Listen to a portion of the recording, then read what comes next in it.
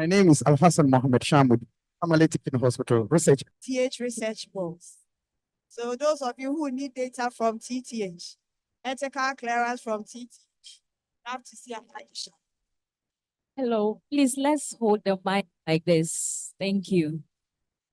I'm Joycelyn from Tamale Teaching Hospital, Department of Research and Development.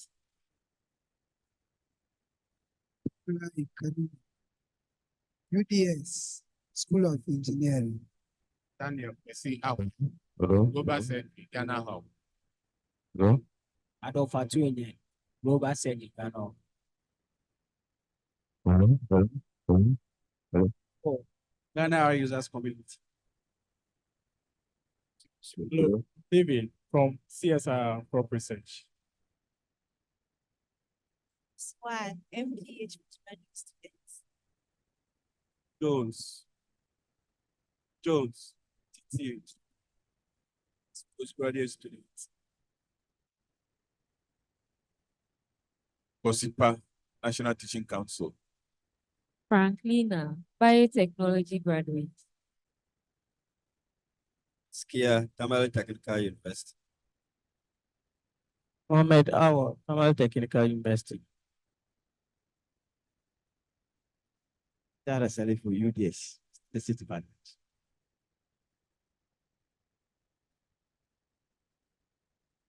Adams Brahman, Global Research Assistant.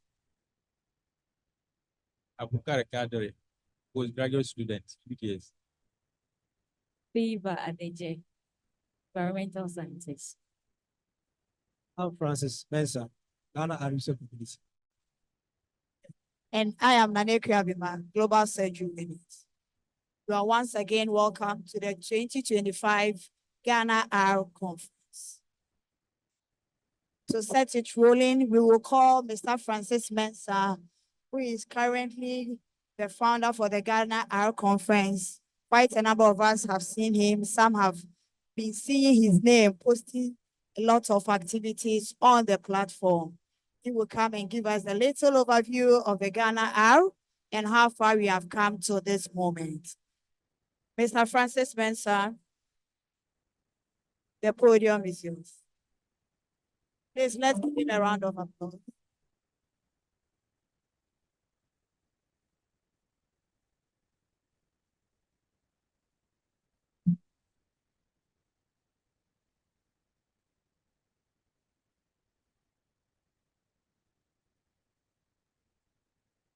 Okay, good morning, everyone. Thank you for honoring our invitation. I'm Francis Mensah, founder and research scientist for Ghana Ayesu Community. I'm also independent R consultant at R Global USA. So I'm also part of the board for African Ayesu Community. In Africa, when you want R in Africa, you have to contact me and some of our colleagues. And also globally, I'm part of the global Ayesu community. Global Ayesu community, where we meet, have our programs, we have meetups. We also go for conferences in US and other countries. So this is just a short intro about me.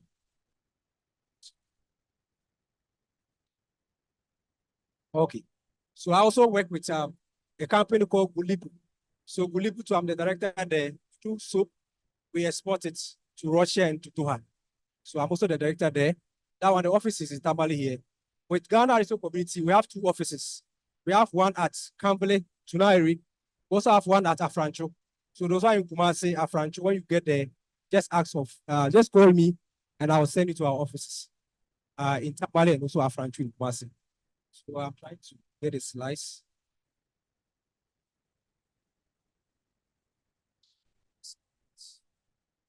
Okay, so who we are. So the Ghana Ayesu Community is an offshore of Accra Ayesu Community, started by Ahmed Kohli with the African Integral Art Sessions on Wednesday, April 13, 2016. So we started as Accra Ayesu Community. And then we had a founder called Ahmed Kohli. He was from US, he started it, but he couldn't sustain it. And then later on, the African Ayesu Community told me to take over from him. So we took over from him. in 2016. And then we revived it and changed it to Ghana Ayesu Community.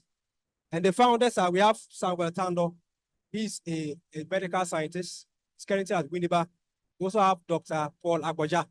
He's in the USA. He couldn't join us, but I think he's with us on Zoom.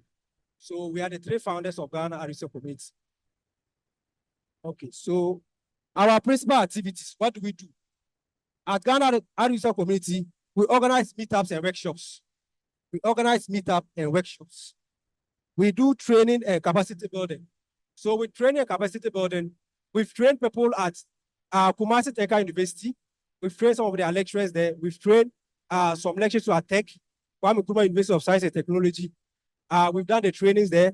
And also even Tamale here, we've done some training at the Tamale Teka University.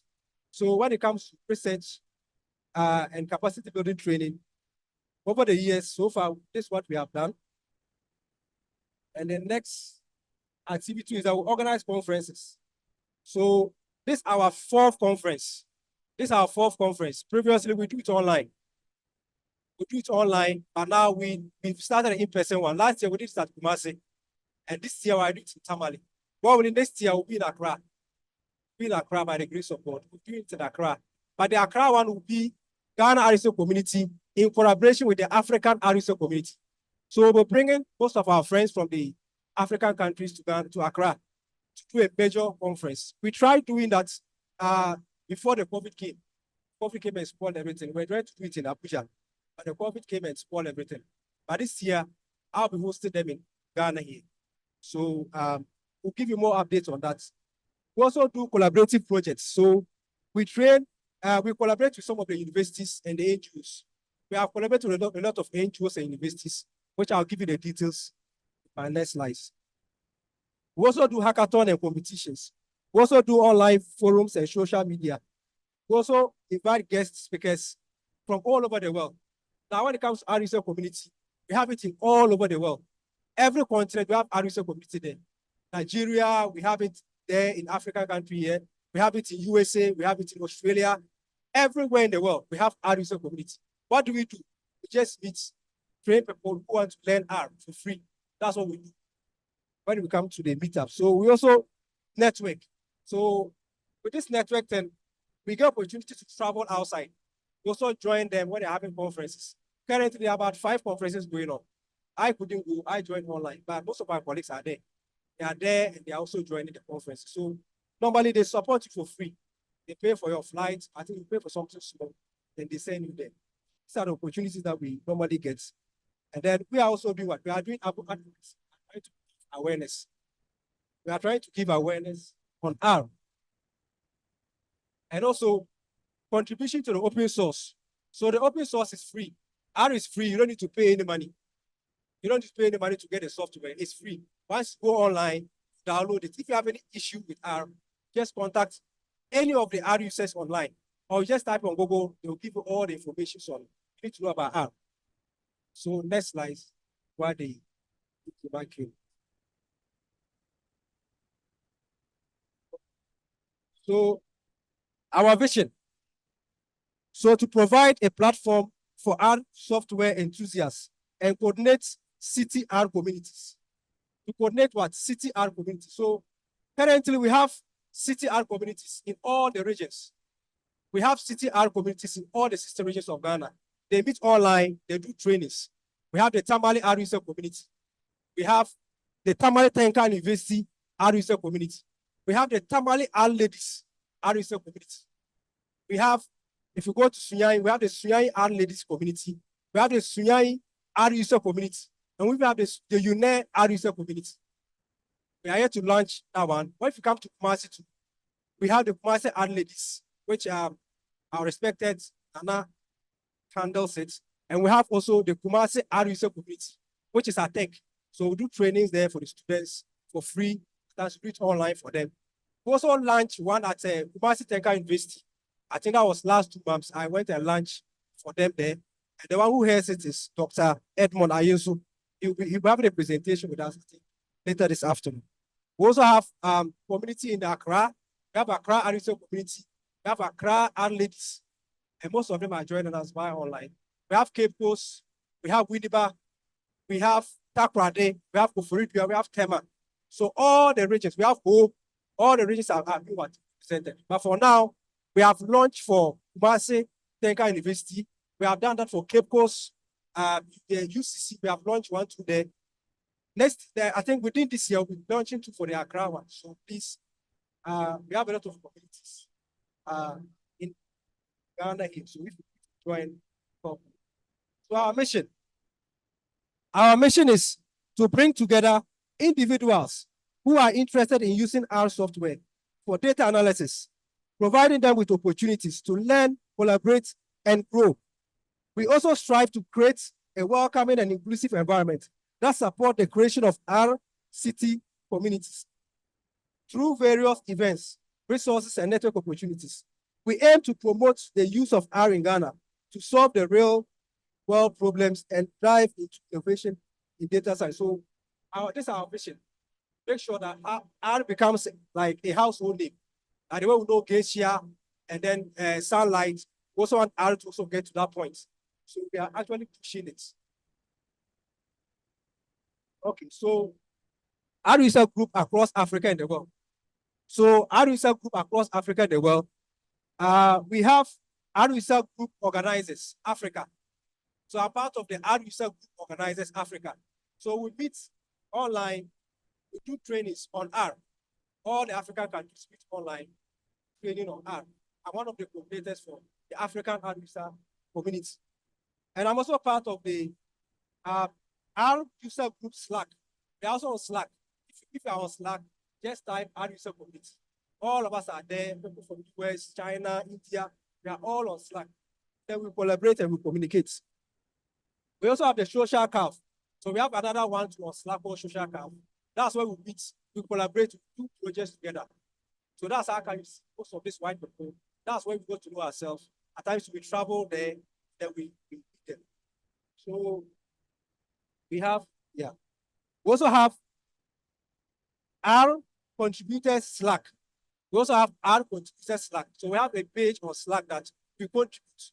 So if you have a software or a package that you want the world to know, you just go to the contributors page, you post the package there, and people use it for free. And then they publish your name on the internet, telling the world that you did this package. And then we also have, I'm also part of the contributing member of the Global R User Community. So we have the Global R User Community, where all the leaders are on the page. I'm also part of the Global R community, where we do projects together, we do consultancies together. We also have what we call the R Consortium. So the R Consortium, I'll talk more on them maybe in my next slides, but the R Consortium, they support R user community. So if you have a community in Ghana here, then you run trainings for like, let me say 6 months. After running for 6 months, if you want funding to support your program, once you write to R Consortium, they will give you funding to do that. So once you write to R Consortium, even this conference, they supported us with some of the funding to do this conference. And they have been supporting us. R Consortium, they are based in US. They are based in US, and most of the directors are my friend. It's not easy to get funding there. It's a whole lot of stuffs. Yeah, so I'll talk about our consortium in my next slides. We also do our engagement online. So most of the times you see me online, you see me on WhatsApp. So most of our meetings are online because all of us are busy. So normally we do it online, normally on weekends, at times in the evening, so that people have a knowledge of the R. So our membership. So we have Francis Mensah, the founder and the research scientist for Ghana Research Committee. We have Samuel Tando. He's the co-founder of Ghana Research Committee. We have Dr. Paul A. Agbaja. He's in US now. He's also the co-founder for Ghana Research Committee. We have Dr. Regan A.C. Hagan. He's also our secretary. He's in tech. She's at tech. She's in mathematics. We also have Edmund Senu. Edmund is currently in the United States doing his PhD. So he's also part of us as a coordinator. He's part of the coordinating team. We have George J. Ayen.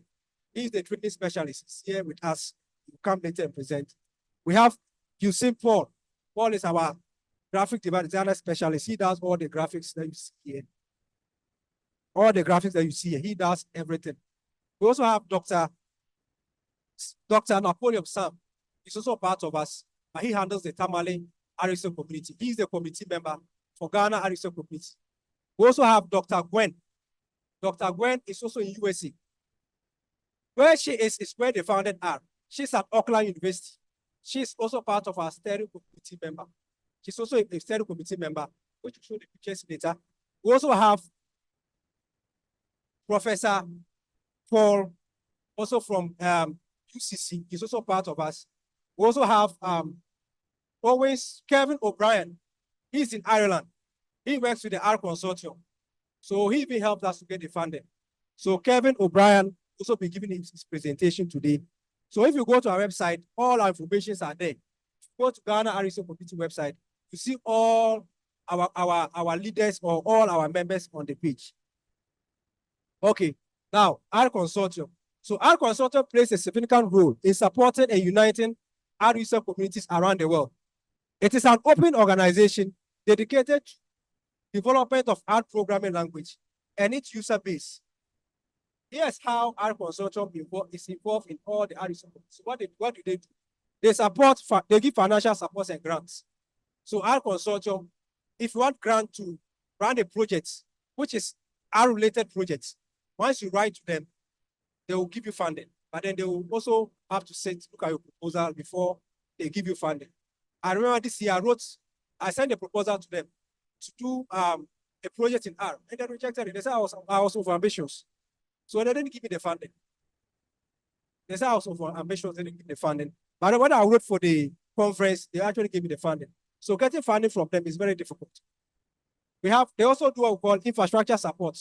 So if you want to do something in Ghana here, and maybe it involves putting some infrastructures, once you contact them, they will send their reps here for them to check what you are doing before they support you. They also support our user communities. So as I said, we have our user communities across Ghana. All the cities, we have our user communities. So the founders there, once they start doing trainings online, they post their pictures online. Once they do that for 6 months, our consultant automatically gives them $5,000 just to support what they do. So we have been on this thing almost 10 years now. So we are known by them and we communicate with them all the time. They also do what we call annual conferences. So currently, all the conferences going on in the world, our consortium is sponsoring it. All the R-related conferences. We have the Use R conference. We have the global conference happening now. Most of our colleagues are there. I'll be joining them online. And all those projects, they are supported. Our consortium, they give us resources. So when you see us training something in R, we don't manufacture the resources or the materials. They give us to follow their guidelines. So as I said, our office location, you can locate us at, we are in Tamale here at the host in Tunairi. Also, you can also locate us in Kumasi. I'm based more in Kumasi, but normally I come here once in a while. But I'm based more in Kumasi. I think, thank you for this all the presentation. Please, any questions? Any questions? Anything you need to know about Ghana Ayesu community? Anything, our projects, our trainings, and even let me even add. So even this year, we started what we call our mentorship training. We mentored 20 males. I think no, 20 females and 50 males just this year. Started it in January. I think February for the male, and then March for the females. And also they what we call 50 days of becoming data scientists using R. That one did it online. We had a lot of speakers and professors joining us, training others for 50 days. We are done with the first edition. We have the second edition coming up. So we'll share the flyer with you to join. And also we're doing regional trainings or regional meetups. Currently, I think Vincent, Accra. So Vincent is trying to get us in place, the venue for that training in Accra. So we have Accra coming up. We have Sunyai, we also have Kufuridua. So this is the 3 regions that we'll be doing trainings with after this conference. Going there, we'll do in-person trainings for them for free. We also have another one coming up. I think George will be going to Marseille on the 28th, I think. He'll be training some students on R, I think. So that's what we do. We have a lot of programs and activities coming up. So we'll update you on that. So thank you very much for your time. Any question? Any question? Anything you need to know about Ghana Ayesu community? What we do? Want to be part of the community? Anything? Any question? Any question regarding Ghana Arisa community? Let me go online. Wow. I can complain so that they can't hear. Yeah. Okay, membership is free. We don't take any money from anybody. Membership is free. We have people, we have professors, we have doctors, we have degree, we have HAD holders, we have even diploma holders. Everybody's part of it. And it's for all. Once a member, or just contact any of the facilitators around, they'll just add you through. And you learn for free. Don't charge anything. Don't charge anything. It's free. Don't charge. Please, any other questions? Any other questions? No, it's free. If you want to join the community, just reach out to any of the organizers here, and they will add you to the community. It's free. It's free. So please, any other question? Okay, so I think I'll let Nana come and then introduce the next speaker. She's called Elliot, Sarah Elliot. She's with Birmingham University. And then she sent us a video. Sent us a Birmingham University. She's a good friend of mine, Dr. Renus.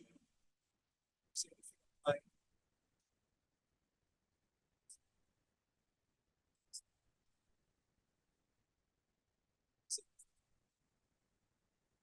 Read about the next week.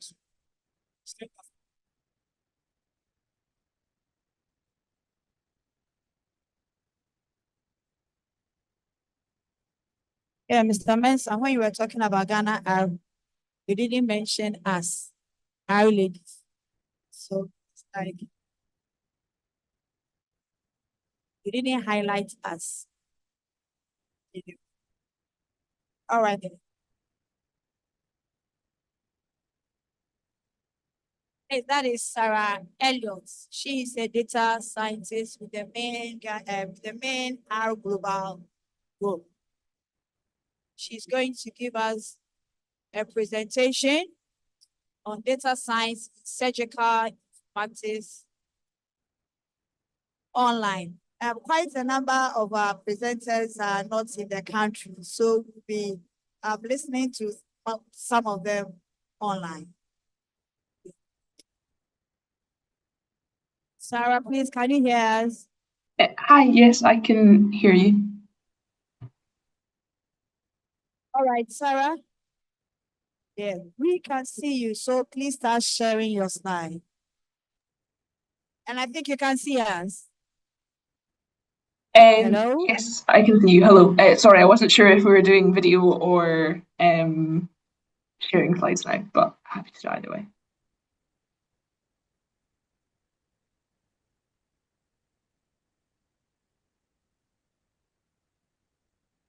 Can you see my slides? Yes, please, Sarah. It's visible. Perfect. And let me just check.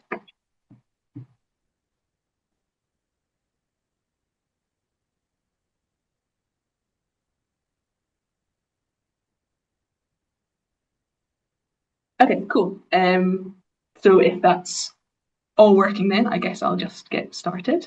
So hi everybody. Thanks for coming to my talk today, and firstly, a big thank you to the organisers for inviting me to speak here today at this fantastic event. It's really exciting to see our community growing around the world, and I'm a big R enthusiast myself, so excited to see lots of people excited about learning R. So firstly, as was mentioned earlier, my name is Sarah Elliot, and I'm here to share some lessons that I've learned about teaching and using R, drawn from my experience with a University of Edinburgh initiative called HealthyR. So whether you're an R teacher, an R user, or both, I hope you'll find something valuable in what I share today. So quickly, I'm a PhD student, a data scientist, and also an R tutor and teacher.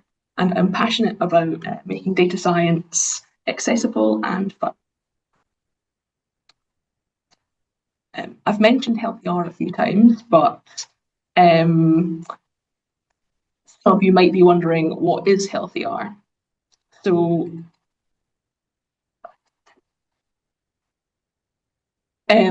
as I mentioned, it's a teaching initiative in Edinburgh, Scotland, that has given me many of the opportunities that I've had for being able to teach R. Our goal is to empower healthcare professionals, researchers, students, and academics to learn and use R within their work. We do this in a few key ways. We run popular R courses, including a beginner quick start course that goes from the very basics of R straight through to creating publication ready outputs and analyses, all within a 3-day period. We also run a more advanced statistical modelling course. Sorry, my screen has moved.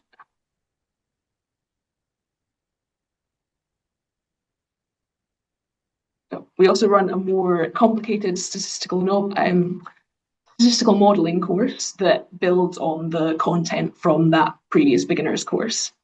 We also run online clinics, which are free to attend, where we live code and demonstrate topics. We answer audience questions and also troubleshoot code for people who are trying to write their own code but are having some issues. We try and help there. It's a useful form of follow-up from people who attend our courses, so they can come back and be like, I've tried this, got an error, help me please.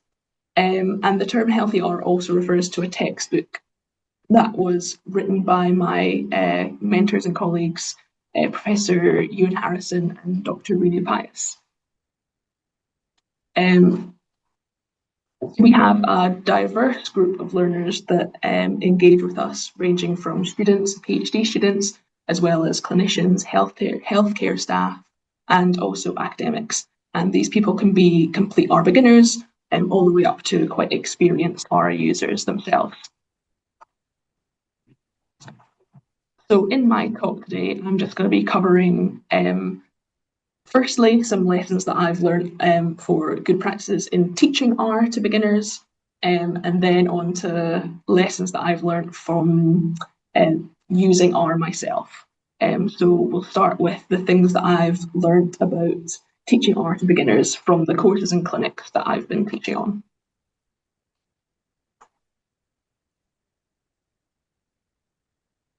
So first lesson is to make sure you use relevant data. It can be really easy to fall back on the classic iris dataset that you might see in many events, in many examples online, but most of them might not be engaging or relatable to your audience. Instead, choose a dataset that resonates with your learners. For us at HealthyR, that tends to be healthcare-related data. Once you've got this dataset, our philosophy is show first and then explain second. And what I mean by that is to start by showing something really exciting, like a compelling visualization, so that learners see what they're working towards. Really skip the baby steps on this one and make sure it's the kind of attractive visualization that your learners might actually want to make. And once they've seen that, then you can walk them through the steps of how to get there. It's a lot easier to understand the journey that you're going on once you've seen the destination.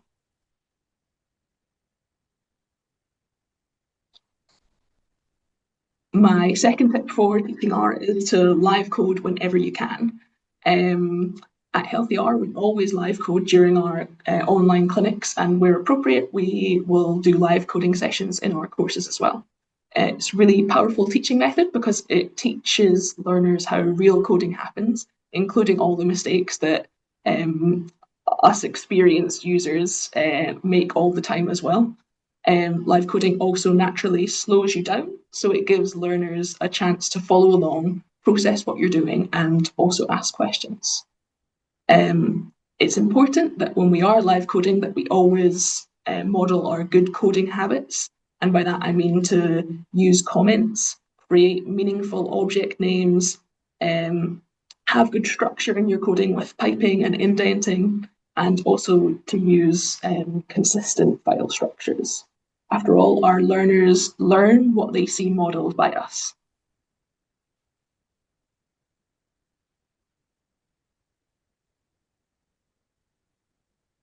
My third lesson for teaching R to beginners is to embrace all the errors and mistakes. Learners will encounter errors almost immediately when you open up a new R document, so it's important to normalize them and teach learners debugging skills. So that can include things like showing learners how to read error messages, or maybe showing them some handy tools to reduce errors. I like to use rainbow brackets to make sure that I never have the small errors of not closing my other bracket. And so little things like that will help new learners understand that errors don't have to be scary. It's also important to show how you would search for help, including using things like Google or Stack Overflow and AI, but also don't forget the help tab that's built into RStudio. That really is a goldmine for documentation and reproducible examples.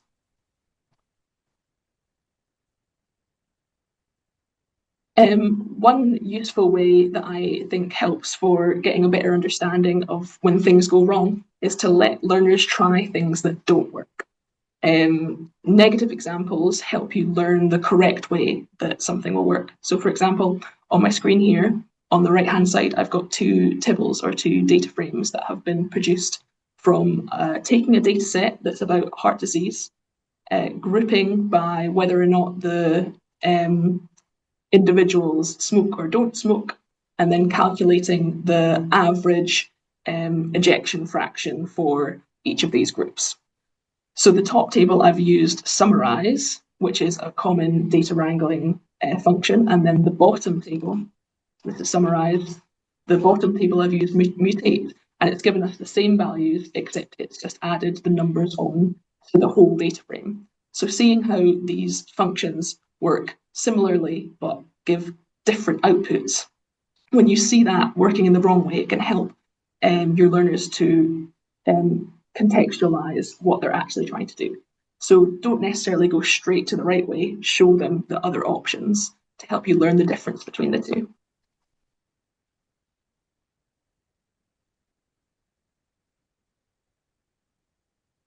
My next teaching tip is to create opportunities to help, make sure it's easy to ask for help.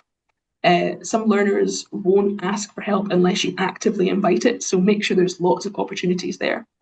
One way that I find is helpful is to do things like coding out loud, and this is where you make sure you talk through your thought process as you're doing things. This can be done, an example like if you're coding something, you can say, now I'm going to add a code jump using the green button. I'm not sure why this error is coming up, so I'm going to press the F1 tab to open the help tab. Just letting your learners hear what's going on inside your brain can make it a lot easier to understand what you're doing. And it allows them to follow your thoughts and encourages them to do the same. Make sure you have an informal environment that allows learners to ask frequent and often questions early on in the process. And make sure there's space for both group questions and one-on-one questions. During and after lectures, leave time for questions, but realise not everyone will be confident enough to ask in front of a group.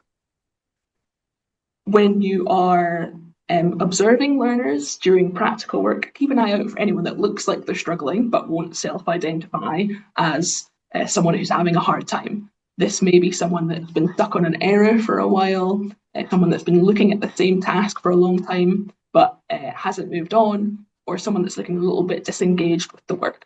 You can have conversations with these people and help them out without them having to call on you. And it's important because people, everyone's different and everyone learns in different ways. You want to have lots of different tools to help learners learn in varied ways. So in HealthyR, we use things like live demos. We have cheat sheets, both created by ourselves and also by Posit, the company that owns RStudio. And we also provide well-commented reproducible examples, projects and follow-up sessions. And my last tip for teaching is to make sure you teach things that your learners actually want to use. That is to perhaps take suggestions for topics.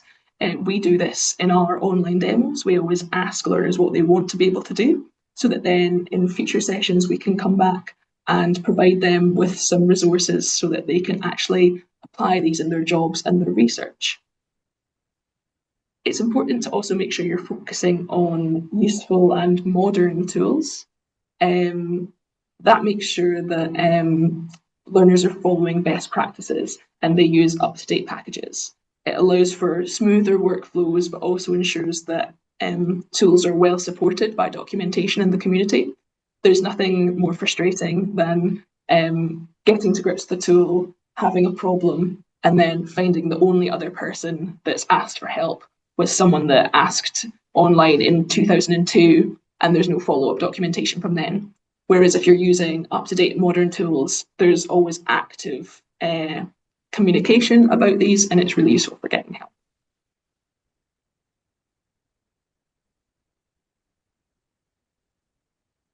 So those were my suggestions for best practices for teaching R to beginners, but I'm also an R user every day myself. So now I'm going to switch gears and reflect on a few lessons that I've had for learning and using R effectively.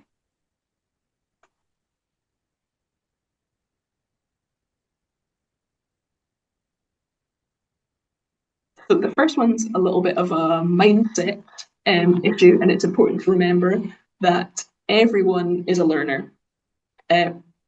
R is constantly evolving, and if you're coding in the same way that you were last year, it's probably time to think about exploring new methods and new tools to make sure that you're staying up to date. Imposter syndrome is real, especially for new users of R, but the truth is everyone's a learner, whether you've been using R for 15 days or 15 years. So you shouldn't let that get in the way of learning new things. It's part of what makes this field exciting.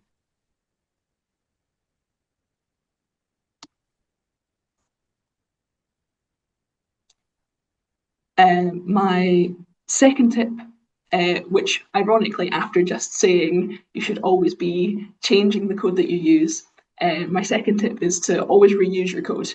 Good data scientists don't memorize hundreds of functions. Good data scientists are experts at finding and adapting code that already exists.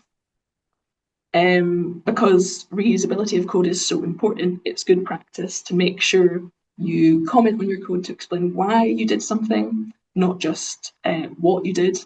That allows you to go back and find the parts that are really important to change very easily.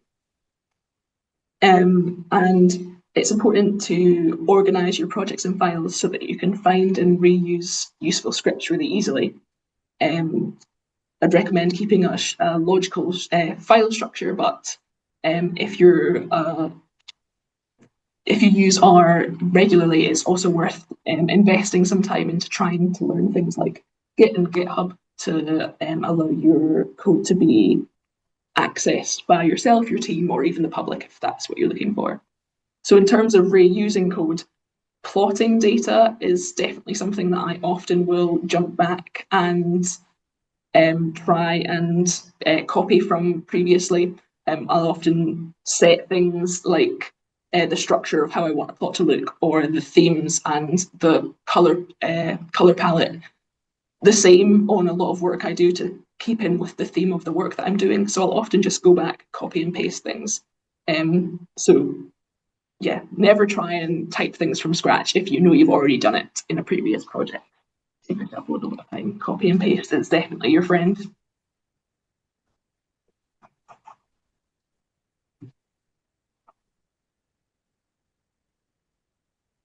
So those first two tips were somewhat mindset type of tips, but my next tips coming up are going to be more about useful packages and functions that have been developed that for me, I would say they've revolutionized the way I use R and do data science. And so first up from that is tidy models. If you do a lot of statistical modelling in your work, I highly recommend exploring tidy models if you've not already. It's a suite of packages for modelling that use a tidyverse-friendly syntax. It covers everything from pre-processing of your model all the way to model tuning, model fitting. And what makes it particularly useful is how easy it is to swap between the different model types. So you'll see in this chunk of code that's on the screen, we are taking a data set, we're giving the recipe that we want to run. So we're wanting to run a model predicting mortality. We're doing pre-processing. But here is the important part of the model specifications that we're giving it, in that we're wanting to create a decision tree. But if I didn't want a decision tree, I could just quickly change this to the relevant function for the type of model that I actually want to build. So if I wanted to do a regression model, there's a function for logistic regression. And then you also set the relevant mode and engines for those. There is a little bit of an upfront learning curve, but if you do a lot of statistical modelling, it's definitely worth putting in that effort, because once you get it, it's incredibly powerful. Whether you're doing regression, time series, or other machine learning, it's so easy to jump between the different model types and allow you to compare the results, so you can kind of decide what model is best, things like that. There's also tons of great documentation for tidy models, so it's a really friendly community and easy to learn.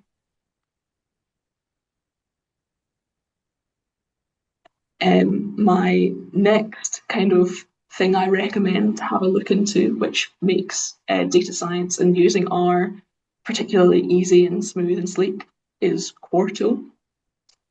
Quarto is a next generation version of R Markdown, and it allows you to combine code, results, and explanations all into one document. But what makes Quarto great is that you can also use multiple languages. So you could use Python as well within your script in RStudio. So Quarto makes communicating data science easy and beautiful. With Quarto, you can create projects, websites, books, blogs, and even presentation slides, all from the same file with just minimal changes. It's a fantastic tool for sharing your work in reproducible formats, whether that's to your team or to the public. You can use Quarto in RStudio as you would an R Markdown document or an R script, and it's being actively developed by the developers of Quarto. So there's lots of new changes happening all the time. If you notice a bug, you can go on the POSIT community page and report it, and they'll help you, and there'll be people talking about it.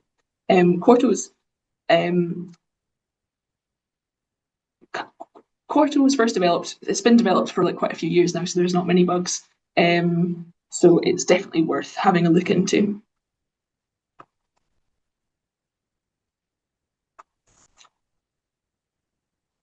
And so finally, I'm going to talk about some of my favourite packages that have really changed my workflow, and I use them almost daily, starting with the janitor package, which is for cleaning and exploring data. There's many functions within the janitor package that makes your life easy when you're cleaning messy data.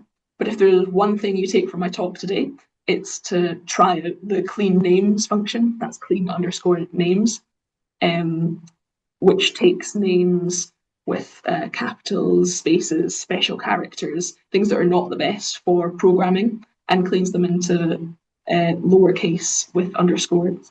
You'll see on the screen here, we've taken this data set, which is heart_data_x, and piped it into the function names.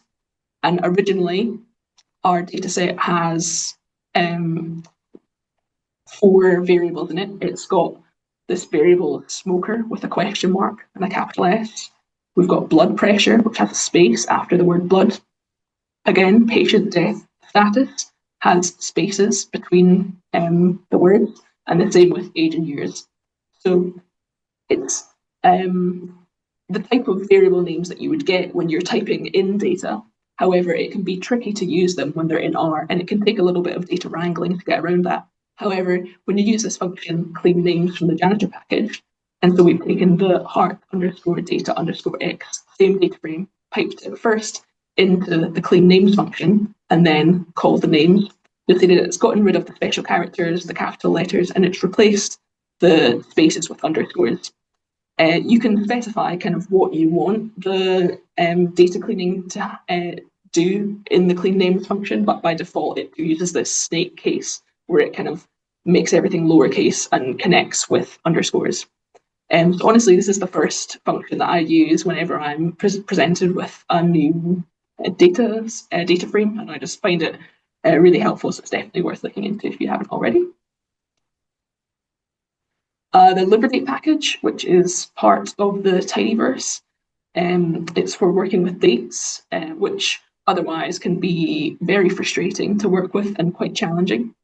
So if you have a lot of date and time work in your workflows that you do, check out Liberdate functions.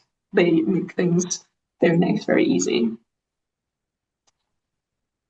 The Final Fit package is for clinical statistics. It's for creating elegant tables and plots when you are modelling. It's this is a package that's built kind of in-house in my research team by, again, Dr. Rena Pius and Professor Ewan Harrison, and it's maintained by the people in our research group. And it makes things like regressions, tables, and plots in very few lines of code. So you'll see here again on the screen in this code chunk, we're using this function final fit from the final fit package. It can be a bit confusing because it's the same name, but basically this is telling, this is asking for a model to happen, and because our mortality variable happens to be a binary, it's giving us a logistic regression by default. So all we've had to do is specify our dependent variable and our explanatory variables, and it's giving us this lovely clean output table with our explanatory variables here, our dependent variables here, and giving us our odds ratios for univariable and then multivariable results, which is what you would expect from a logistic regression. However, it's just much prettier to look at than the base R kind of GLM output, which is what is happening under the hood of Final Fit. So again, definitely recommend that one if you're doing statistics or clinical statistics and use regression regularly and want attractive outputs very easily. The next package that I recommend and you have a look at if you haven't already is the package Reactable. It's for interactive tables. In just a few lines of code, you can create interactive, beautiful, searchable tables in the HTML documents with very minimal effort. So this is an example here of a Reactable table. You'll see that I can, well, I'm not sure if you can see my mouse, I hope you can. You can see that when I go over the lines, it highlights the line that I'm on. I can filter based on variables, and I can also search for things here. So I've searched 90 and all the rows that have 90 in it come up. So I think Reactable can be really useful for creating tables for data exploration and also sharing results in a kind of interactive format. And the last package that I'm going to recommend that you have a look at if you've not already is the Broom package, which is useful for cleaning statistical outputs. As I mentioned earlier, the base GLM, LM functions that R uses can create quite complicated summary outputs, in my opinion. But if you use the Broom package, particularly the function tidy from it, it can just pull together the important parts of that summary output and put it into nice clean tables for you.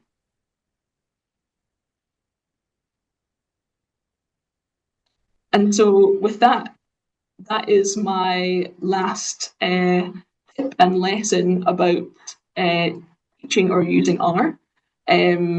Thank you so much for listening, and I hope you're leaving here today with a few practical tips that you might try on your own R journey, whether that's teaching it or using it day to day. I'm very happy to answer any questions. Very much, Sarah. Please, any question so that Sarah can answer that.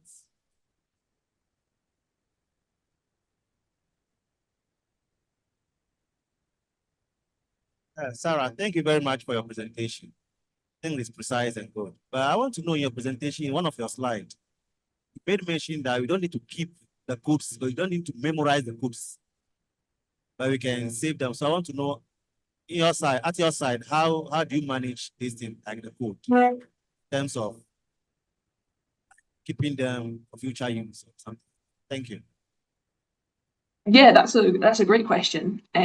So it definitely depends on what you're coding and what you're doing with it. So if you're working with, so I often work with patient level data, and so it's has to be kind of anonymized and can't be publicly shared. So I will use my own file structures and keep things private. So within projects within RStudio, I think that's a really useful way to do it. So I'll have, for example, I'll have my data cleaning scripts in then my data exploration. So my data cleaning scripts, my data exploration scripts, then my kind of plotting scripts, my tables, and then my statistical scripts all in one project that I can then go back to and look at that project.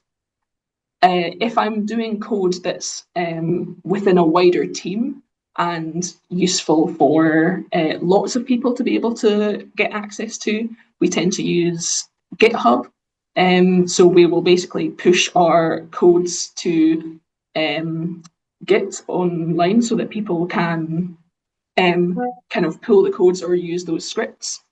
And then we also have, we call it our cookbook, the Surgical Informatics Cookbook, because that is I'm in a surgical informatics team, which is our kind of publicly available repository for code that we think is just really helpful. I will try and find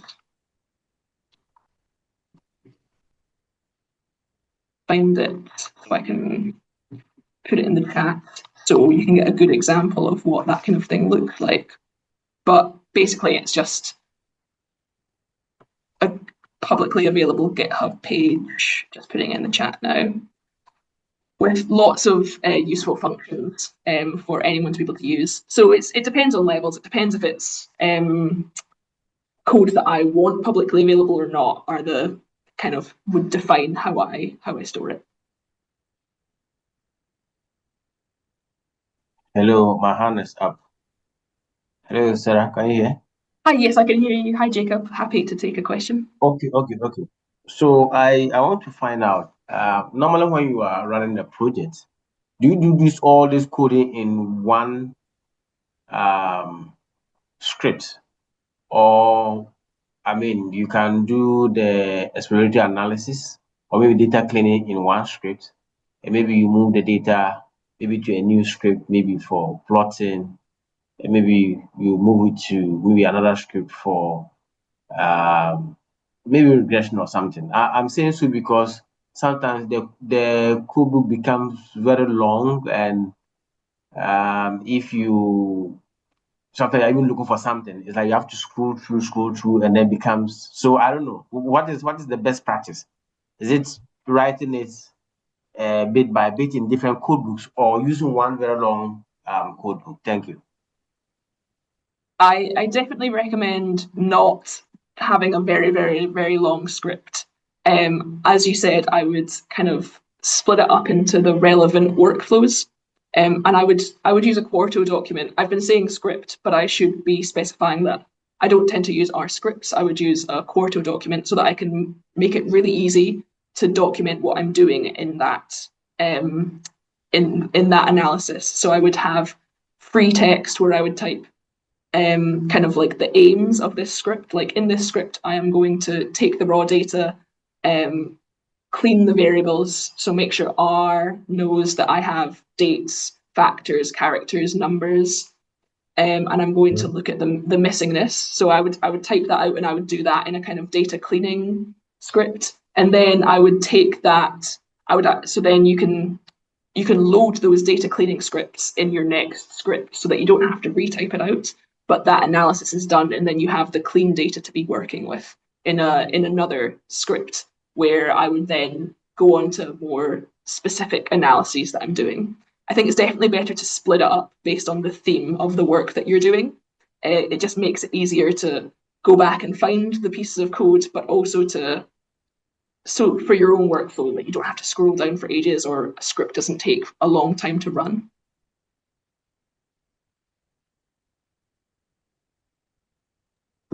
Okay, thank you very much. Thanks for your question. All right, Sarah, thank you so much for the wonderful presentation. We'll be connecting back when we have any issues after watching your video. Thank you so much. We are grateful. Yeah, feel free to email me and thank you so much for having me. It's been a great opportunity. Enjoy the rest of the conference. Thank you. Bye.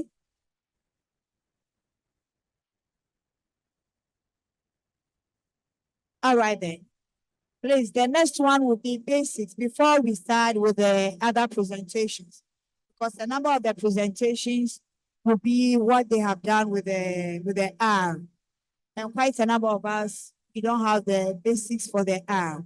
So George is going to take us through the basics for the R. That's why he asked you to do the installation of the R in the R studio. So that when we understand what the codes and all the complexities are, when the presentation is going on, we'll be able to sink in and then understand. So please, if you don't have the R or the R studio installed, please kindly lift a hand so that a member of the crew can come and assist. Then if you all have, let's open to R. So that George will continue. George, please, we are waiting for you. And please, as the steps is going on, if you have any questions, don't hesitate to raise your hand so that you ask before the next step flows. Thank you.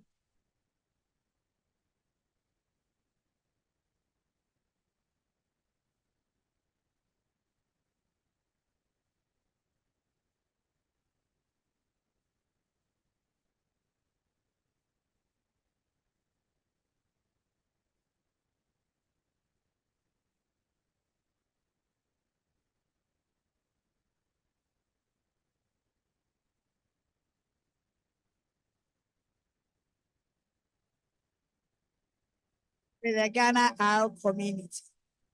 So please, as we are here, if you are doing anything R, if you want to understand anything R, when we close, don't let him go. Take his number or something so that you can be connected to ask him questions of the conference whenever you want to use R. Thank you. All right, thank you very much. So before we started, those that came early, sure, I asked you whether you already have the software. And those that didn't have, I showed you how to download and then install the software. So I'm going to ask again, how many people here have the software already installed on their laptop?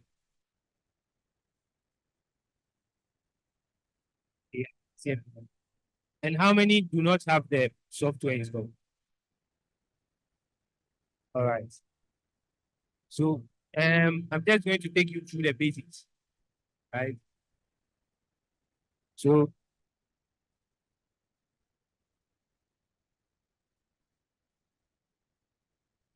before I start my own presentation, I'd like to show you how the whole R looks like, the R software itself and then the R studio.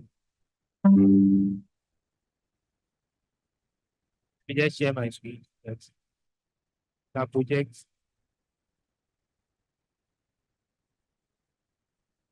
Those online, I hope you can all see my screen. So this is the R studio interface. This is the R studio interface. We have done some modifications. That's why mine is looking like this. So by default, it looks white with some shade of black. When you open it for the first time, when you install it and you open it for the first time, it will ask you to select the R engine. So it will already select it for you. So you just press OK and then you will see this. You will see that here, this is your company. Very slides.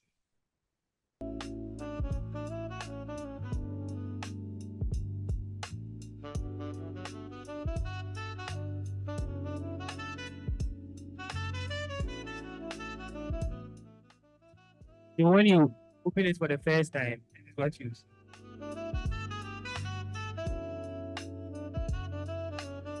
See here, see some inscriptions here. We see the R version. Then you see that it is free, the free software, and then you see some inscription on how to use it for help and then some demonstration. But it wouldn't be on the right side. It would be on the left side. Mine is on the right side. I put it there. But yours will be on the left side. It doesn't change anything. You see this. If you want to clear it, and press Control plus L, and then it will clear it for you. So press Control L and to clear that message. You don't need that message for you. So I want you to also have your interface look like this. So what I want you to do is I want you to go to and then click on global options. You go to tools and then click on global options. And then you click on panel layout. Panel layout.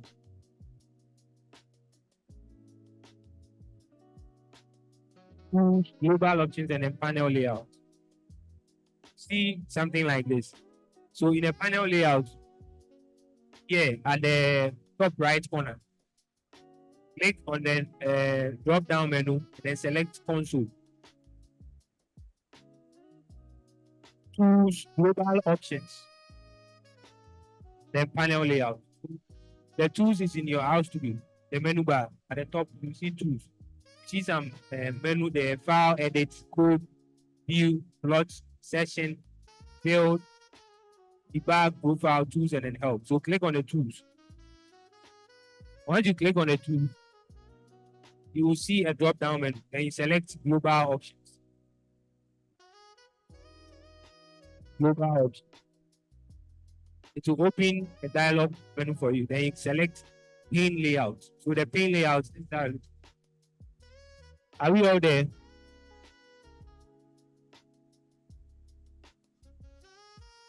Are we all there? Okay. Yes. So in the pane layout, go to the top right corner. Top right corner. And then you see a drop down menu there. Click on that small arrow. And then select console. Top right. Top right, select console. And then top left, select source. Top left, select source.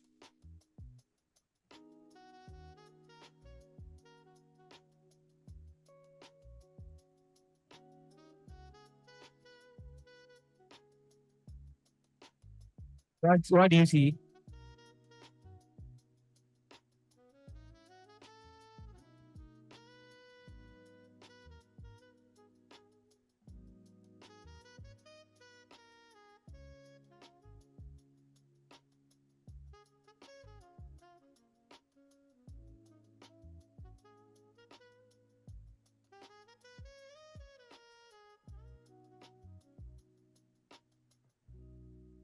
Okay, so I'm going to go over it.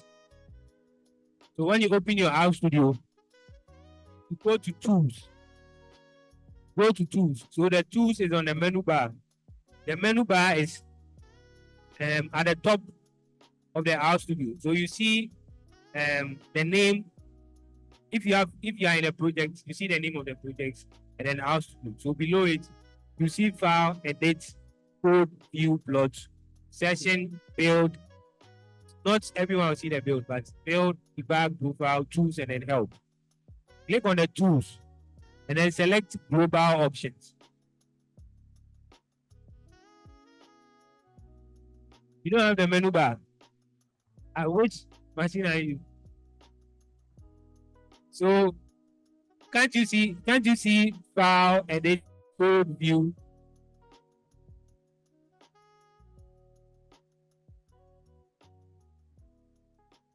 Our studio.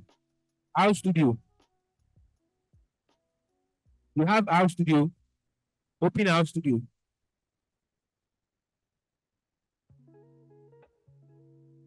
We open our studio. So I can see some people don't have the our studio. So this is not our studio.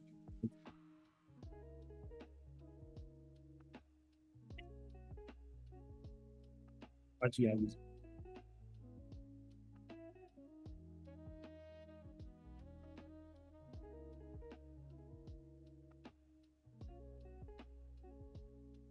So I can see some people do not have the house studio.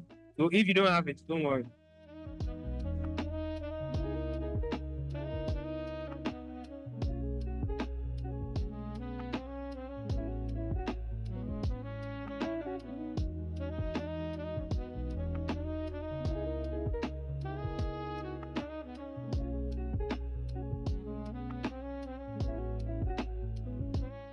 Okay. Okay, so those that do not have the house studio, I'll attend to you later, but those that have, let's continue. So I want you to change the top left to console and the top right to source. When you are done, click on apply. Click on apply and then okay.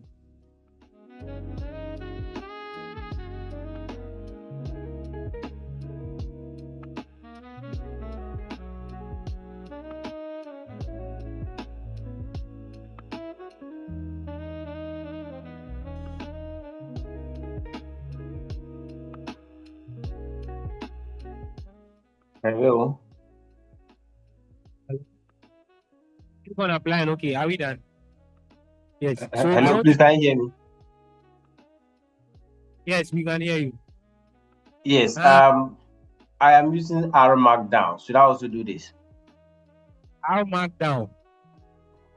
Yes. So the R Markdown is part of our studio, right? Yes.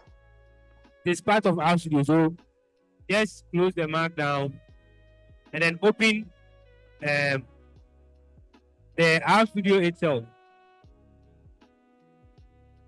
So share your screen and let me see what you have. Okay.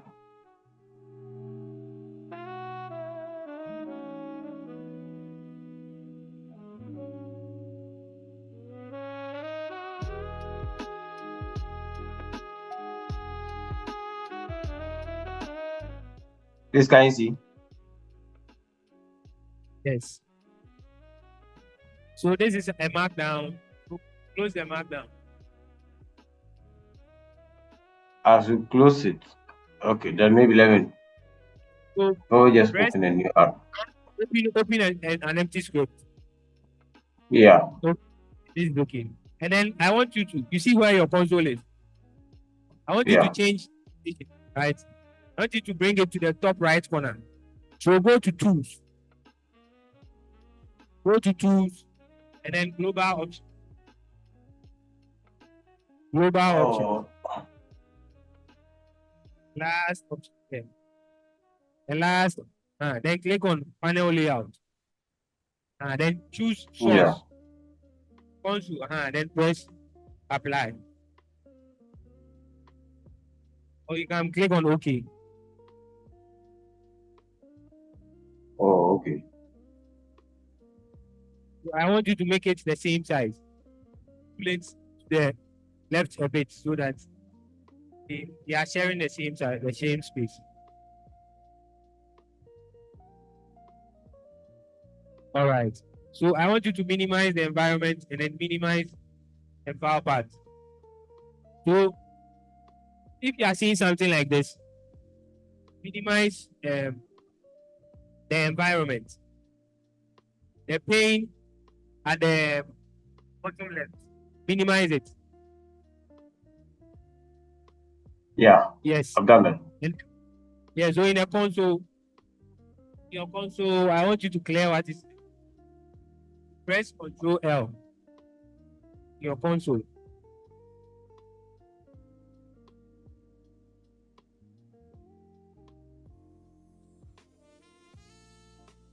So press Ctrl. Yes, okay, that's Yeah. fine. I want you to all have something like this. So if you don't have the script, you see that there's a small white icon. There's a small white icon at the top here. The plus on it here. Click on it and then you select script. Or you can press Ctrl Shift N. And you have an empty script like that. So I want everybody to have their house like.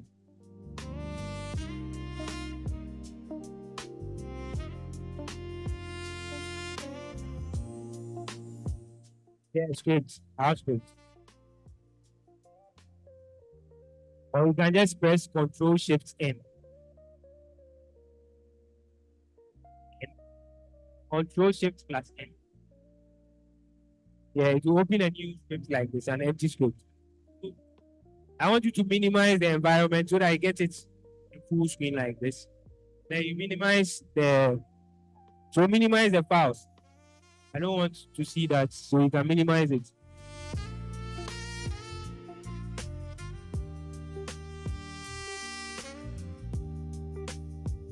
Anyone having a challenge so far?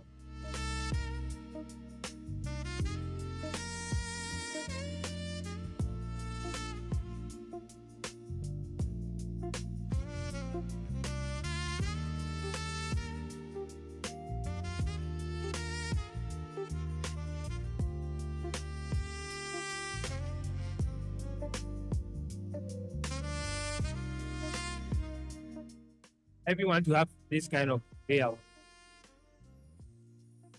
Okay, so the layout on the left, on your left, that is the script. So the script, you can type code and then save the code. And then on your right is the console. So in a console too, you can type code, but in a console, you cannot save the code. Once you type it and you run it, that is all. If you want to see it again, it is saved in a history.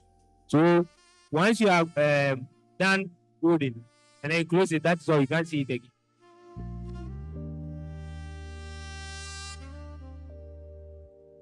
Okay, if you want to change the layout, you go to Tools, Global Options, then select, I think, Panel Layout.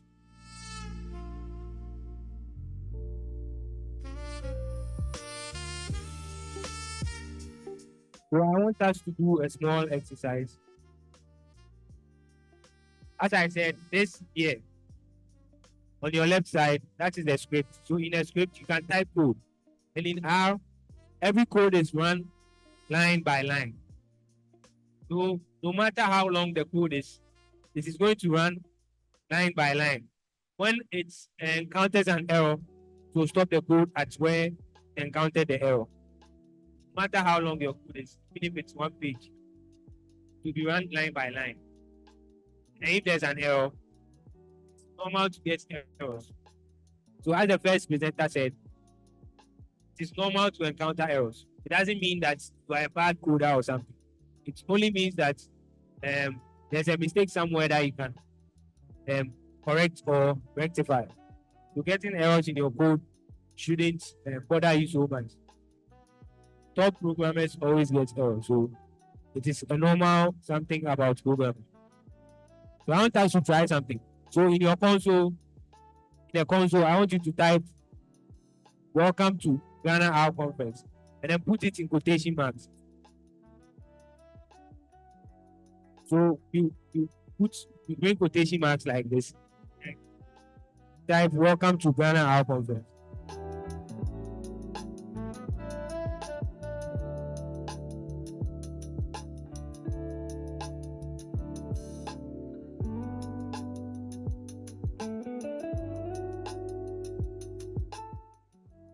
So I want you to type this in your console.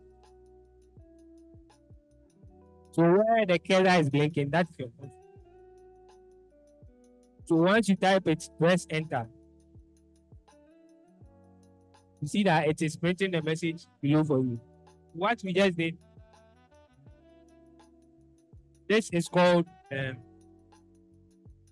character, right? This is a character variable. So in our text or messages, inside quotation marks, they are recognized as characters.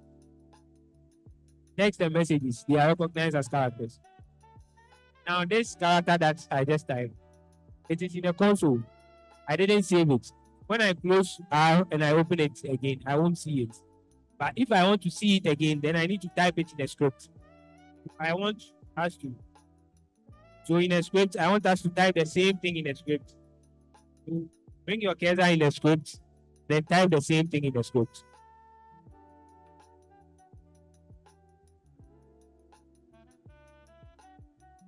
So once you type the same thing in the script,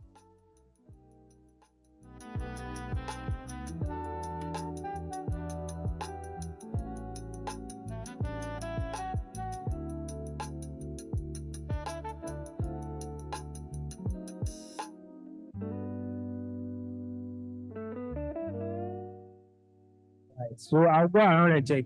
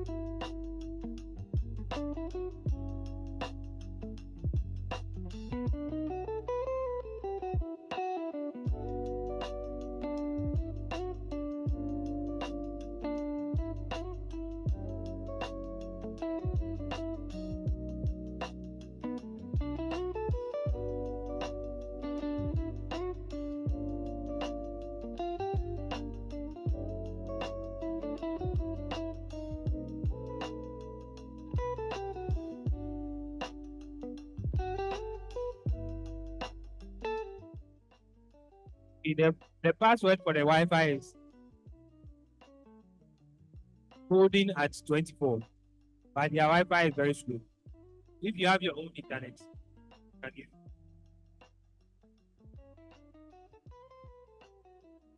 You don't need internet to use R.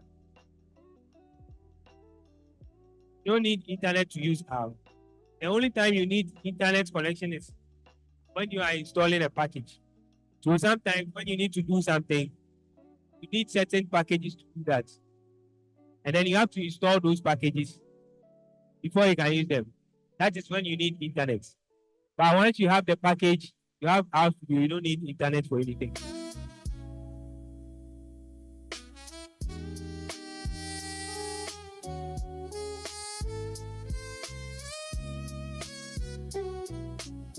All right. So you see that once you type it in your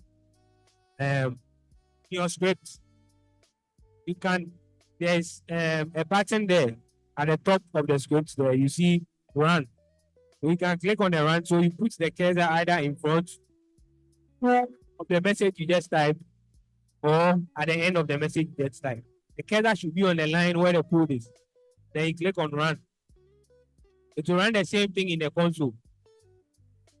It will run the same thing in the console. But now, since it is in the script, you can save it. So you can click on the save icon. So there's a diskette, which is the save icon. You can click on it. It will open the location where you want to save the file. So you select where you want to save it. I want to save it on my desktop. So I select desktop, then I give it a name. My script. So I name it my script, and I'll click on save. So now it is saved my desktop. So I can go to my desktop. I'll see the file. The file, the extension is .r. So anytime you save the script, the extension of the file, when you go to the location, you see .r as the extension of the file. That is your script. Anytime you want to come back to your code, just open the script, you see that your code is. Oh, yeah. I said, once you save the script, okay, the saving, I said you click on a diskette. So there's a diskette icon there. You can press Ctrl S. So Ctrl S doesn't work. So, or you can go to File and then click on Save As or Save. So if you are saving for the first time, click on Save. But if you've saved it already, the diskette will be faded out. Once you type new code, then it will come alive again. If you type new code, it will come alive again. So anytime you see that the diskette is available for you to click, then it means you haven't saved your code. But once you save it, it will be played out. You see that it is saved. Also, if you haven't saved the script, you see that there is a star, small star on the script. So if I type code, then I haven't saved it. When you check the script, you see that there's a small star attached to the name. It means you haven't saved it. But when you save it, it will disappear.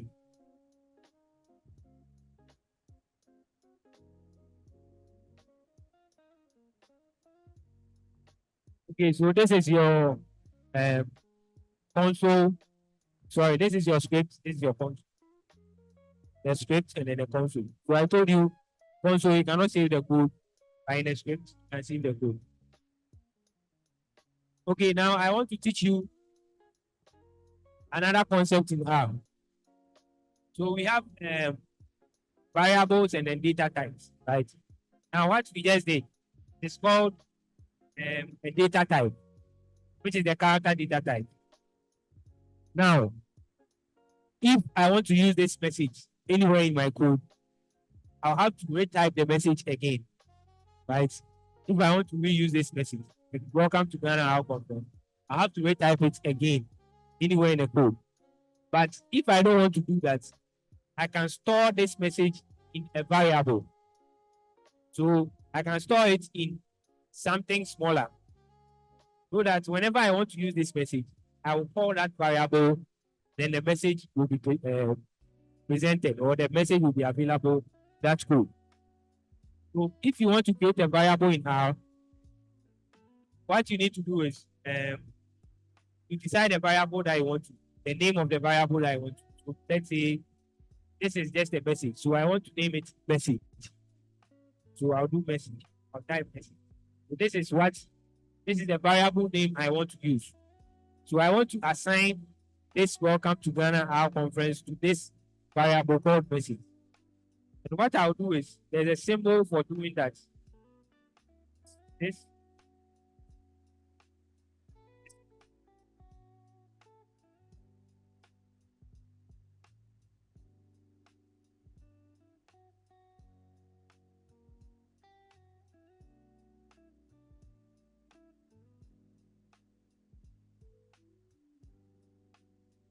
This is the symbol. It's called assignment symbol. So it is the less than sign, then a hyphen.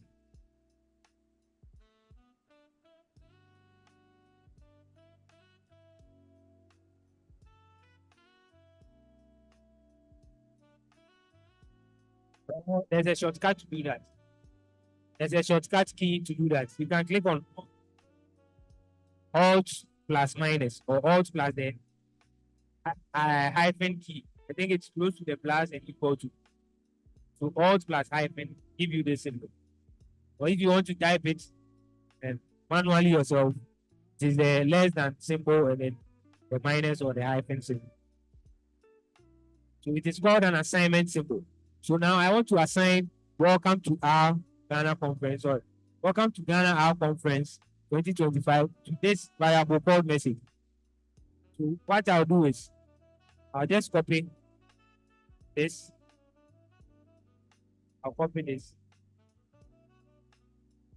I can type it again, but I don't. And I'll fix the font here. So the message is welcome to Ghana Our Conference 2025. So what I have done here, I am assigning that message, this character, welcome to Ghana Our Conference, to the variable called message.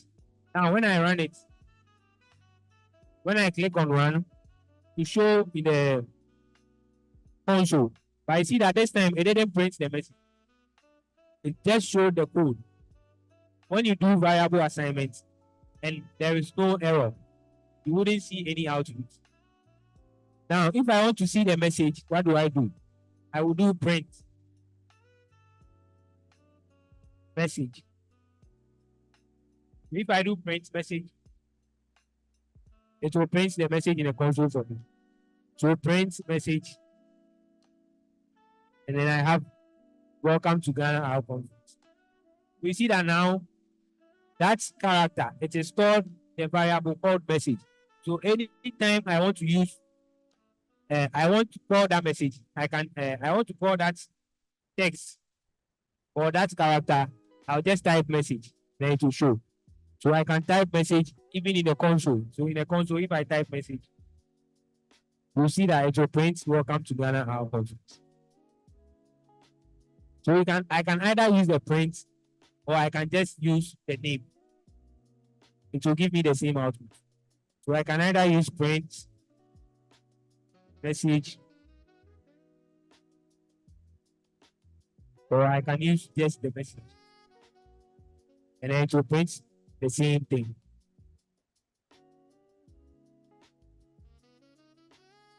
And then one thing also is, anytime you are typing code, you should add comments. You should add comments so that whenever you come back to the code, you know what you are using the code for. So mostly you start the code with a comment.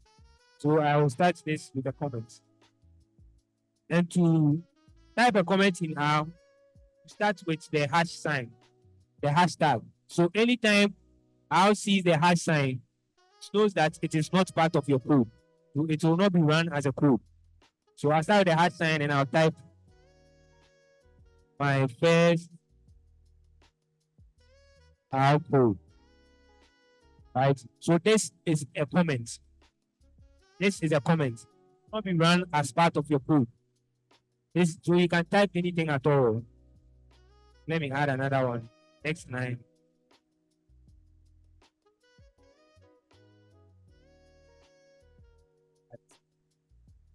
Okay.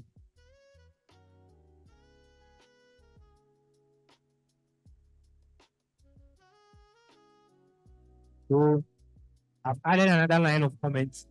So this is so it is my first output at the Ghana Our Conference. So this is the comments. This is a comment. And comments always starts with a hashtag. So once you start anything with the hashtag, R recognizes it as a comment. So it will not be run as a code. So you can type anything at all.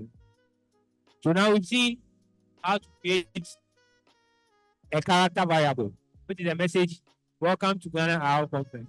And then we've seen how to assign the character or the data type to the variable. So the variable is the message. And then the data is welcome to Ghana Our Conference. So R can also be used as a simple calculator. So let's say you want to do some quick calculation, but you don't have your phone or your calculator. You can use R as a simple calculator. So you can just type your console, you can just type 5 plus 5 to give you 10, or 100 times 55 to give you 5,000. Right? So the star sign represents multiplication. Then a plus and minus sign, they are the normal plus and minus. 6 minus 8. Normal plus and minus. Then division is the forward slash. The forward slash is division. And then if you want to do raise to the power, use this symbol. So 5 raised to the power 5. Use this symbol. It is called caret. It's like the less than sign, which is 10. So that is the raised to the power. So 5 raised to the power is 3,125. The normal plus and minus sign, they work. And the multiplication is star. Then division is the forward slash. This is raised to the power. We can do, and so the calculations also follow the board mass. So if I have 5 times 5 plus 6 divided by 2. What do you think will be the answer? It follows board mass. So what do you think will be the answer for this? 5 times 5 plus 6 divided by 2.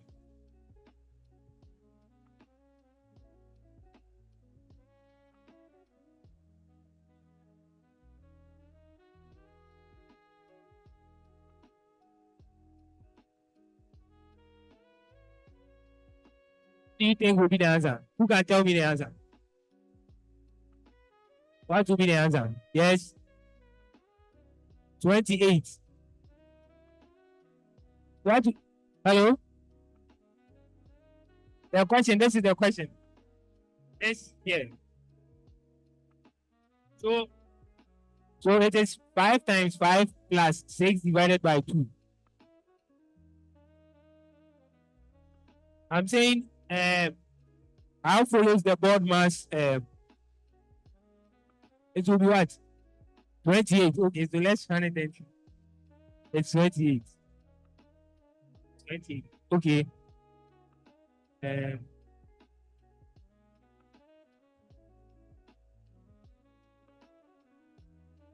So we've seen how we can use R to do simple calculations, mathematics. So these numbers, they are okay. So let's try another one. 5 raised to the power 2 plus 9.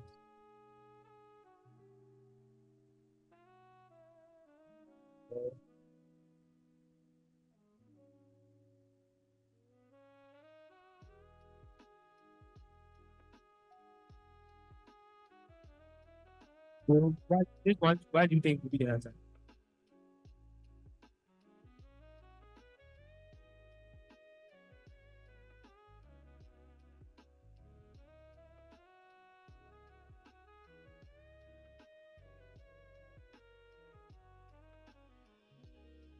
Minus 1, yes. 37.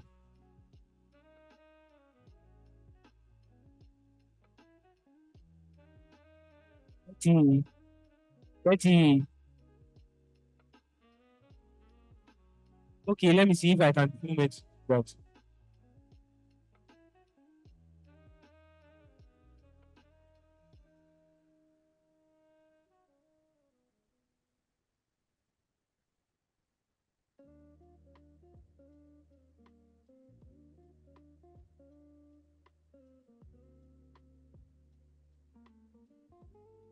being so that can you see it?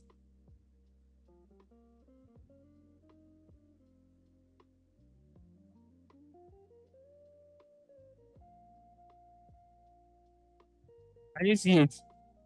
5 raised to the power 2 plus 3 times 4 minus 1.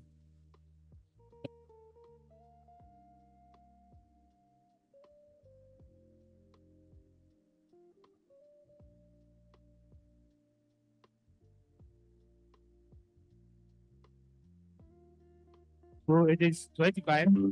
25 plus 9. So it is 34. Right. So we can also, these are these numbers, right? In R, we call them numeric variables. So we can also store numeric variables in a variable like what we just did. So these are numeric data types. So we can store these numeric data types inside a variable. So this calculation that we did here, this calculation, I can store it in a variable called, so I'll just type board mass.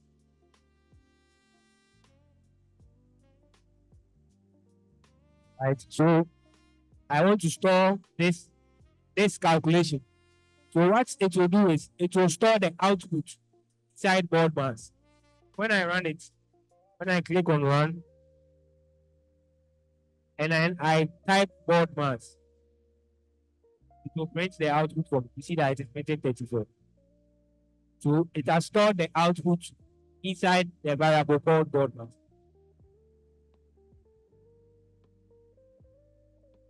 It has stored the output in the variable called board mass. This is just simple calculations. So there are different data types in R. So we've seen the character, which is just like a text. And we've seen the numbers, which is the normal numbers that we know. And then we also have logical values. So the logical values, they are only two, true and false. So in R, if you type true, it should be in capital letters. So if I type true in R like this, and I run it, see that it is printed true. It sees it as a logical value. If I type false also print false. So true and false, they are logical values now. They are only two, the logical variables. The logical data types. We have true and then false. So true and false, they are logical data types. And then we have character data type, which is like a text. And then we have the numeric data types, which is the numbers. And then we also have scene, numbers, character, logical.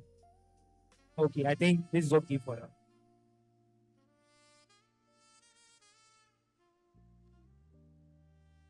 Okay, there are also factor data types, right? So the factors, they represent categories. So I'm sure most of you you are familiar with data analysis or data collection. So let's say you go out to collect data, and then you have a column or a question which is taking the gender of your respondents, right? So you have a question, what is your gender?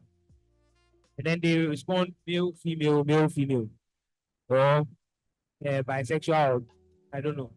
So those responses or those response, they are called categories, because we have the male category, the female category. Ideally, they are characters, right? Because it is just a text. But if you want how to recognize them as categories, then you can recode them as factors. Sometimes when you are doing analysis, some of the models require that you use factors. So you can recode them as factors. Then they can be recognized as factors by R, or sorry, as categories by R. So that is also another data type. Now, once you have all these data types, if you want to chain them together, or you want to put all of them collectively inside a single variable, then you have to create what we call a vector, and it becomes a data structure. The single data is called a data type, right? But a collection of them becomes a data structure. So if I have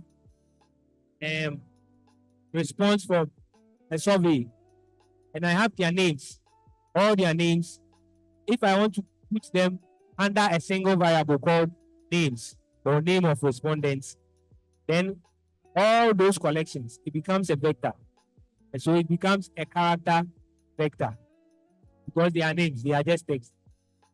And then if I have their age, right? If I have their ages, so 25, 30, 35, 40, those numbers, I can collect all of them under a single variable called age.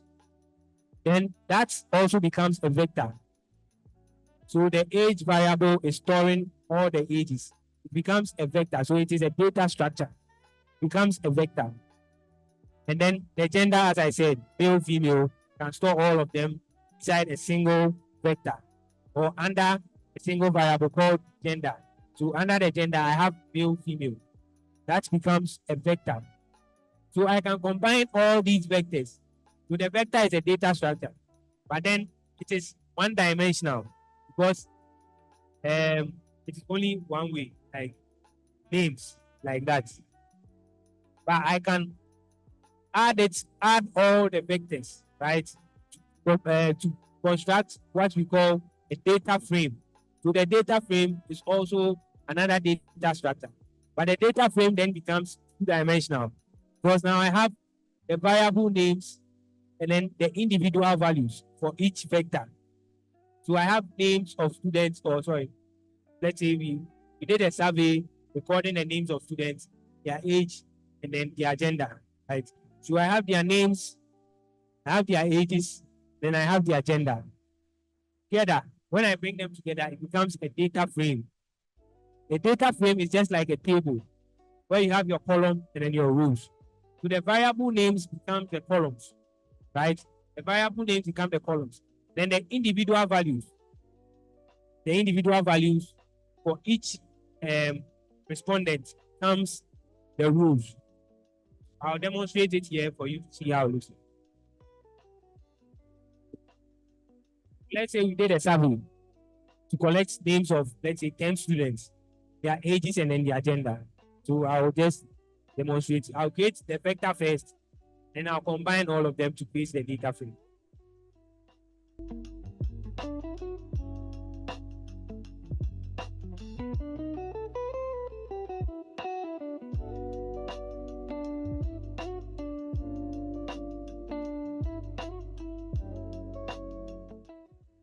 When you are creating a vector, right, you need to start with a C, and then you put the values inside the bracket, separated by a comma.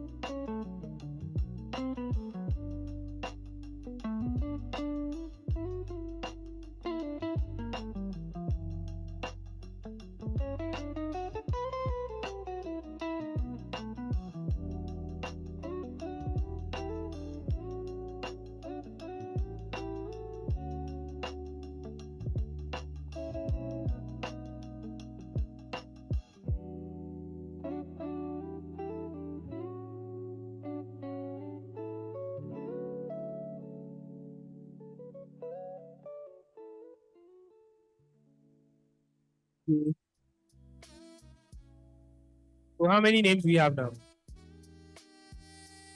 We have 5. I want 10 names. So Kojo, then Mensah, then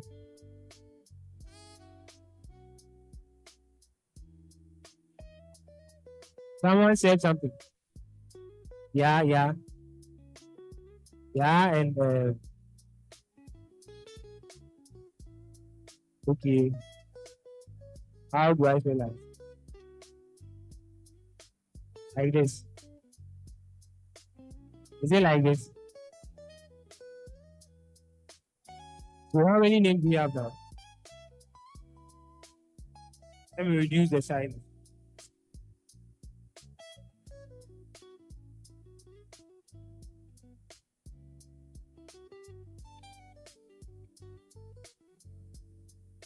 I have 1, 2, 3, 4, 5, 6, 7. Yeah, I have 10. So I have 10 names. So I can run this. So when I run it, if I want to see the names, I just type names or print names. So you see that I have names. And then I want you to notice something. You see that there are numbers in front of the names, right? Those numbers, they are indexes. So it represents the index of each character. So the one in front of Kofi means Kofi is the first item.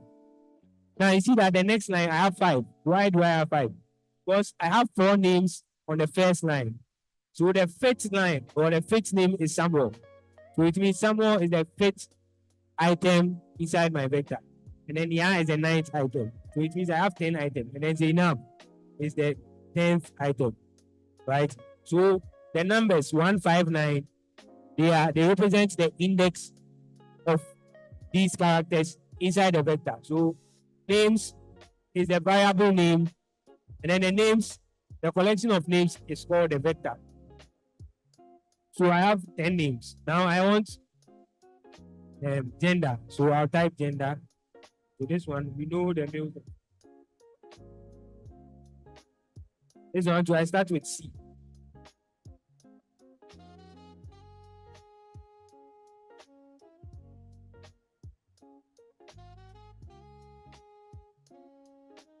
The numbers, it depends on how big your screen is. If all of them can fit on your screen, maybe you see only 2 lines or just 1 line. But the number will be the number, the location or the index of that of that character. If you see only 1 line or 2 lines, that's, let's say if so let me increase this. If I increase this and I run it again, you see that the numbers will change. See that now I have 1 and 7. It means that Kojo is the 7th name, right? Kofi is still the first name. So because I have 6 names on the first line, it's starting the next line with the 7th name. So it will not be the same for everyone. In the console, the number didn't come. Well, I don't know, but it doesn't change anything. You didn't see any number at all. Wow. All right.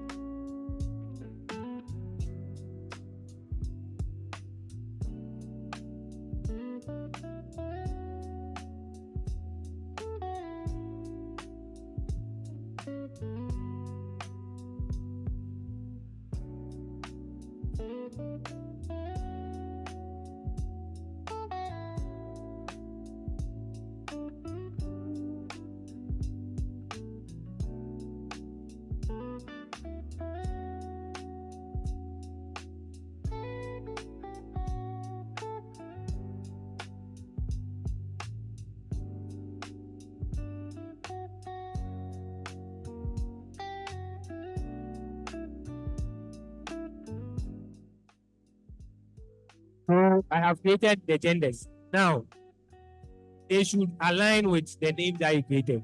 So if Kofi is a male, and it means in your gender, the first thing that is coming should be a male. So you should align with the names that you created. I hope you get it. So the arrangement of the gender, you should align with the arrangement of the names. Okay, so I can run this. So when I run this, and I type gender, so you see that I have 10 items just like first one. So now I have name and then gender.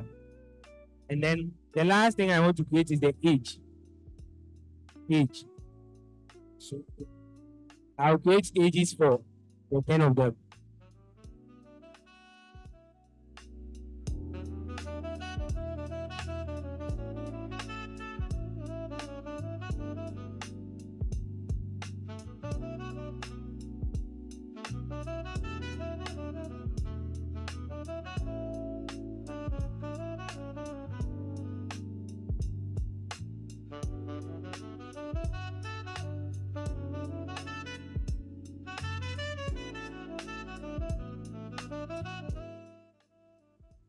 with the numbers, you just enter them directly like that. You don't push them in quotation marks. So you enter them separated by a comma. So I'll run this. I also need 10 numbers because I have 10 names. So when I call age, so age, I have 1, 2, 3, 4, 5, 6, 7, 8, 9, 10. And so I also have 10 names. Right? So all these are called vectors. So the names, the gender, and then the age, they are vectors. Right? So let's say these are the responses that you got from your survey. Now, if you want to analyze this or do analysis on this, you need to change it to a data frame or you need to put it in a tabular form. And this is how you can do it. We use a function called data.frame. Right? The function called data.frame. So what you need to do is you also need to store it in another variable. So that anytime, so the variable is very, very important in now because whatever that you are doing, you might be needing it elsewhere along the line in your code. If you don't store it in a variable, it means if you need that item or whatever thing that you are doing, you need to retype the whole thing. But once you save it in a variable, the next time you need it, you just call the name of the variable and you are good to go.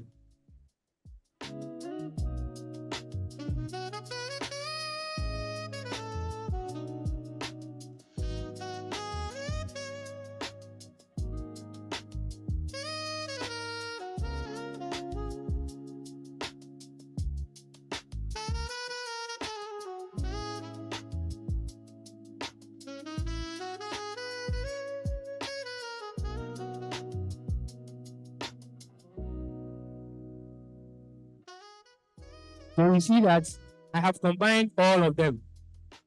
I've combined all of them. So you can see that in my console, sorry, in my script, I have survey data. So that is the name I want to give to my data frame. It's a variable name. It's called survey data. And then I bring the data.frame. So the data.frame is combining all the vectors into a data frame. So let me clear the console so that the survey data is combining all the vectors. So let's see how it looks like. When I type survey data, sorry, when I type print survey data, if I type this and I run it, see how it looks. See that it has been arranged nicely for me. With the names are the headers, like the headers are the variables, the names, the data, the age. And then the rows, the 1 to 10, those are the individual respondents. So the first is Kofi, he's a male and he's 24. The second is Amma, she's a female and she's 22. The third is Apna, she's a female, she's 21. The fourth is Yao, he's a male, he's 19. So Samuel, I typed Samuel again, so I need to change it to male. So you see, I made a mistake. So in the gender, I'll just retype, I'll change the Samuel to male. So once you change anything, you have to run it again. So I'll run it again. All right, so now I have Samuel male, Abu male, Kojo male, Mensah female, yeah, female, Zainab female. Then their ages are here. Right? You see how the data frame has brought everything together nicely. Are we all there? Anyone has a question so far? Has anyone has a question so far?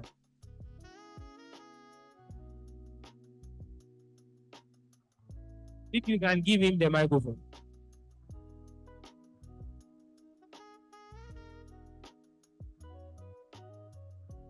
Okay, so I said now that we have all our vectors, the names, the gender, the age, then it is time to put everything together to create a table, right?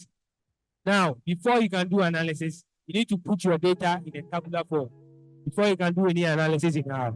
The data should be in this data frame format. So in order to bring everything together, we use the data.frame function. So there's a function called data.frame.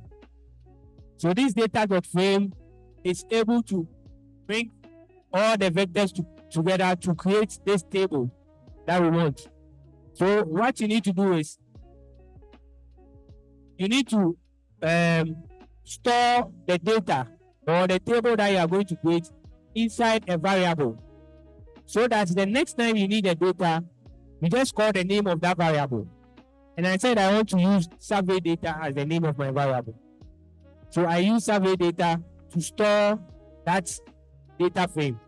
So the survey data is going to store or hold this data frame. Otherwise, anytime I need to use the data frame, I'll have to type data.frame, then type name, gender, age inside again. But I don't want to be doing that over and over again. That's why I have stored it in survey data. So that anytime I need a data frame, I just call survey data and then I have it. I hope it is clear.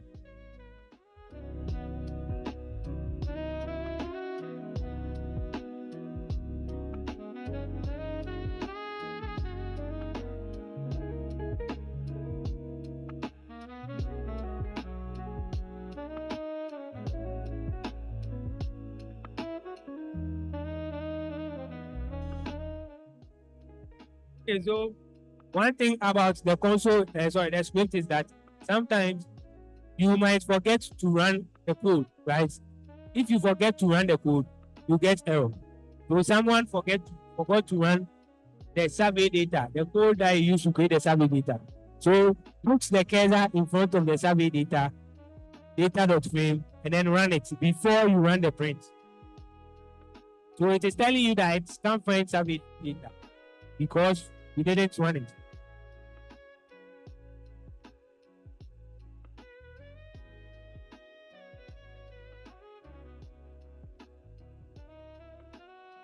Okay, so we'll be going for our lunch very soon at 12.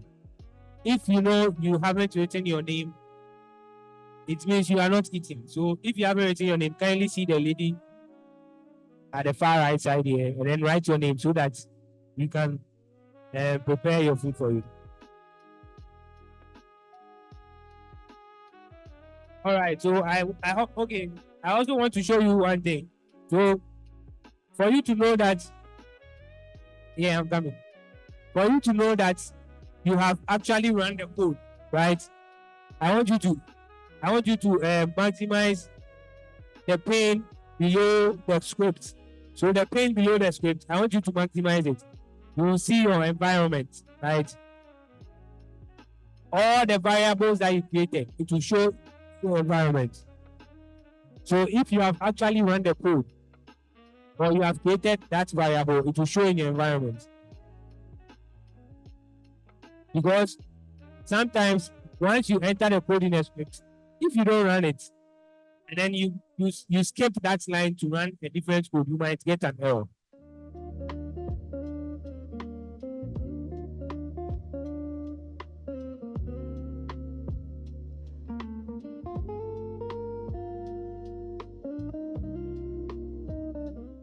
All right. Okay. Have you all been able to create a data frame?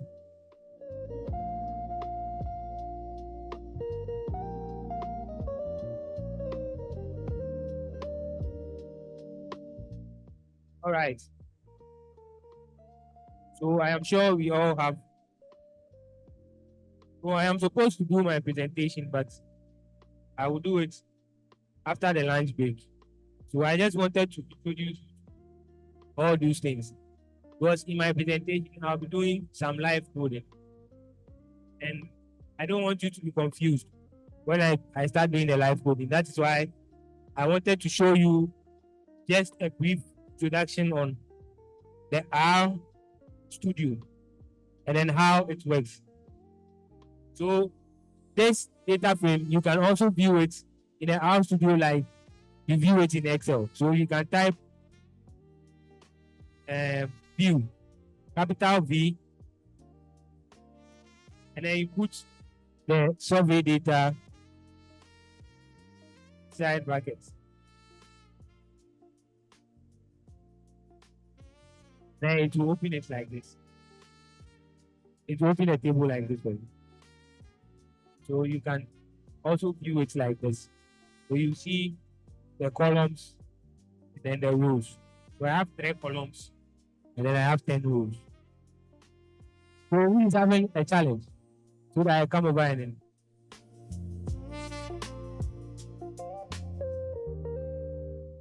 Have you all been able to create the data frame?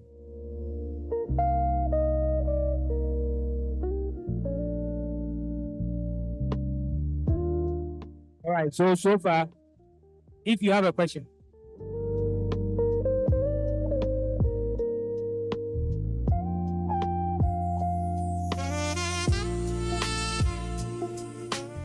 All right, please, do you have any question? We've been going for our lunch break, but if you have any questions so far, you can ask. Is there a question? Are we all okay? So those that haven't installed the software, when we go on our lunch break, you can see me and then I'll help you to download and then install the software. So we are all okay. Okay, so are we all conversant with the house studio now? Hello? Are we all conversant with the house studio? Can we create our own vectors, our own variables? All right.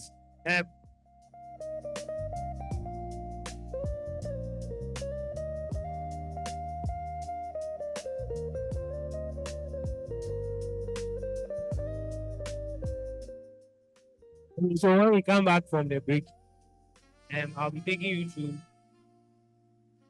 my presentation. So it's about how we can use machine learning in environmental monitoring. So I'll take you through this in 2 parts. So the first part is the presentation, and the second part is the live coding section. So I'll take you through the processes, what you need to know. And then the second part, I will demonstrate it for you to see how it is done. So when we come back, I think they are now making arrangements for the lunch break. So when we come back from the lunch break, then we will continue with this presentation. Thank you very much. So for now, we can do some small networking, right? We can be chatting and making some friends. Okay, so information reaching me is that the food is ready, so we are all to gently march downstairs. So there's a restaurant on the ground floor. So we should go down and then we should, when you take the food, you can either eat it there or find a place to sit then. But we shouldn't take much time. By 12:30, we should be back so that we can finish faster. Okay, so we can all march downstairs and then go and have our lunch.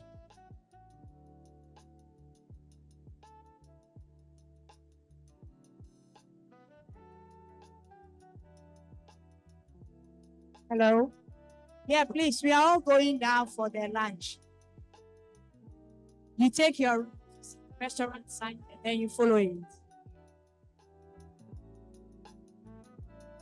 I think it's only jollof and fried rice. And you know what you opted for. Thank you.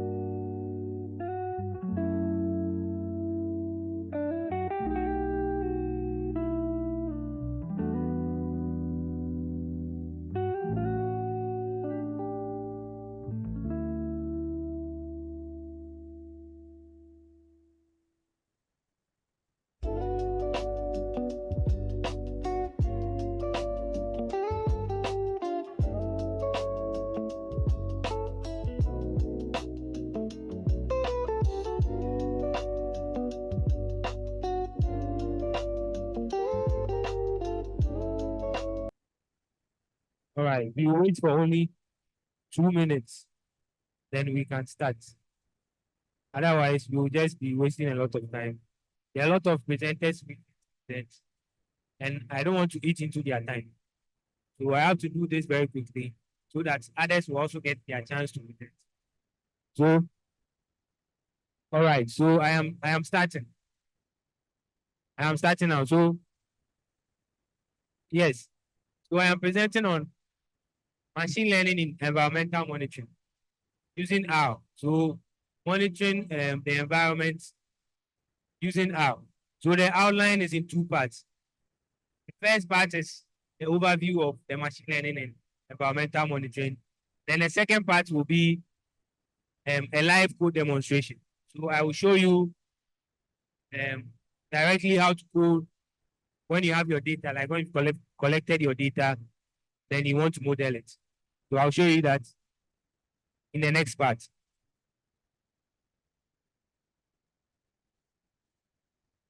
Okay, so environmental modeling and then ML. So ML is machine learning. So this is the first part that we have.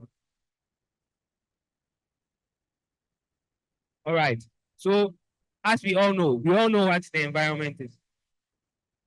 The surroundings or the living where we find ourselves is what we call an environment. So the air that we breathe, the water bodies around the trees, the animals, our fellow human beings, we make up the environment. So environmental monitoring is basically looking at the things around us and then collecting information from them and then analyzing them. Manage those things around us sustainably, right? So monitor, you collect information, you analyze the information so that you get an idea on how to manage those things sustainably. Now it involves monitoring the air to check for pollution. So air pollution, water resources. So the water bodies that we have, can check them. If they are polluted, what do we do? If they are not polluted, what do we do? And then the soil. So the soil, the forest, we check deforestation and all that. Wildlife, population, like the number of people around, and then the weather patterns. So we can check the heat waves coming from the sun, and then humidity, and then rainfall patterns. So we can collect information on all these things and then model them, and then see certain patterns, identify certain patterns within them, and then use the information that we get from our analysis, manage the environment sustainably. That is a brief overview of what environmental monitoring is all about. So collecting information from your environment and then making sense of that information. That is, so making sense of that information to help manage the environment is what we term as environmental monitoring. Now, the next thing I will look at is the role of machine learning in what we just explained, what I just explained. Now, machine learning as a whole is a subfield of artificial intelligence. So artificial intelligence is like a broader field. Then machine learning is a part or a subfield of artificial intelligence. So machine learning focuses on enabling computers to learn without explicitly programming it. So an example is, say, you want to teach your child what a dog is, right? Maybe the child hasn't seen a dog before. So instead of you telling the child that, oh, okay, so a dog has 4 legs. So a dog walks on 4 legs. It has a tail. It has a head shaped this way. You don't explain it like that to the child. You show the child pictures of different dogs, right? And then you tell the child that this is a dog, right? So you show them pictures, a lot of pictures of dogs. This is a dog. This is a cat. This is a dog. This is a cat. So you show them the pictures of a dog and a cat. And then the next thing you do is you let the child learn from the pictures. So the next time you want to know if the child knows what a dog is, you show it another picture. And then you ask the child, is this a dog or cat? If the child can identify that this is a dog, then it means it has learned what a dog is. Right? So that is how machine learning works. So you know that we have formulas to calculate certain parameters, like in physics. There's a formula for calculating velocity and acceleration. So instead of putting in a formula to calculate, let's say, velocity, right? All you need to do is collect the values and then you feed it to your computer. And then next time you give it different values and then you let it determine whether it is a value for velocity or not. So that is basically what's machine learning. So you allow the computer to learn from data. So you give it a lot of data and then it will learn from the data so that the next time you give it new data, it can either tell you what that data is or what it is not. So it all depends on, so there are several algorithms to do that. And it depends on the accuracy of the algorithm that will tell whether the machine learning model is actually doing a good job or not. So we will look at that later. So this learning process allows the system to improve. So the more data you give it, the better it becomes, right? So if I give my child only 2 pictures of a dog, right, it only knows those 2 pictures. If there's a picture which is like a bit slightly different from those pictures, it will suffer to identify whether that's a dog or not. So if I give it a lot of dogs, pictures of different types of dogs, then it means I am helping it learn to understand those different kind of dogs. All right. So there are also different types of machine learning. We have supervised machine learning, unsupervised machine learning, and then we have reinforcement learning.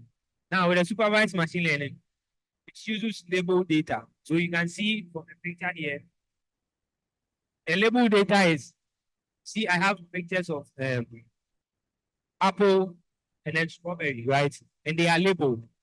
So the apple is labeled, the strawberry is labeled. So you label the data and then you feed it to the machine. And then you tell the machine to learn from those data, the labeled data. And then after learning, you try to see if the machine can identify apples and then strawberries. So here the data is labeled. That is supervised learning.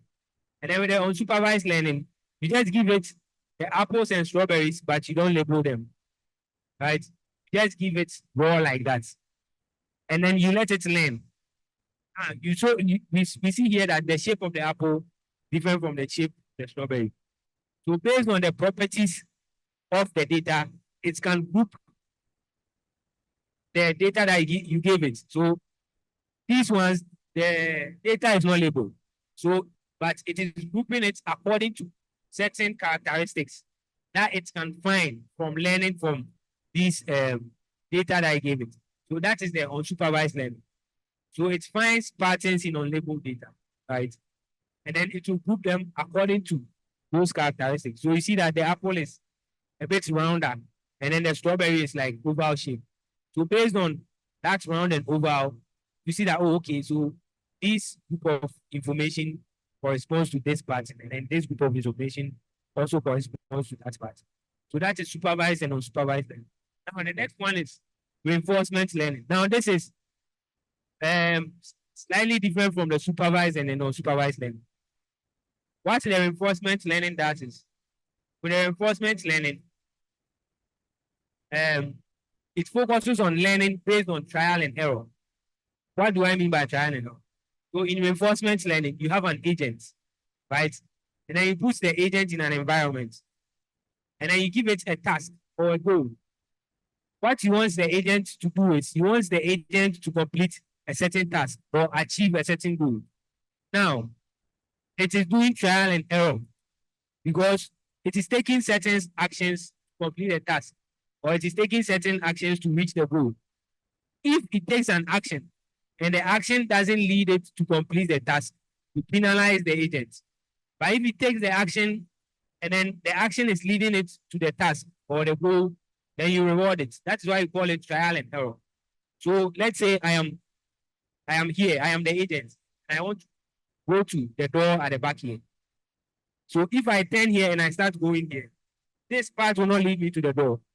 So once I turn like this and I start going here, I'll be penalized because this is not the right direction I should, but then I should turn like this. So if I turn like this and I start moving, then it means I am moving in the right direction. Then it will reward me. So that's what the reinforcement learning is. It learns by trial and error. So there's an agent, there's an environment. So I am the agent. So this place is the environment. And then there's a goal or there's a task, and then there's an action. So the action is my current situation. So if I move forward one step, I have done an action. If I move like this, I've done an action. So what the reinforcement learning mostly they use it for is in you see now they have machines that can drive them, cars that can drive themselves. So they are based on reinforcement learning. Right? So what they do is they give it the road boundaries, the parameters, the environment. That is the road boundary. And then they give it tasks to follow a certain line on the road so that they are following the road exactly. And if a person is also crossing, they give it, so that is what the algorithm does. So the algorithm will tell you that, okay, there's a human being in front of me, I have to stop. There's no human being, I have to go. Right?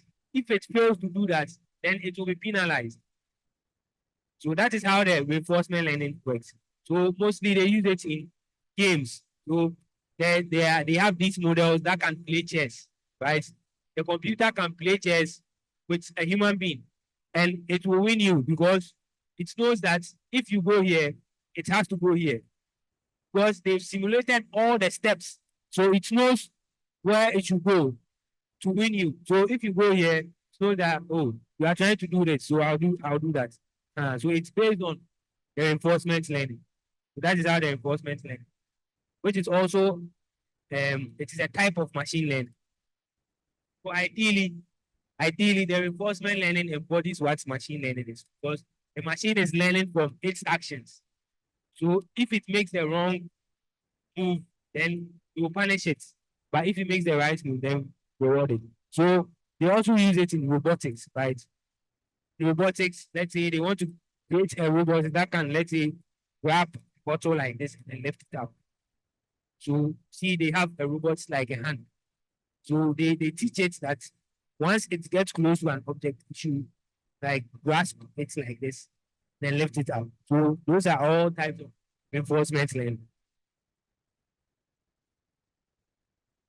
So the next is the machine learning workflow. Now, you need to follow, successfully build or deploy a machine learning model.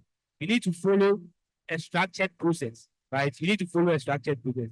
And the first step is the problem definition or the problem identification.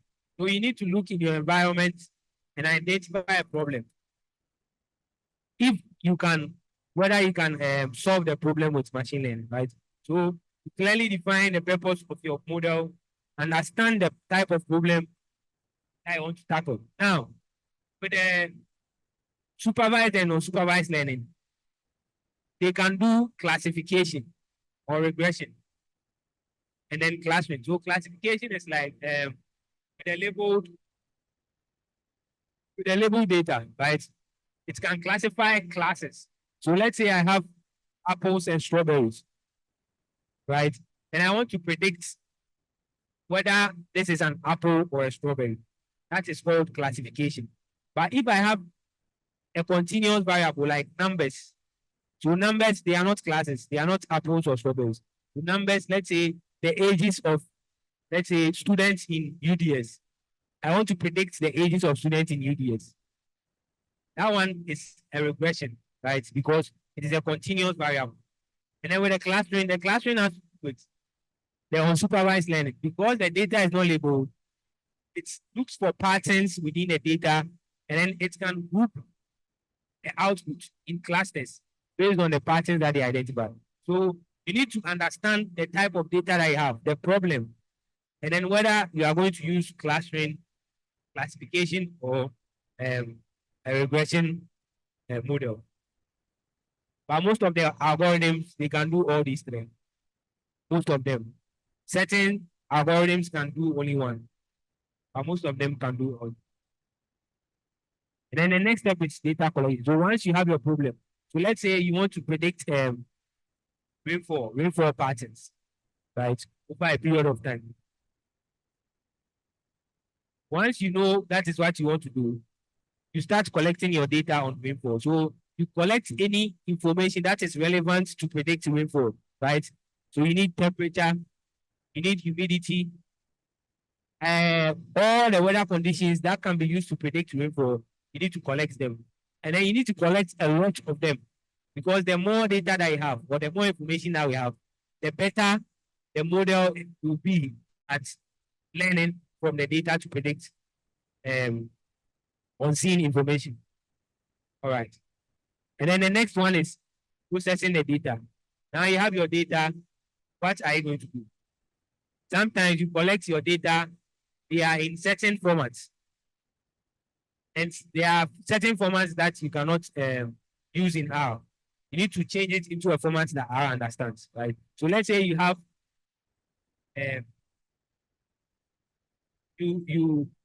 maybe you downloaded the data online, right? The data is a net CDF file. So the net CDF file, they are like they store information in a grid form. So it's like a graph. So a geographical something, which the data is inside. So you need to convert it into a data frame, the one that we just saw, into a data format that I can understand. So you need to convert it. So that's what we call data processing and data cleaning. And sometimes you might collect data and then some values might be missing. So you need to decide whether you are removing those values or you are imputing them. So all these things you need to consider and process your data. So once your data processing is complete, and then so you do cleaning, you do feature engineering. So the feature engineering is like values that you have. Sometimes maybe it might be too big or too small. So you can maybe standardize them, or might have to create new variables from the old ones. Right. So let's say you have the age of a person, you have their height, you have their weight. You can use that to calculate their body mass index. Maybe you couldn't record the body mass index. You don't have a device to record that. So you can use the information that you have to calculate the body mass index and then use it to create a new column. So that is what the feature is. So the normalizing is like sometimes the values, you see that temperature values are small. So temperature can be 28, 29. But rainfall values could be, especially when they are in millimeters, it could be 200, 300. So you see, comparing 200 to 24, that 200 is way larger. So you can normalize the data so that they all, like their values look similar. So you can standardize them. So you subtract the mean and you divide by the standard deviation, all of them, and then to come like single values. So that's one feature or one variable is not giving thanks over the other because of the value it has. And then you do splitting.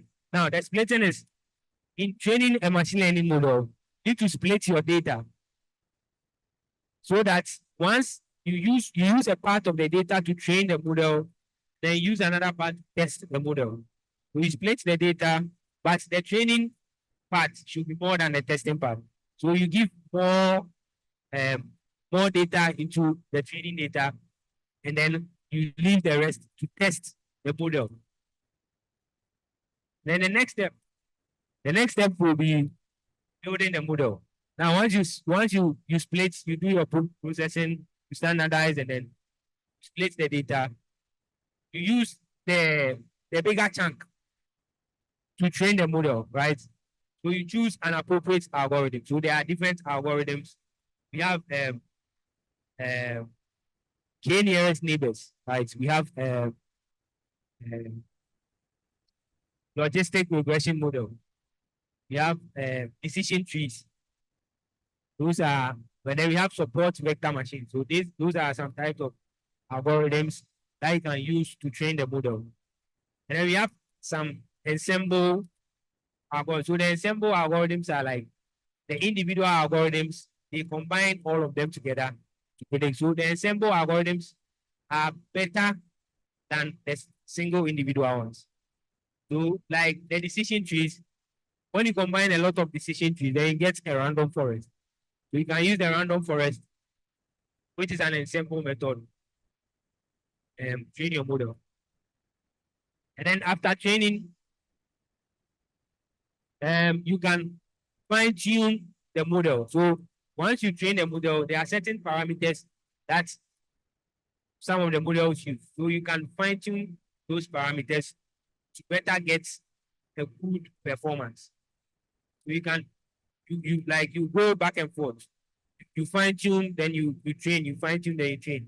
Once you see that you are not getting any further improvements, then you can stop. And then the next one is model evaluation. So after you have trained or fine-tuned the model, then you can evaluate it. So this evaluation part is when you use the other chunk. You see, in the beginning, we split the data. So we use one part to train the model. So for the evaluation, we use the smaller part, which is the testing part to the evaluation. We use the testing part to evaluate the performance of the model. Now, we use metrics like accuracy, precision, recall, RMSE, which is the root mean square, depending on the problem. So for classification, we mostly use accuracy, precision, and recall. But for a regression, you can use the root mean squared or the R squared value or the mean absolute error. So you evaluate on the testing set. So as I said, when you split the data, you leave one for testing and then one for training. So after you train the data, this is because we want to give the data we want to give the model new data. It hasn't seen the testing data before because it was trained on the training data.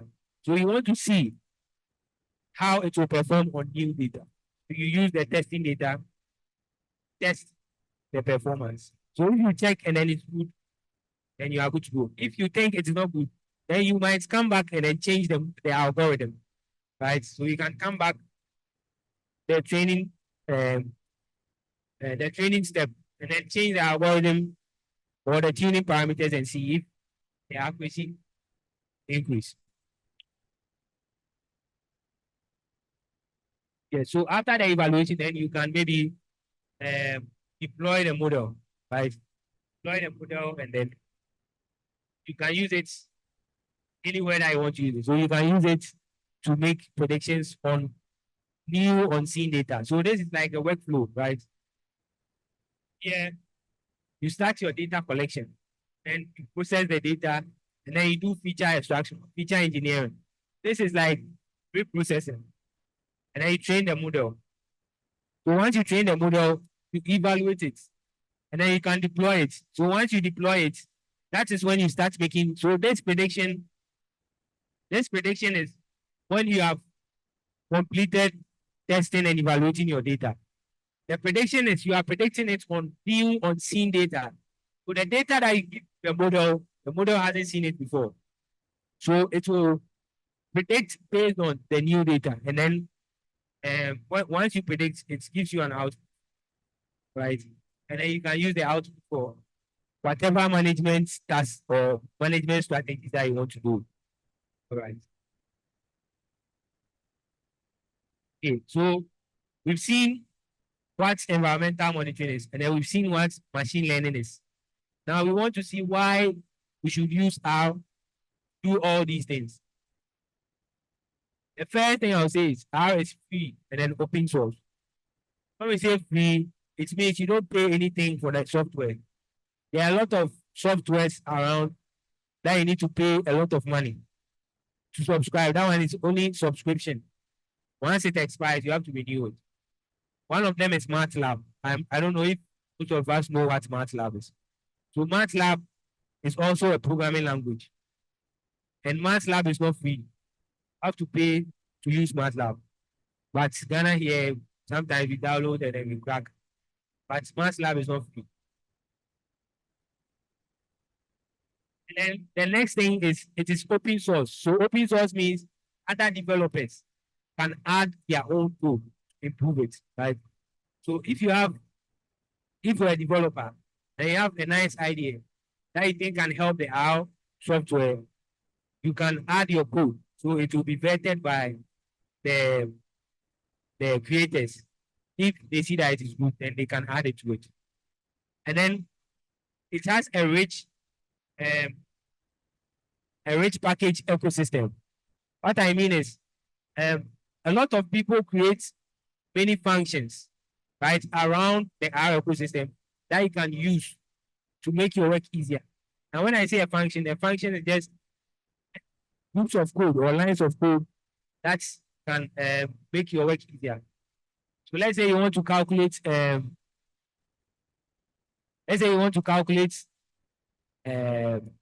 standard deviation, right? So we know that the standard deviation is the square root of the variance.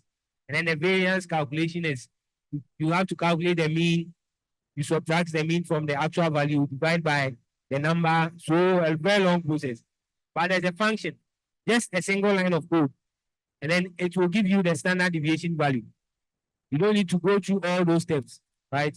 So the function is a group of codes or lines of codes that can help you accomplish a task. And then the package is a collection of functions. So if you have a lot of functions, so there's a function to calculate standard deviation. There's a function to calculate mean. There's a function to calculate square root. There's a function to calculate a more advanced calculation. That's giving your calculator might find it. There are functions to do all that. When you bring all those functions together, people like bring all those together and then put it inside something we call a package. So within that package, you can have several functions that can help you. And then R has a lot of these packages. So depending on what you want to do, right? If you want to do bibliometric analysis or systematic review, there are packages in R that can help you do that. If you want to do time series analysis, there are packages that can help you do that. If you want to do simple regression analysis, there are packages. If you want to plot maps, right, there are packages in R that can, if you want to plot simple graphs, there are packages that can help you do that. And then the next one is reproducible research. So I think in our first presentation, the one I was giving online, she talked about Pato Markdown. So the Pato Markdown makes your life very easier, right? Let's say you have a project, you are doing some analysis. You see what I showed you in the script. Once you can only type code there, you cannot add text or graphs. But within the Pato Markdown, you can add text to explain the code. You can add graphs. You can insert pictures. You can add website links. And then you can render it, and then it will give you a nice output. So it can give you a PDF output, a Microsoft Word output, or an HTML output, which you can then share for others to also look at. And then the last part is the active community. So just like what we are doing here, we are our community, right? So R has these communities worldwide.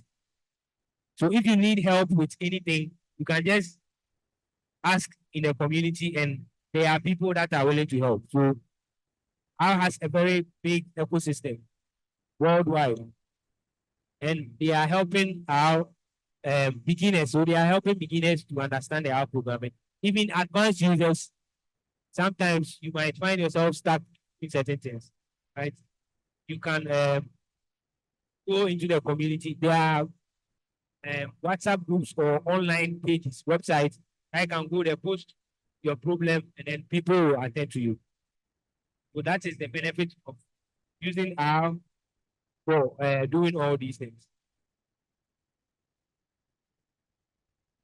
Okay, so yeah, I just want to show you some applications, right? Some applications of machine learning environmental model.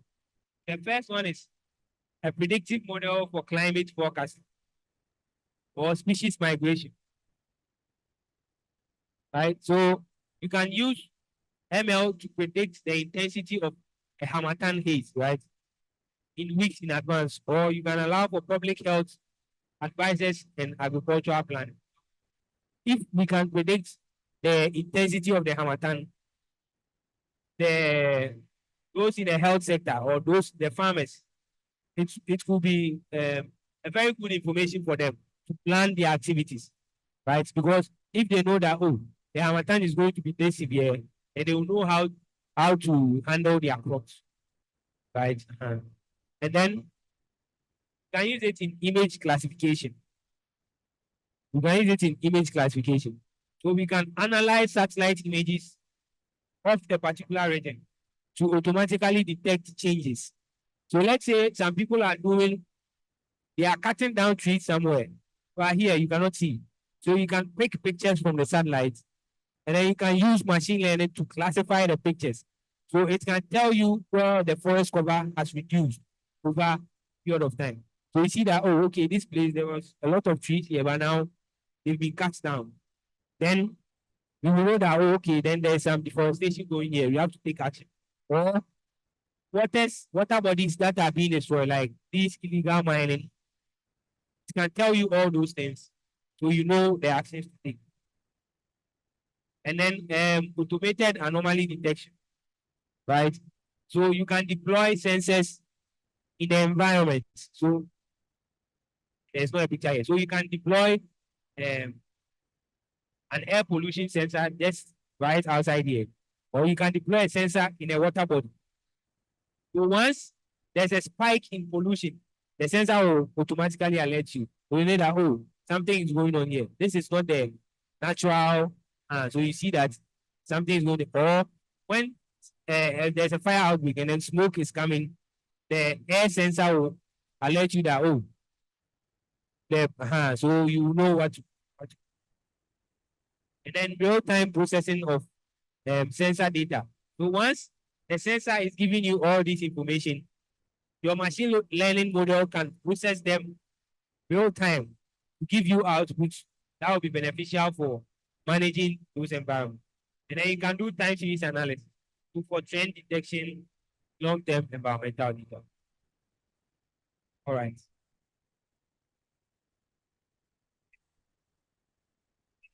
Guidance. Some key R packages that I can consider. So we have HealthyR and then DPLYR. So these packages, they are used for cleaning data or tidying data.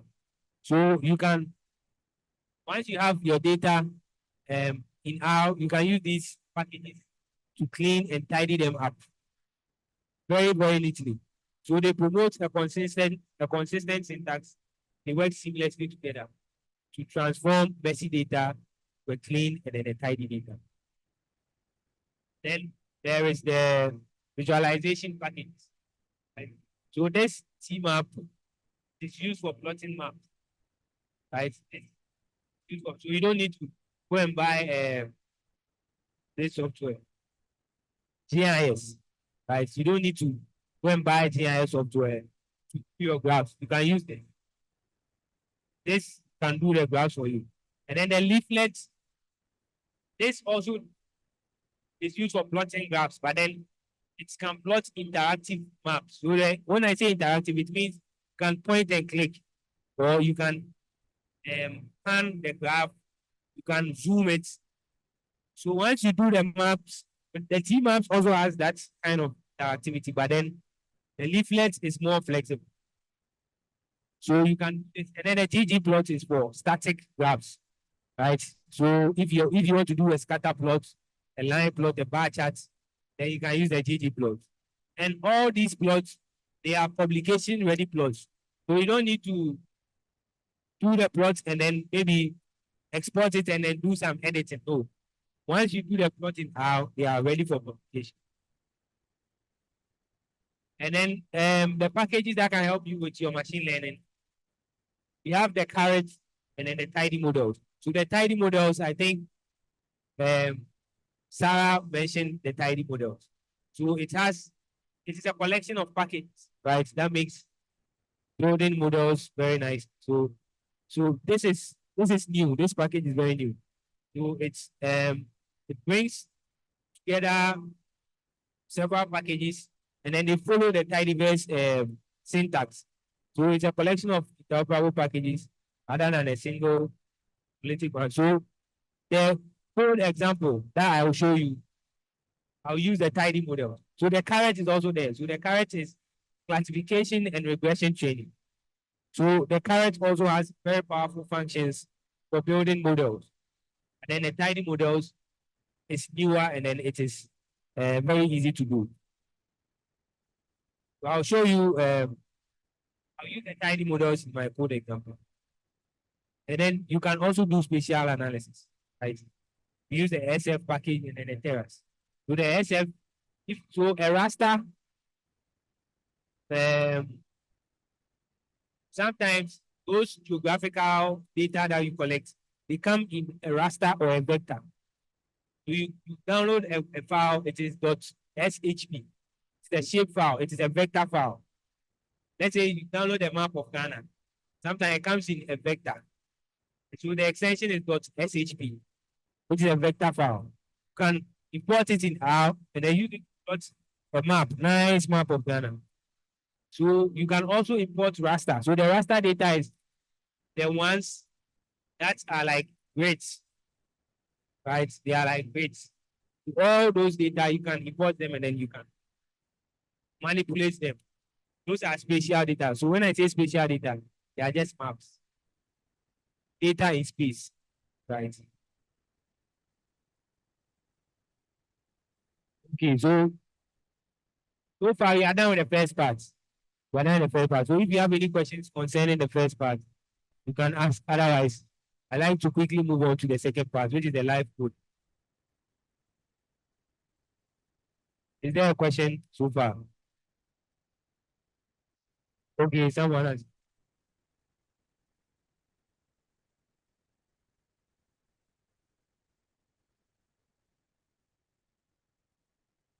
No. But the first presenter spoke of the outcome the race. Yes.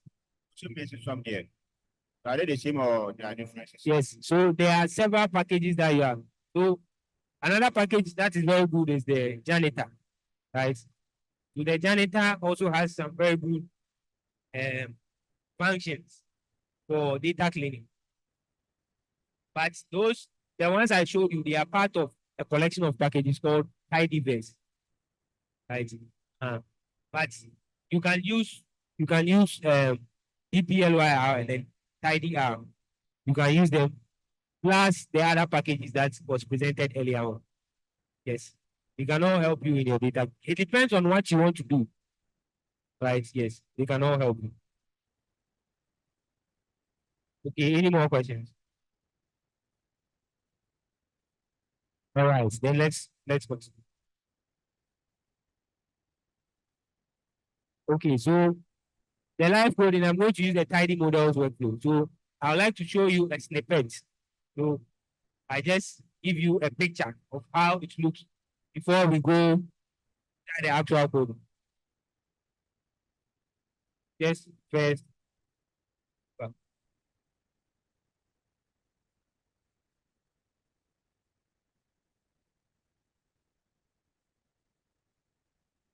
Okay. So the tidy model provides a consistent, modular, and human readable framework for building and evaluating model, right? The first thing that you need to do before you can start any analysis, first need to have your data ready, right? So this data is this air quality data, it is inbuilt in R, right? It is, if you type data air quality, you see it. It is inbuilt in R. So you can, this is just for an example. So you just load in your data, and then once the data is loaded, it means you are ready to go. And then you can see that I have this thing here. This symbol here, it is called a pipe. What it does is it uses the output from the left. So this output, this is the data, the air quality. It uses it as the first input for the function on the right. if I do this, what I mean is the drop NA function, it removes missing values from your data. It removes missing values from your data, right?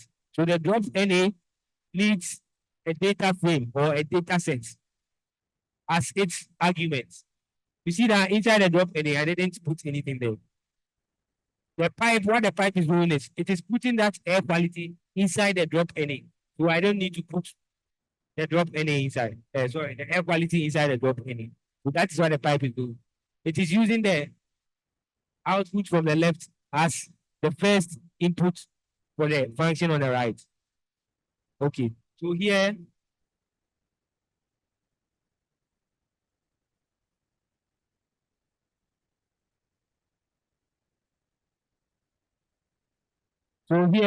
what I am doing is, I am just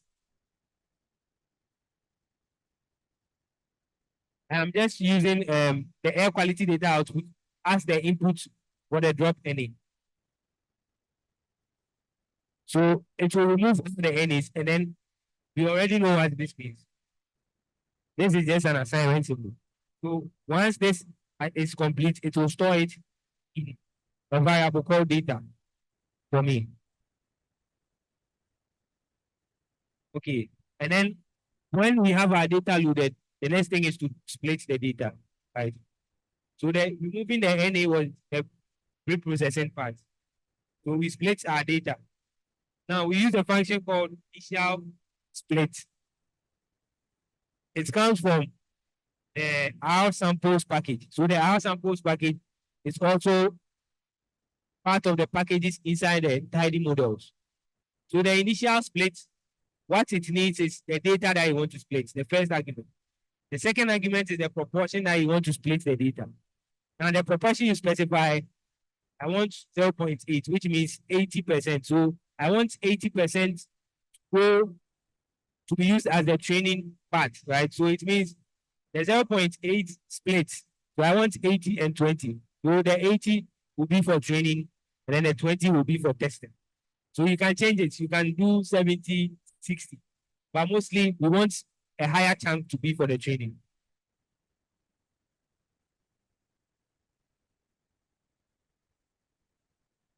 Mostly we want a higher chunk to be for the training. So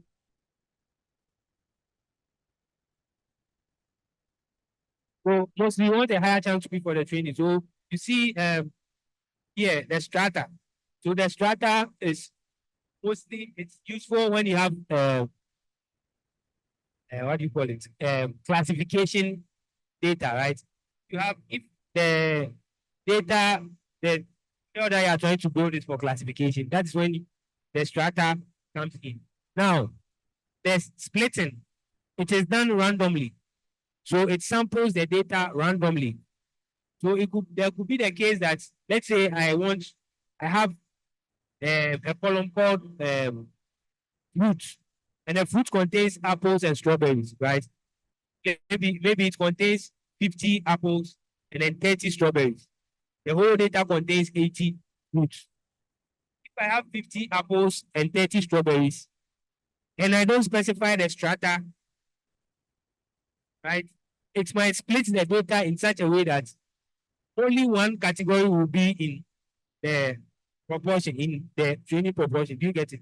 So let's say I split it, and then I get all the 50 apples, the training data, and then let's say I get maybe only 5 strawberries, and then in the testing data there is no apple, it is only strawberry, which is not good. I cannot use it to test the model. So the strata makes sure that the proportion in the training set is the same as the proportion in the testing set. That is why the strata, that is where the strata comes in. But for a continuous variable numbers, that one, you know, it is not really necessary. But this is just for demonstration. That's why I brought the ozone. They are numbers. It's a continuous. Sorry, it is an integer. They are numeric variable. So you don't really need a strata. But I just brought it there to explain that if you have a categorical variable, right, like the fruits, then you need to specify the strata. So this ozone here, that is what we are going to predict. So we need to split. This strata means it is doing stratified sampling. So once we have this code, so this whole code will be stored in splits. Then we can use this to get the training and then the testing. So all I need to do is I specify training, then I put split inside. Then it will be saved as my training data. I specify testing, then it will be saved as my test data, right? So this is the splitting process. Now, you can see I have set.seed. Because the splitting is done randomly, if I don't set a seed, the next time I split again, it will do a different split. So it will give me different data. Anytime I run, if I run this 100 times, it splits randomly 100 times. If I set a seed, if I run it 100 times, it will give me the same output. I hope you get it. So the set seed keeps the random sampling constant. So if it does the random sampling for the first time, the next time I come again, it will that same randomness. Do not change the randomness again. That is why let's set seed, so that the next time I come back, if I want to run the model again, I get the same output. And then the next is feature engineering. So the feature engineering uses a package called recipes. So we all know what a recipe is. So a recipe is like the ingredients that you need to prepare your food. So the recipes is where you specify what you want to do with your data. So here I have recipe. So ozone, you see a wavy sign and then full stop. What this means is that this ozone is what I want to predict. So the full stop means I want to use all the other variables in my data frame as the predictor. So the ozone is my response variable. And then the full stop is the rest, right? I could have specified the rest, but I don't want to type all of them. So the full stop means all the other variables apart from ozone. So this is a formula. And then the data that I want to use is the training data. So once I have this, then I use the pipe step impute. So there are several steps in the recipe. So these steps are for data pre-processing. So the impute means that if there's any missing value, you see that all numeric predictors. If there's any missing value in the predictors, it should impute it using the median. So it will calculate the median of all those values, then replace the missing value with this. So step dummy. Now the dummy is want to create a dummy variable. These machine learning models, they are good at making predictions using numerical variable or numbers, right? So let's say you have a variable which is not a number, but then it is a category, right? This dummy, what the dummy does is all nominal predictors are all nominal variables like categorical variable. What the step dummy does is it will convert those categories into numbers, into dummy variables. So let's say I have gender, so I have male and female. The step dummy will convert all males to 1 and then all females to 0. That is for the male. It will create a column for male, and then it will create another column for female. Then it will make all males 0 and then all females 1. That's what the step dummy does. To create a dummy variable with your categorical variable. And then the step normalize. I think I've already explained it. This will center the data, right? It will normalize your data. So as I said, if you have rainfall data, the rainfall values are way higher than temperature values, right?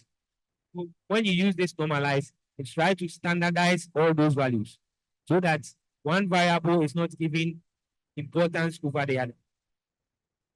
So there are a lot of steps. You see, I brought 3 dots here. There are a lot of steps.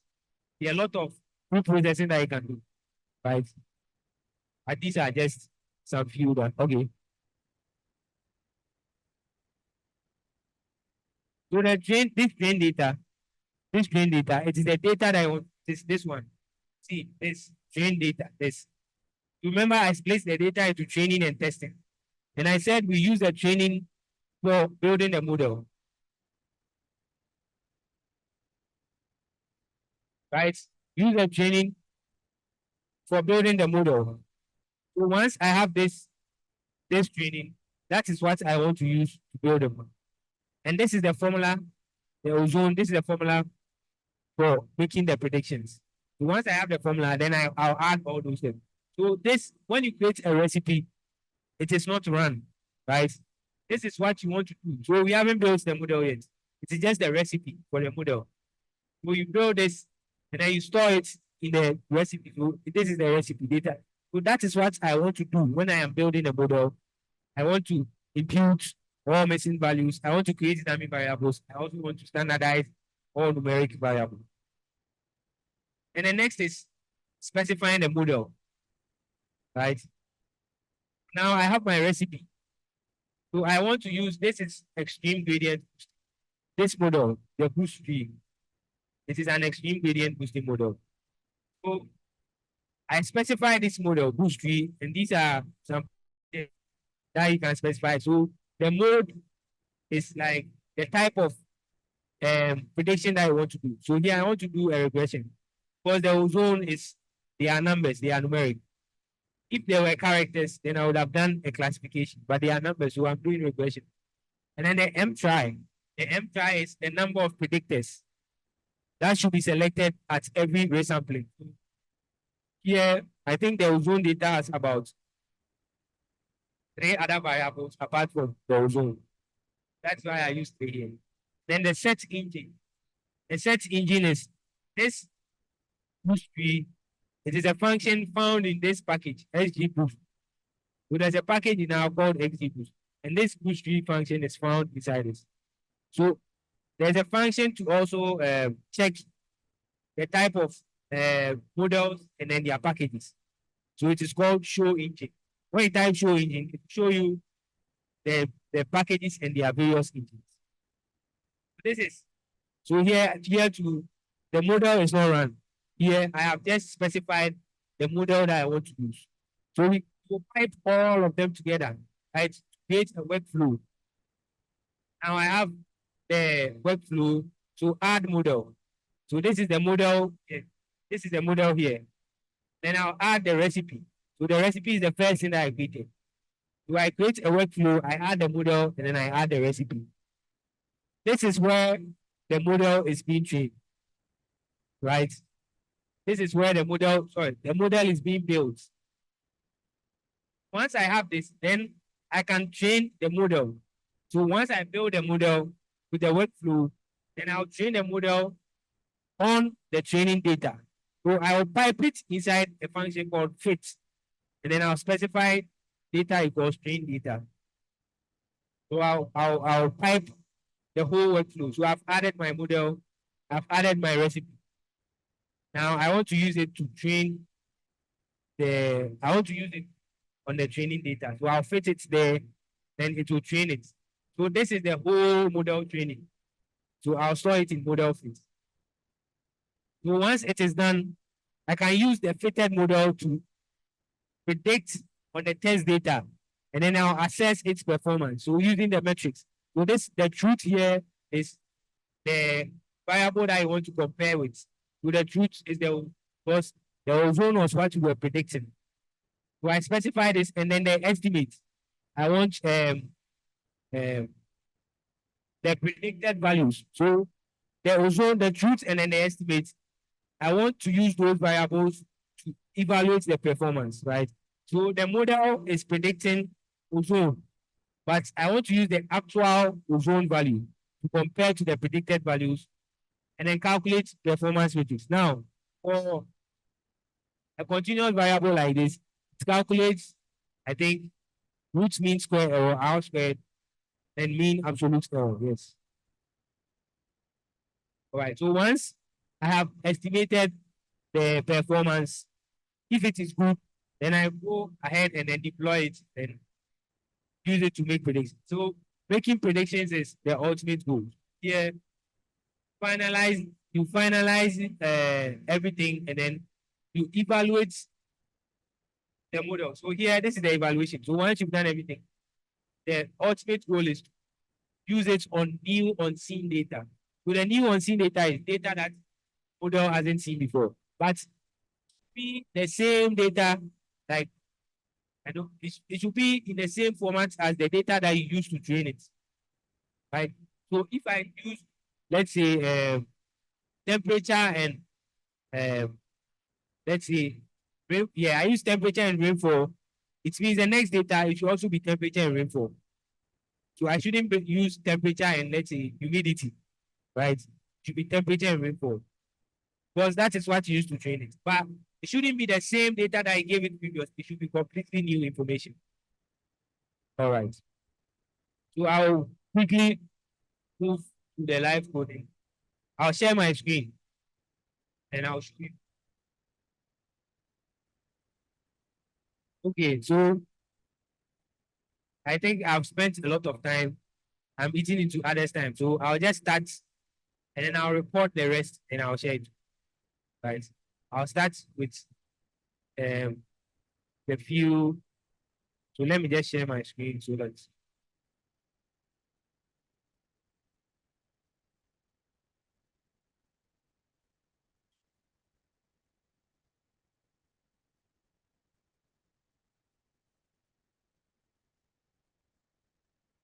all right, so I created a data. I think I have it, I have posted it on GitHub. So maybe I'll share the GitHub link with you. And you can also look at that. So here I have the data here. The data, I've already created the data. So what I will do is I'm sharing my screen on the Zoom. So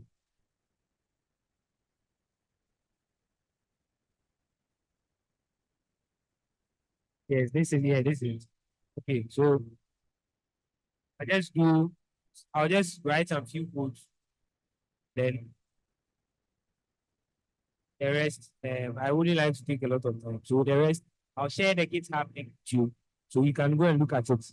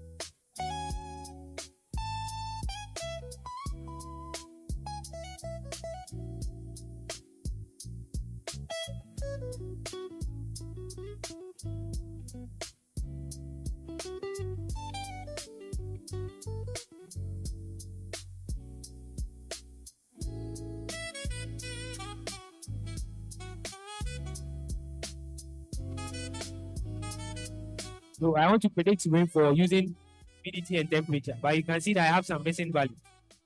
So first, I can use the recipes to impute them, but I don't want to do that. There's a package which is more, I think, a little bit better in imputing than the recipe. So I'll use the mines package. I'll use the mines package to impute the rainfall. See, there are some missing values in rainfall and humidity. So we can check where the missing values.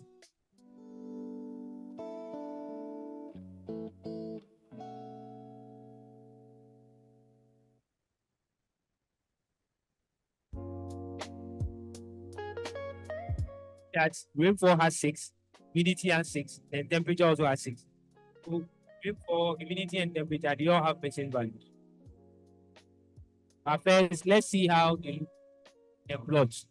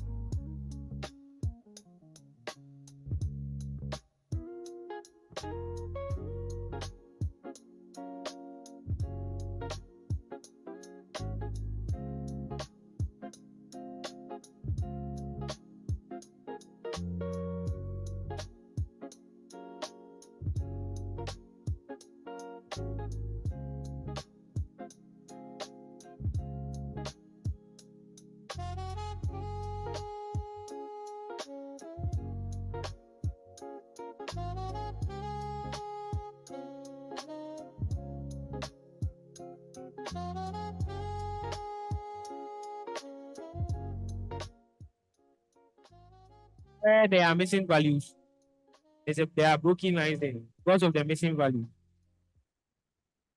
There are broken lines there because of the missing value. But I want to impute them, right, so that you can get smooth line.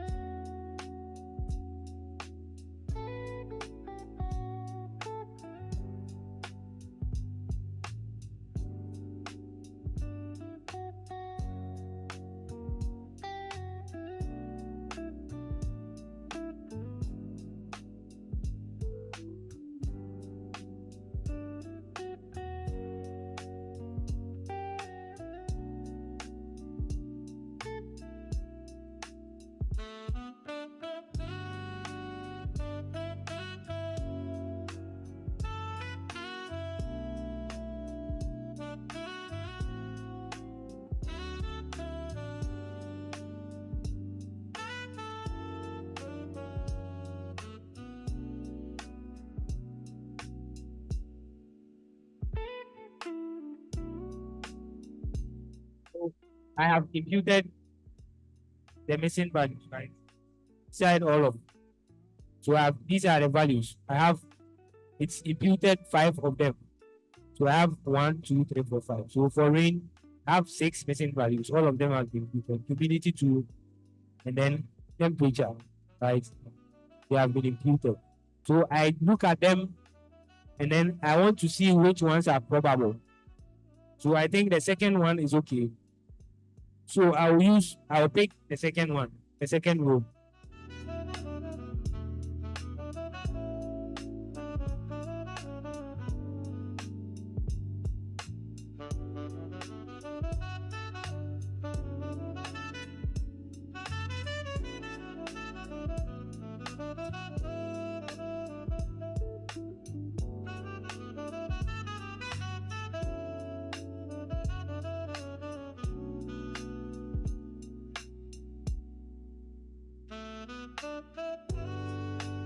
See that when I want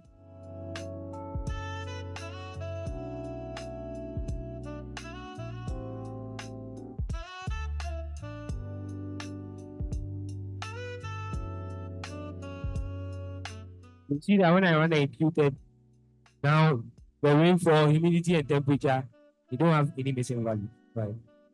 They've been imputed. Okay, so I'll add the dates, then I'll get back my full data.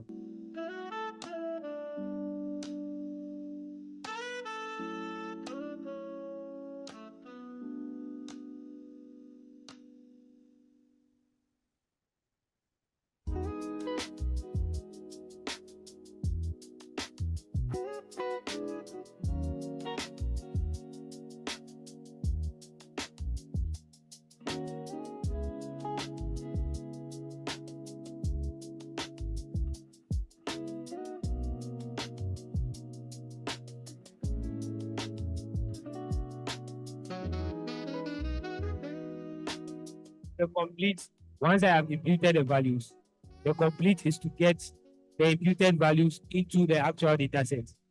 The second, the two that I use is, you see that it imputed 5 values.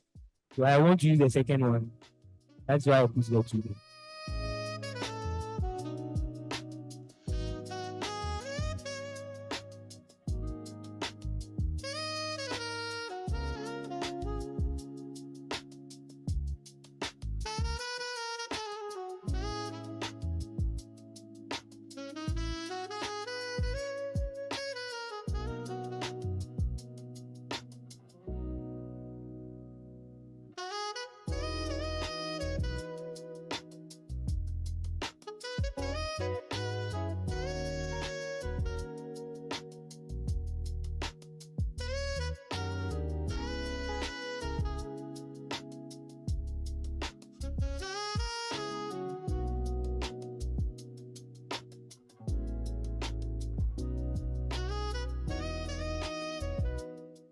So you can see that now this one at the top here is the original data. Then the one that I have imputed, you see that now they don't have any missing value. I have imputed them. Now it is complete, so there are no missing values. So I can check if there are any missing value.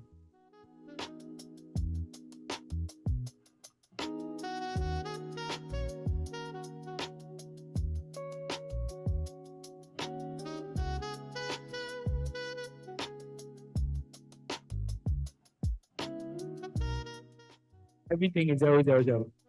Previously it was 0666, but now there's no missing. So then we'll start with our model processing. So we'll do our recipes, and then we'll do this is the data preparation, like yes, cleaning.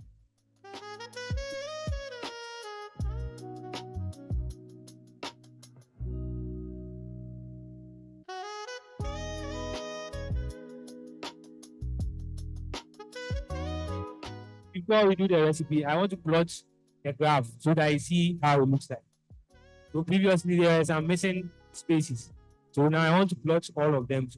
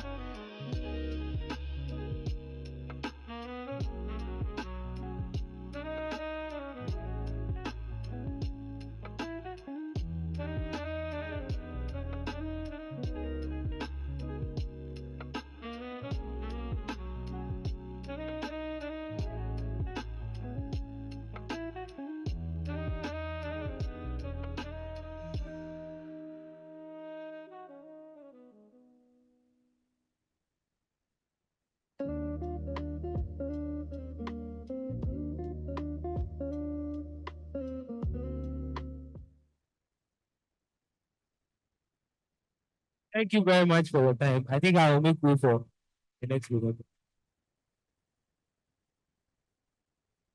All right, thank you so much. George. But can this thing be used for only climatic prediction? Hello? Please, can we get up and do a little stretching? Let's get up and do a little stretching. Please, let's get up and do a little stretching. Try and stretch your hand to touch your neighbor. And tell your neighbor, neighbor, stay awake.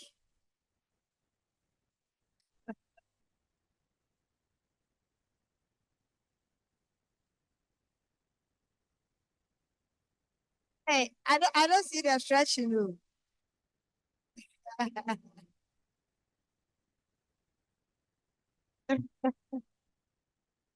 All right, then please let's sit down.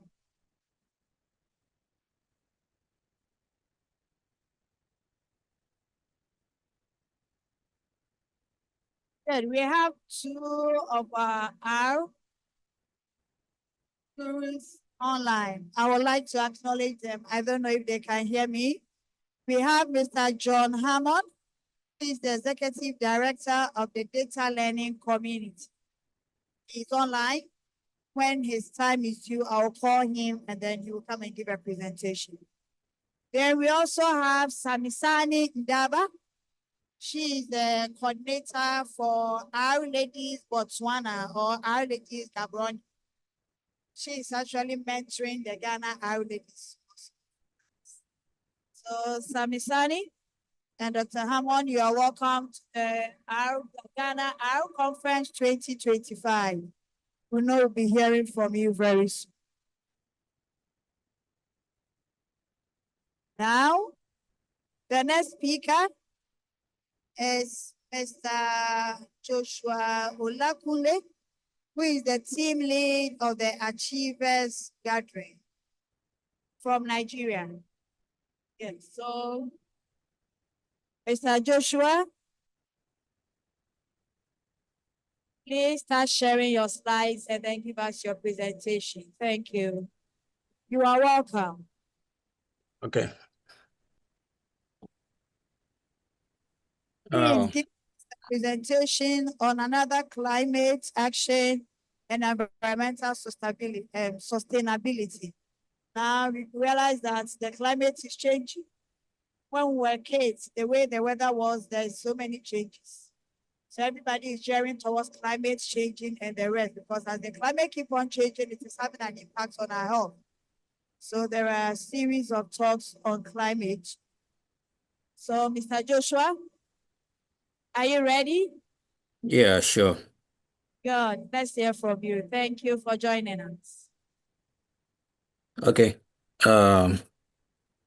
Let me start by saying good morning to everyone that is connected to this Zoom platform, and as well, let me extend my greetings to those that are physically present over there in Ghana. My name is Joshua, like I've been introduced, and I want to believe I'm not a new person to the Ghana user community.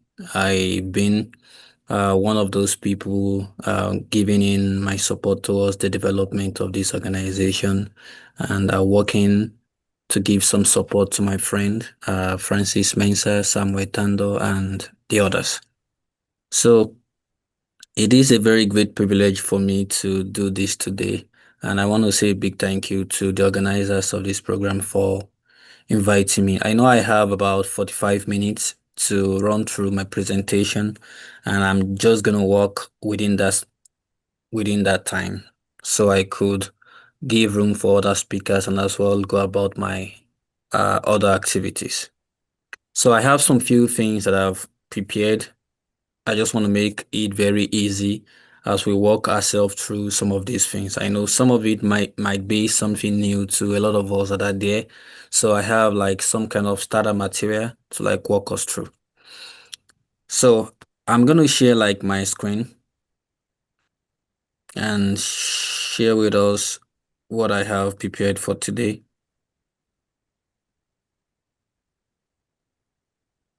So please let me know if you can see my screen.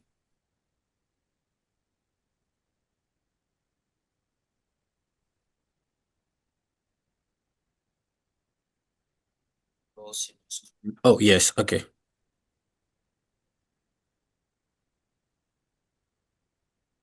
Please, can you see my screen? Please, we can. Oh, great. Okay. So I've been asked to talk about on this topic, R for climate action and environmental sustainability. And so there is a lot to be said about the climate, but I just want to keep my focus very limited to examples around like fire as a result of climate issues. So we'll be doing a lot of things about fire today. And I decided to do this because it resonates well with me, and I believe it's going to be something interesting with every other person that are there. So it's one of the things I did. I worked on one of the projects I did while I was in Italy. So it's something that is going to be interesting, especially for a lot of young people that are interested in fire studies. So the first thing we'll do is to go through the agenda that I have for today. So at first, I'm going to give a quick introduction to geospatial analysis in R. And I'm going to walk us through again how to download the data we'll be using for today. And I'm very sure previous speakers would have walked us through how to download R software, like R Studio software and other kind of software. Again, I'm going to do some few things in geospatial analysis and provide some examples in R, and then give us some kind of final tips and takeaway. So the data set I'll be using for today, I'll be using a combination of both raster data and vector data. So for the raster data, I'm going to download the raster data from this website. So this is the website we use in downloading some raster data. As well, you can download some vector data, but for today, we're just using this particular website to download the raster data. So it is edexplorer.usgs.gov. And so I already provided like some kind of ways to which you can download the data. So here, we're just going to zoom our focus to a certain area in Chile called Empedrado in Chile. So that is where I just use as the case study for this particular tutorial. And I'm filtering images that ranges from the 1st January 2017 to 15th of March 2017. So that is what I have in this place. So here I have where I could easily impute the coordinates of the particular study I want to work on. So if you want to work on Ghana, it is very easy for you to pan in this particular map area and zoom straight to where you have Ghana, and easily you can edit the coordinate to the specific area you want, clicking on this particular button, and you could filter for a particular range in terms of year or month within this particular area. So having done this, you just have to download this one, level 1 of the Landsat data. And once that is downloaded, then we want to do some quick practice example in R Studio. But because I know not every one of us already have like some background, I want to assume not every one of us have a background in geospatial in R. So I quickly have like one thing I'm going to share again. But that is just the walkthrough. Within 45 minutes, I should be done. So I'm going to share again one quick thing. Let me share one more thing.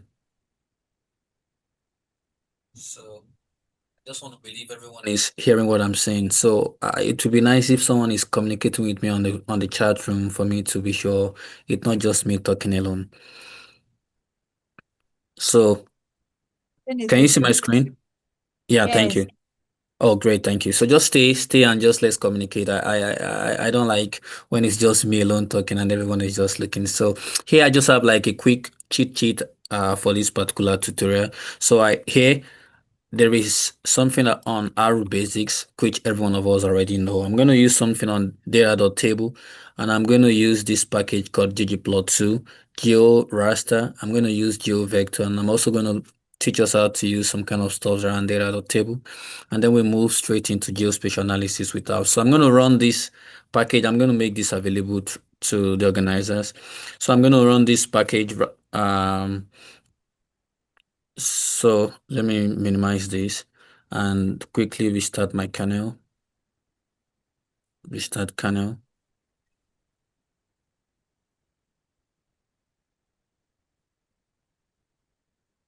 I'm going to load these few packages. Okay.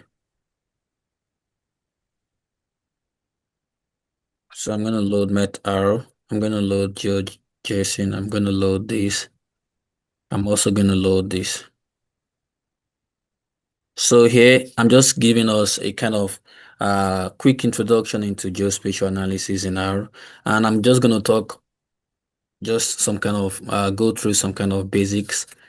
Talking about the coordinate system. In this place, I made a kind of provision to say coordinate system is one of the most general terms for a system that includes coordinates. So it includes just two common terms. The first term, it's just the GCS, and again, we have the PCS. So in this place, it's just talking about a kind of reference system to which we use in mapping different areas in the world. So I gave an example in this place about like this different kind of geospatial reference model that we use. An example is this UGS84, and here in the US, we use this NAD83 and some other kind of coordinate reference system. So this is just an example. What we're just trying to do here is just to model the world. So there are different kind of model. This model is what we call this geographic coordinate system. So an example, we have different kind of example of the projected version. So like I said, in NAD83, and here I provided some examples that we can all go through. So let me just run quick to some information about raster and vector file. So there are two fundamental types of spatial objects. One of it is vectors and the other is raster. So the main difference between raster and the vector data is that raster represents data as a cell or a grid cell, while vector data represent data using sequential points of vertices. So an example is what we have in this place. So this is an example of a raster that represent most of the data we'll be using in grids, and this is an example of the vector file that just have them is a kind of sequential points. So I'm going to go, these are examples of the vector file. So the vector file definitely have some kind of attributes attached to them. So this is feature one. Feature one has like plot size of 40, and the vegetation type is, the type is vegetation, and the vegetation class is conifer. For feature three, the vegetation class is feature 2 is deciduous.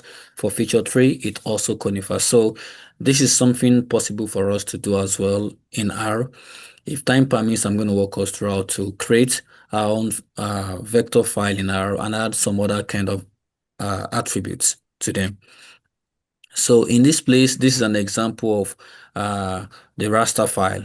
So in this example, I said we have different format for raster file. So it could either be in TIFF, it could be in netcdf. So today, I won't be doing much about netcdf. I'm just going to walk around with TIFF.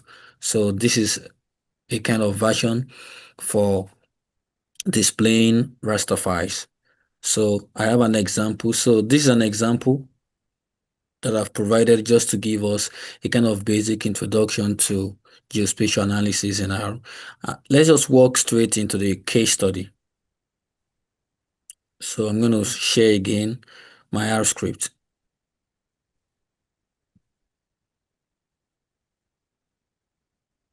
So sure again that everyone is hearing me. Okay. So now the example I just want to walk us through right now before I hand over to the next speaker is just the example I said about fire. So we have a place called this Empedrado in Chile. And so in the year 2017, there was a fire that occurred in that particular area. So what we're trying to do in this place is to understand the magnitude of the fire that occurred in that area, and as well quantify the amount of time it takes the vegetation to recover back to the condition it used to be before the fire. So in this case, we're going to have like some information about the pre-fire condition, and we're also going to have some information about the post-fire condition. What was the condition of the vegetation before fire, and what is the current condition of the vegetation after fire? So these two variables will be very useful for us to understand what has been the magnitude of the fire and how fast is the vegetation recovering back to the pre-fire condition. So this is one of the examples I want to walk us through. So the variables we'll be using, I already have them downloaded, the Landsat data. So I kept them in a particular folder, and I'm going to walk us through. So here are the required packages that we're going to use. The first package I'm going to use is the map2 package, the RGDAL package. These are common packages we use for geospatial analysis. The raster package, the RGeos package, the Terra package, the raster visualization package, the RCall for us to like scrape some data online, and then the dev tools, the GeoJSON, the RLandsat 8, the satellite, the SP data, the spatial data large, and the METAR, and then stars. So I already have all this installed in my own computer. So I'm going to set my working directory to the exact place where I have this information. So I'm going to go to my folder. Let me share my complete screen. So I'm going to go straight to my folder. So I have a folder here called Ghana users, and then I have Empedrado. So in this folder, I have the images I've downloaded from Landsat. So these images are for the pre-fire condition and the post-fire condition. So the pre-fire condition is the image I downloaded for January 1, 2017. The post-fire condition is the one I downloaded on the 6th of March, 2017. So the fire occurred in January, and then I want to see what has been the behavior after fire. So in some kind of studies where you want to see like what has been the changes, if you want to see how far the vegetation has recovered over time, so you would have to go some years after the fire, like 5-10 years after the fire, to understand what has been the level of recovery for that particular vegetation. But this is just an example, and so I just have information for the post-fire to just be some few months after the fire. And here I have the information, the shapefile information for the study area we want to use for this example, which is Empedrado. So I'll be back to my RStudio, and I'm going to run this to set my working directory. So for me to be sure if this is done, I'm going to check the working directory again, running this get working directory, and I could see that this is already set. This is already set to, Empedrado, the same folder I want to read the Landsat data from. So having done this, the next thing I want to do is to bring in the shapefile. So to bring the shapefile into my R environment, I'm going to use this read OGR function from this raster package. So I'm going to run this, and then I have the Empedrado right in this place. So I'm going to go, this is Empedrado. So it is a kind of spatial polygon data frame. So once this is done, the next thing I want to do is to ensure that the coordinate reference system, like I said earlier, is in line with the coordinate reference system of the Landsat data that I downloaded from USGS. So that is what this line of code is doing. So having done this, the next thing I want to do is to proceed and just have a plot of that particular study area. So when I run plot, it's going to bring out that same Eldorado. So this is Eldorado. This is Empedrado in Chile. So here I just gave us the shapefile without doing any kind of making it look kind of beautiful, adding some kind of the coordinates and everything. So this is just for us to have an example of some things that can be done in R. So the next thing I want to do is to load the pre-fire Landsat image that I've downloaded. That is the one for the 1st of January 2017. So one thing I'm going to do first is to set the path. So I just want to set the path to that particular Landsat data, and I want to store it in an object called prefire. So this object called prefire stores the path to that particular Landsat data. So when I run this, I'm going to have the prefire. The prefire is just going to be here. And the next thing I want to do is using this list.files, I want to list the files that we have in that particular folder, in that particular Landsat data that I've downloaded. So for me to know the number of files that we have in that place, so I'm going to print files. Once I print files, then I'm going to have everything I have in that place. I have about 24 of them. So let me take us back to this particular folder for Empedrado. So I'm working on this folder. So I have about 24 of them. So this is exactly what I'm reading in R, but I'm reading them not as T file, Yeah. TST Hello, file. Joshua. Yes, Yes. Joshua. I mean, the fonts are small. Some can't see from the back. Okay. The font of the R Studio, okay. I'm going to make it bigger. Thank you. So let me once again share my screen and then do this.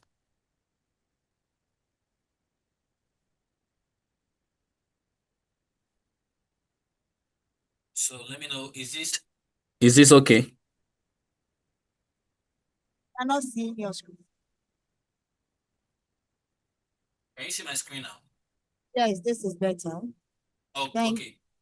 You're welcome. So one of the things I've just done is I've imported the shapefile we need into R, and I stored it in an object called Empedrado, and then I have to change the coordinate reference system to match up with the imagery I downloaded from USGS, and that is what I'm doing right here. So the next thing is for me to have the path to that particular Landsat data stored in an object called prefire, and again list all the files that we have, and then I store that in this object called preftive._files. And so I already printed out what we have in that place. So this is it in this place. So these are all the files that we have in that particular folder, and you can confirm if I go back from here and I go to this place, these are all the files that we have, but these files right now are just being loaded as normal vector. So R is not seeing them as a kind of raster file or TST file. So we're going to make R see it with that using some kind of function embedded in the raster package. So this is what exactly we are saying. So for us to have an understanding on the amount of fire that has occurred in that place, the gravity of fire that has occurred, we need what we call the normalized bond ratio. So a lot of us are familiar with NDVI. So that measures the amount of greenance we have in a particular area. But when we are dealing with fire studies, we always want to work with NBR. So the NBR is normalized bond ratio. And for us to do any kind of thing involving NBR, we need the band that has the near infrared and the band that had the short wave infrared. So these are the two bands that we need. So in this place, those bands are stored in band 5 and band 7. So the only thing I'm just going to bring up is just the band 5 and band 7. So let me just do this real quick. I'm just going to load those band 5 and band 7. So they are in this order. So if I run this, if I show you what we have on the console, so we have band 5 already printed out, and then we have band 7 already printed out. So the next thing I want to do, having done that, is to ensure that those things, I want to make Arrow to see them not just as vector file, but now as a raster file. So I'm just going to run this line of code using the raster function, and I'm going to call this post fire, and I'm going to run the plot of the post fire. So let's see the plot of the post fire.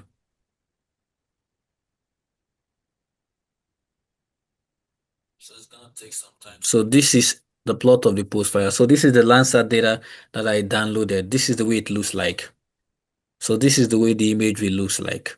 So, and one of the assumptions I have in this place is that this image is already corrected for the top of atmosphere. So this is exactly what we have, the band 5 and the band 7. So these two bands are what we're going to use in computing the normalized bond ratio for the purifier condition. And we're also going to do that again for the normalized bond ratio for the post-fire condition. And then we use that in some kind of basic algebra. So having done this, the next thing I want to do is to bring out individual bands. Have band 5 to stand alone and have band 7 to stand alone before the fire condition. So I'm going to go up to the pre-fire where I stopped. And so this is band 5, pre-fire band 5, and I'm going to plot that. So once I plot the pre-fire condition for band 5, you're going to see what it looks like. It takes some time because of I'm not using my work computer. Yeah. So this is what the band 5 looks like, and then I already have this stored in band 7. That is the second band. The next thing I'm going to do is to move again and do the same thing to the post-fire Landsat data that I've downloaded, which is what we have in this place. So this is the pre-fire condition. I could easily go again and go back to Empedrado and use the post-fire condition, which is the images I downloaded for the 6th day of March 2017. This is what we have in this place. So I'm going to do the same thing I did for the pre-fire condition for the post-fire, and I'm going to run this. So I'm going to take, again, list all the files that we have in that place. So when I run this, I have all the files that we have in the post-fire images downloaded from the USGS website. So this is the way it looks like. This is the same structure like that of the pre-fire condition. So the next thing I'm going to do is to do the same thing I did with the pre-fire condition, just very easy. So I'm going to turn this into a kind of raster file that I can understand using this raster function, rast function from the raster package. So, and then I'm going to plot the post-fire. This is the situation of the place after fire, you could see. So there is a kind of difference between this image and the image we have before the fire. So these two information is what is going to help us to quantify the amount of damage that that particular area has experienced. So having done this, I'm also going to export out separately each of the bands. So it's very easy. I'm using the $sign. In some cases, in some other kind of packages, once you use the $sign, you lose out of you lose the information about the geometry. But in this case, using this SP package, that is not the case. So here I just export out each of the bands separately. Band 5, which is standing for the near infrared, and then I have again exporting out band 7, which stands for the shortwave infrared. So the next thing I want to do is to compute the NBR. So the way we compute the NBR is very similar to the same way we compute the NDVI. So the NDVI is computed saying here we have NIR minus red. That is NDVI over NIR plus red.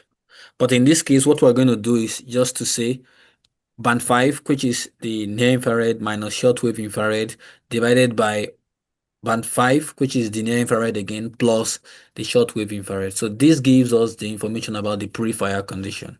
So right away, I could easily plot the pre-fire condition. So I could plot the pre-fire NBR. And this is what it looks like. This is what the pre-fire NBR looks like. So the next thing I'm going to do is to do the same thing with the post-fire NBR. So I have the post-fire NBR calculated using the same formula, band 5 minus band 7, all over band 5 plus band 7. So once I have the post-fire NBR normalized bond ratio, so I'm also going to plot it and see the way it looks like. So this is the way the post-fire is going to load. Take some time. So this is the way the post-fire NBR looks like. So the next thing I'm going to do is to calculate the difference between the pre-fire and the post-fire. So that is what we call the DNBR, the difference normalized bond ratio. So to do that, one thing we want to ensure is to ensure that both of them, both the pre-MBR and the post-MBR, are in the same coordinates reference system. Don't be surprised that we're saying this again because some of us will believe that they should normally be in the same coordinate reference system since they were downloaded from the same data source, but sometimes that might not be the case. So one thing we usually do as a practice is to ensure that we check the coordinate reference system for each of these raster layer, and if they are not in the same coordinate reference system, we can project them to the same coordinate reference system. So this CRS is what we're going to use to understand the coordinate reference system that the pre-fire MBR is. So once I run this, this tells me a lot of information that I won't want to like bother us with right now. So this information has a lot of geospatial information that you could use in doing whatever kind of thing you want to do in R. But for the case of this particular tutorial, I'm just interested in this UGS84, and this is the projected coordinate, which is the UTM zone 19 knots. So I'm going to go back again and check again for the post fire to see the coordinate reference system it is. And here I see both of them have like the same coordinate reference system, except for some few difference in the banding bus. So I'm going to go again and then project them to have the same coordinate reference system. So this is what I'm doing in line 87. So I'm reprojecting the post-fire MBR to be in the same coordinate reference system with the pre-fire MBR. So because this is important for us to compute any kind of algebraic expression on them, like adding, subtraction, and dividing. So having done this, the next thing I'm going to do is to look for the difference normalized bond ratio. To get the difference normalized bond ratio, it's just very simple. We take the post-fire MBR from the pre-fire MBR. So once we do that, I can have a plot of it. So I'm going to show us how the plot of the DMBR looks like. This is the way the DMBR looks like. So a lot of information can be obtained from this DMBR, and that information that can be obtained is what the interest of this particular tutorial is all about. The interest of this tutorial is for us to understand the amount of damage that the fire has caused that particular ecosystem or that particular study area. And this particular tutorial can be, replicated in any kind of, in any area that has just experienced fire. So we move again, and for us to have an idea of this particular thing, I'm going to have like mask a portion of the study area out of this DMBR. So to do that, I'm going to move this out of the SP data package and bring it into the Terra package, so I could easily use this function called mask. So that is exactly what I'm doing in this place. So I have to convert it using the vect function and then take it into the same projection, the same coordinate reference system, using what I already have in line 98. So the next thing I'm going to do is to mask out this DMBR and then plot the real one that has been masked. So I have this, the new one that has been masked. So this is what we have, but this one has the information about the DMBR, but right now it looks like this is just the vector. But let's move a step further. In this place, what I'm just doing is just to have, I'm not going to bore us with these two. It's just to have an idea of what is the minimum and the maximum value of my DMBR. So the minimum value I have for my DMBR is Minox 0.5289, and the maximum is 0.6773. So this is going to be useful in the next line of code, where I'm just going to be defining like some range to say, okay, this is the place where we have the high severity, the low severity, like that. So having done this, the next thing I'm going to do, because these values are small, I'm going to scale them up. So scaling them up in this place implies that I multiply them just by 1,000. So that's what I've done in this DMBR scaled, and I could check the class of this. So the class, most times I usually love to like keep myself updated by checking the class to see what exact class this particular object belongs. So this is still in the, it's still a kind of spatial object. So since this is still a spatial object, sometimes why I usually do this check is sometimes once you carry out some kind of addition, subtraction, division, multiplication, it tends to like change the class of that particular of the spatial object to something that is non-spatial. And sometimes that leads to error in our spatial analysis. So most times it's always very important that we do this particular check. The next thing I'm going to do is like set this range. And I'm going to set them, I'm just going to create like a matrix. I'm going to create a matrix, and in this matrix, I'm going to impute the specified range I want for this DMBRL that I've just scaled. So for you to have an understanding of this, I'm going to run this line of code and turn this to matrix, and I'm going to read an example of this class matrix. Class matrix, let me go right here and show us an example of the class matrix.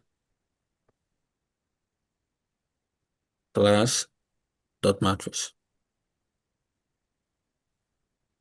So for the class dot matrix, this is exactly what I have. So I'm going to have like roughly 9 classes.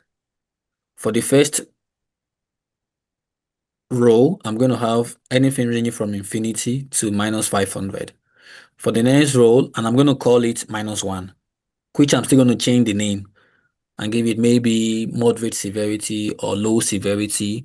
And here where we have 1300 to -1, I'm also going to call this maybe high severity or something, but this is just the idea. So I created this matrix to change the class and then use that in the next code for some kind of visualization. So in this place, I'm going to do the classification in this place now. So I already have my classification matrix already done, and then I'm going to use this classifier function. The classifier function is from the Terra package, and so what this does is to help in reclassifying on the basis of the class.matrix that we have. It's going to reclassify the scaled DMBR to follow the class.matrix that I've created. So if I run this, and then I'm going to bring up this DMBR reclass, DMBR. So this is what I have for the DMBR reclass. So now my minimum and the maximum value before was around minus 0 point something, but around the 0.67 to be the maximum. But right now, because I already performed like some kind of reclassification, and then I have this to be where I have like the values, turning them into some kind of I'm turning them into something that is categorical in nature. So I have just this value, -1, and then the maximum to be +7. So the next thing I'm going to do is to move into this particular place and then convert it into a kind of factor class. So that each of these class stands alone. So in case I want to index out classes that belong to the moderate severity and compute the amount of area for the moderate severity, or I want to compute the amount of area that has like high severity. So these are some things again that we can do in R. So here I'm going to define the levels. So I'm defining the levels in this place, what those -1 to 7 implies. So these are places that were not affected by fire. The -1 are places that are not affected by fire. And then the next one is where we have the low severity, places where the fire isn't really much. And this is the moderate low severity, not much difference between low severity and the moderate low severity. And this is where we have the moderate high severity. This is where we have the high severity. And this is where we have the extreme severity. So I'm going to run for us to have an idea of what exactly is going on in this place. So born_classes. And so I already have like from 1 now to 6, I'm excluding those 7 to be severity unbound, low severity, moderate low severity, moderate high severity, and extreme severity. So the next thing I'm going to do is then to ensure that I assign them to each of those levels. So I'm going to use this line of code to say list. So I'm going to run this line of code to say list, and then it brings out what we have in this place. So let me go into this to change the levels. Final thing I'm going to do here. But before I do this final thing, let me go back to the Zoom platform, return to meeting to be sure we can all hear each other. So again, I just want to ask, can you hear me?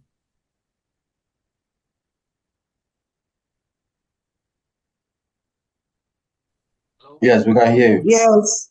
Okay, so I'm almost done with what my task for today.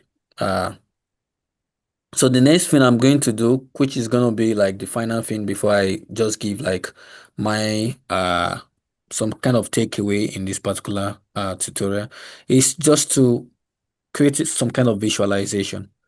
And so the visualization I have just for this tutorial is just very easy because I don't want to eat into the time of other speakers. So, but I'm just trying to like make us understand some things that are doable in our. I have some other codes I've prepared, but I realize that time will not permit us to do so much of things today. So this is what we have. This is what I have for the end result of this particular thing using R. So to tell you some things that are possible to do in R, and I'm doing this using my R Studio.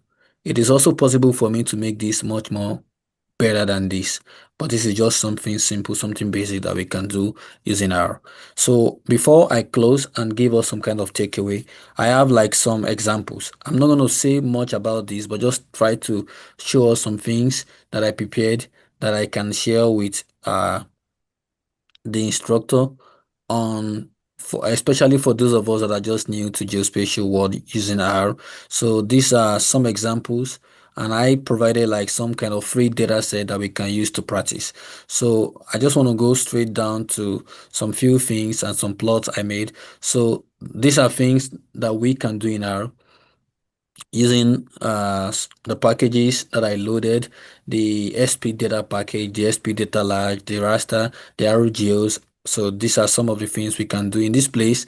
I have like, this is the boundary of the US, and I'm trying to like create some kind of buffer. So it's possible for you to also do some of those things, to create some buffer, to do some kind of intersection, to do some kind of union using R. So these are examples. I have the color, and then here I'm just trying to like take some kind of measurement using between two locations. One of the location in this place is somewhere here close to the airport in New York City, and here is another location where we have close to where I stay in Auburn. So, and then I scroll down again to have like series of examples as to how you can clip and how you can mask. So, but I already provided an example in the tutorial I gave on fire studies, and I'm also going to make this available to few of us, all of us that are present in this place, to the instructor. So I have just 2 slides that are prepared, but I realize it's going to consume a lot of time, but it's important that I just make this available. This was prepared in my Jupyter notebook, but it's very easy for you to convert this to the R Studio version. So this is an example of the difference between single raster and multi-raster band.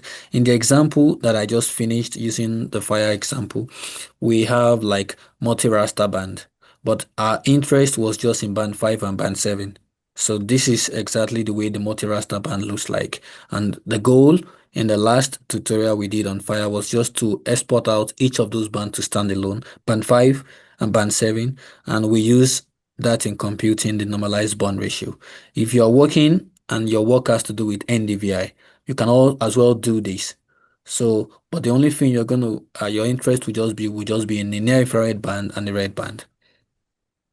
So these and many examples are some things that I've prepared that I'm going to share with us for those that are interested here. Example of some kind of binary interpolation, some kind of raster aggregation and disaggregation, But these things are not something that we can talk in the space of 45 minutes. So again, I want to share with us some kind of website that we can visit, and some website I use in getting to understand some things on aerospatial. So I use this website called aerospatial.org. So if you're interested, you can easily go to this place and learn. So aerospatial.org is where I learned most of the things I know in the world of geospatial and aero. So I used to do stuffs around data analytics, everything, but then I realized also doing some kind of geospatial analysis in aero is something that is worthwhile. And I'm at the point where I'm just giving my takeaway.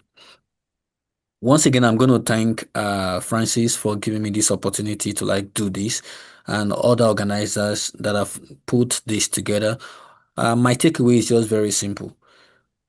My takeaway is just to encourage as many young people, as many people who are thinking they are not doing enough, because it's very easy for people in Africa to just think, oh, I don't think I'm doing enough, when you look at your other peers that are maybe outside the country. So, but the thing I want to let us know is that you are doing enough. When I check the number of people that connected to this particular meeting, I see a large number, like 17, and I see a lot of people that are also physically present. This is something that is worthwhile. This is something that is very interesting. And I was just like you, I think it was around 5 years ago. I was just moving to different kind of seminar, different kind of thing. I never knew I was doing that to help myself. The opportunity I got to travel to Italy was through R, was because I know how to use R. And I wasn't really good. I wasn't the best, but the professor who invited me to work on a project with her just wanted me to understand the basics. Once you have the understanding of the basics, the rest is very easy. And then we're in a world where AI is, let me say, taking over. So once you have any kind of problem, you can always consult like ChatGPT, especially for those that code. It's something ChatGPT and Stack Overflow. So that was how I find myself in Italy.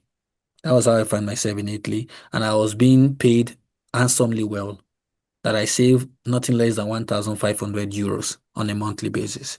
So don't look at yourself that you're not doing enough. Whatever kind of opportunity you have to learn, just learn. Learn new things. Reach out to people. If you are stuck, if you need motivation, reach out to people. That is one thing I usually do. Like on my social media platform. I see whatever kind of avenue I have to like impact people, to encourage people that they can also do better. So what I've done here today is just something simple. But for me, what matters most is what I'm saying right now, to encourage us that we can do great things. And the fact that one is in Africa do not mean that is the end. The fact that one is there, the difference is just, let's say, there is not much difference. Some people, when I say this, they're like, oh, you mean there is no much difference in US and then Nigeria or Ghana? Yes, I say there is no much difference. The difference could be in, let's say, steady light and some other things. But when you talk about like some kind of cultural differences, you see that there is no place that is always like our home. So I want to say a big thank you again to the organizer who has given me the privilege to do this. I know within this short time, because I have to be out again to go back to work. I know within this short time I've said a lot of things that some of us might not really understand, but I'm going to make available my codes. I'm also going to make available my codes. I'm also going to make available some of the scripts I prepared in the Jupyter notebook to the organizers. So if there are any questions right now, I would just like to take some few questions before I go. Thank you, Joshua. We are grateful. Please, any question? Any question? Joshua, the question that I have for you is a geospatial data that you have shared with us. But then, can you replicate this in public health, especially when you want to look at outbreak of diseases, epidemics, and those things? I don't know.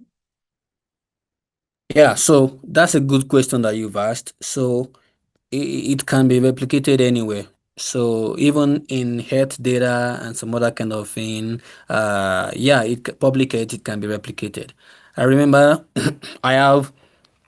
before I left my country some years ago, I have like an invitation to speak on like moving away from Excel to like R for some kind of health professionals in Abuja. And one of the things I did was just to give an example, like some kind of data points of an outbreak of some kind of disease in a particular country.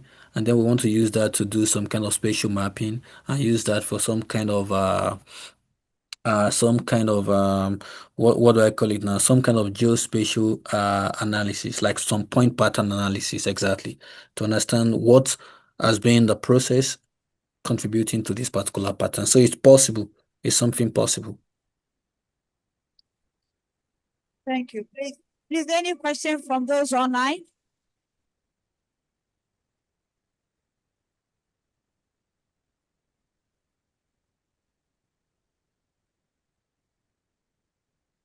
All right, Joshua.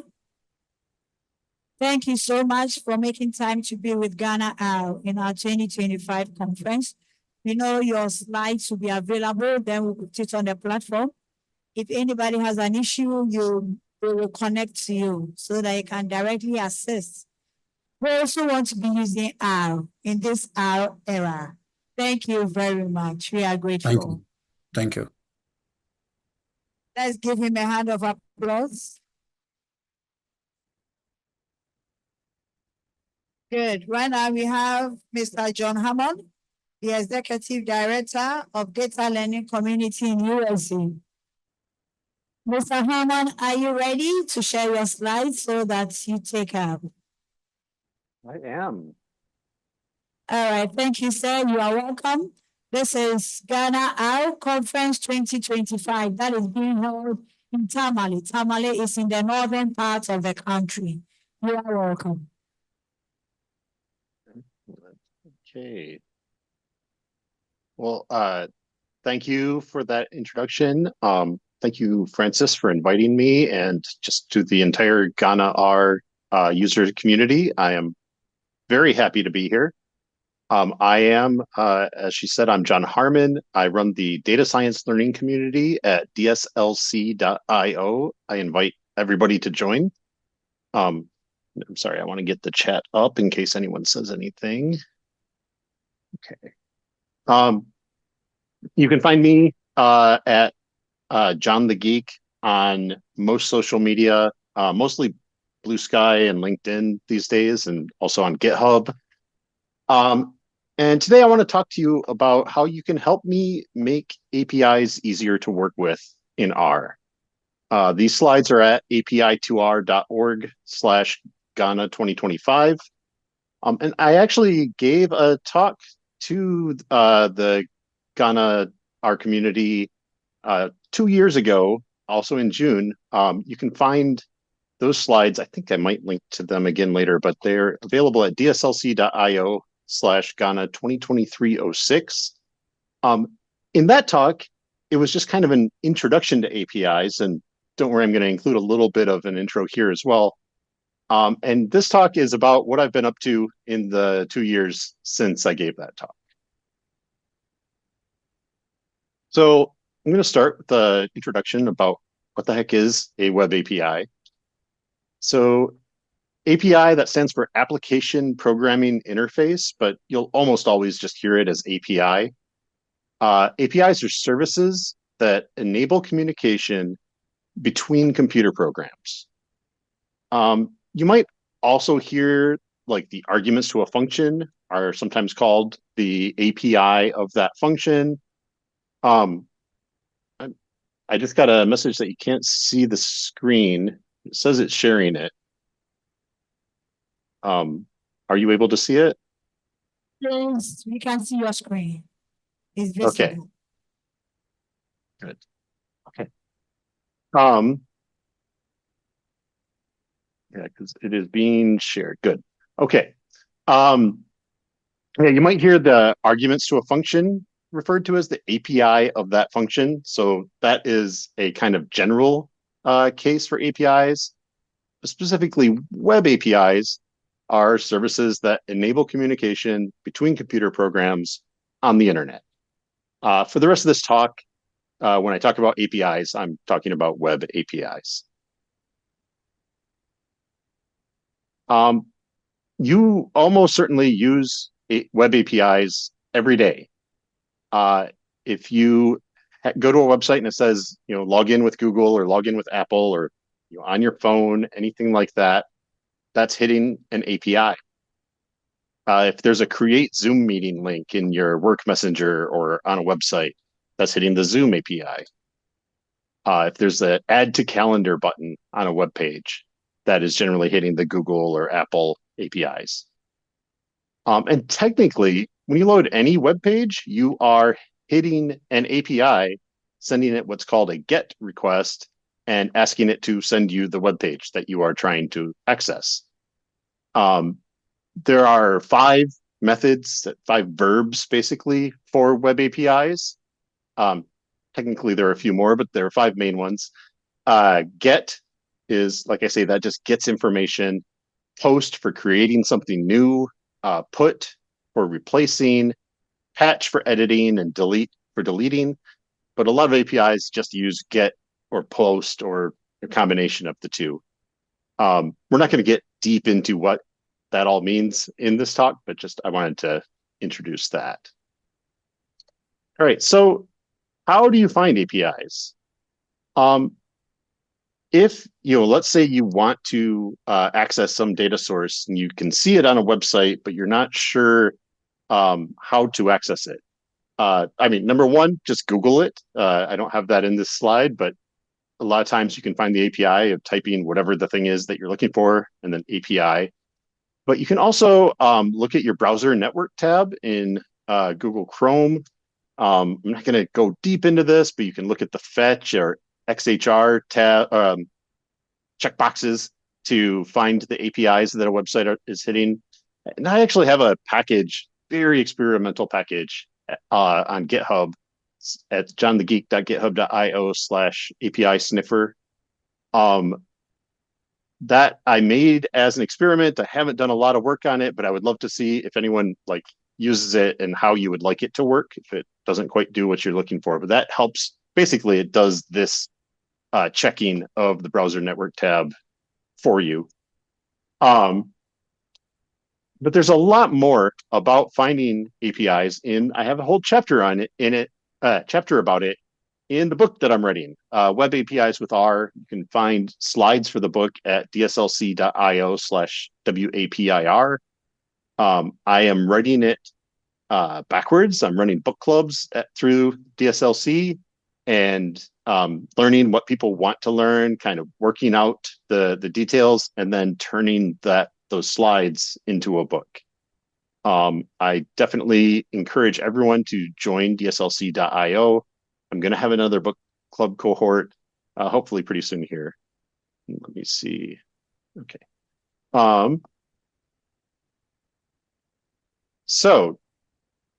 Okay, that's how to find APIs. We want to go a little bit past that into how are APIs documented. There are 2 ways of looking at it. There are humans, we tend to like prose. We like explanations of how things work and examples and just full sentences. I say humans. Sometimes things like ChatGPT now also like that full text version of it. But for the most part, programs, machines like structure.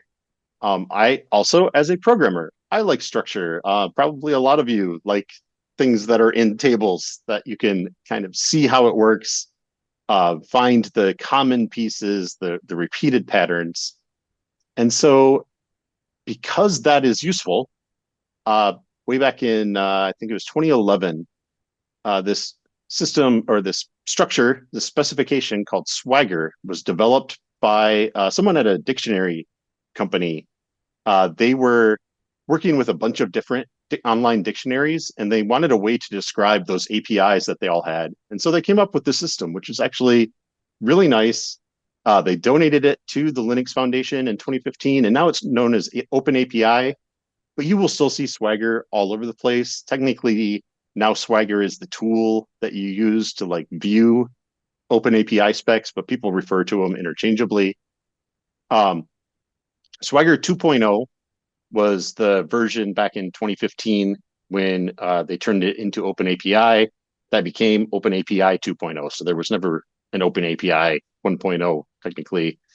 And they're currently on Open API version 3.1.1, but version 3 on, it hasn't changed that much. So what does that look like? So instead of just being, free form documentation, Swagger specs tend to be in either JSON, which is JavaScript object notation, or YAML, which is a superset of JSON just made to be more human readable. And so we're looking at some YAML here. What's this? This is a tiny sample of what a full API spec might include, but you can see things like right up at the top, it tells you what version of the spec does it use of the Open API spec, gives you some info about like the title of the API, the version of the API. Often it'll include contacts, information, licensing, things like that. And then the most important section to us is paths. This is where the API tells you what URLs you can go to within the API. So this one has a /users path, and that /users has a get method.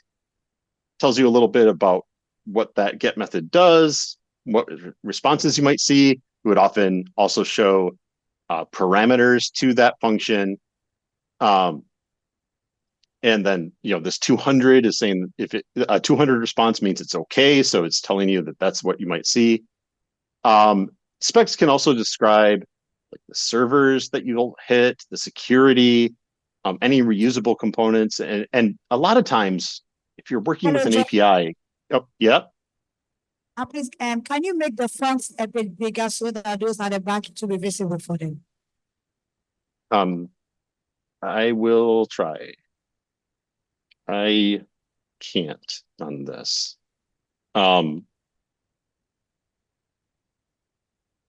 It's not really important to see all the details on this, but I can't zoom in on the slide. Porto won't let me. I do want to show you, just to show you, again, we're not going to go into details on this, but this is the Slack API spec. And so you can see some of that information I was talking about, but it also has like the URL where you can find it. It has some external documentation, and then it has all these paths. And if we just kind of scroll down, it has page after page after page of information. But it's nice because it's this nice structured format, and a machine can read it, and tools can parse these specs and use them to talk to the API and find ways to work with them.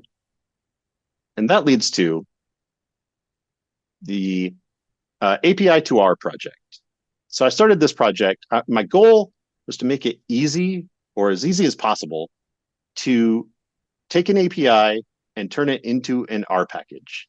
I've done this manually for several APIs, and I found that there are some common patterns that you always want to have something for authentication, and you have to have, or you generally want to have a function for each of those calls that you can make to the API. So I developed this system to try to reduce effort and make it repeatable. I want to start with a spec and then just like make the package. So I want it to be able to read the spec. I want it to scaffold out the code that you're going to use, and then also add documentation and tests just automatically, because it should be in the spec. It tells you what this endpoint does. It tells you how, what parameters there are. It defines those parameters. And so I wanted this to be as easy as it could be. If you've worked with R packages, if you've ever used the use this package, I wanted this to be basically the use this for API packages. So if you're creating an API package, I'm going to make your use this to make it as easy as possible. I actually received an R consortium grant a couple years ago to help me be able to take some time to create this. And the plan was to create this one package, API to R, but I've ended up with 4 packages so far, and there are some other pieces spinning off. And so I'm going to talk about what all of those pieces are. So first is a package that I call Rapid. You can find that at rapid.api2r.org. And that stands for R API Description. This is the parser, so it'll take the open API, JSON or YAML, or like a local file that is that YAML, or even if you read it in as a list, it takes whatever you've got for that spec. And then it creates a structured R object using the relatively new S7 object system. None of that is important about like how it's working under the hood, but the point is that it creates this object that you can inspect, you can edit, you can maybe get rid of some paths that you don't want to worry about in your package, and that I can know it's always going to be that same shape regardless of how it started at the spec. So there are, 2 or 3 different versions of the spec, and I want to make sure they all come out as the same object so that the package builder knows what to expect. The objects that it creates are nested, so there's like an object for the whole API, but within that, there's one for all of the paths, and then within that, there's actually like a table of the paths, so that you can kind of dig down in and see how the API works. And so, yeah, that can be useful if you want to like get rid of some things. Or one thing I've done a few times is it'll have multiple ways to authenticate, but I only want to deal with one of them. And so I'll delete all the extra ways to authenticate, for example. All right, and then the next package that feeds into, I call beekeeper. Find this at beekeeper.api2r.org. And the name is just because apis is Latin for bee. So like the genus name for bees is apis. And so if you're working with a bunch of APIs, you are working with bees. It also just fits nicely that in R, we tend to have these hex logos for packages. And so if I'm helping you build a bunch of packages, we're going to make a whole beehive out of them. And so Beekeeper takes that parsed API spec, the Rapid object, and creates an R package. Now, it's a skeleton. It's not like the final version of a package, but it has a function for every path that you give it within that skeleton.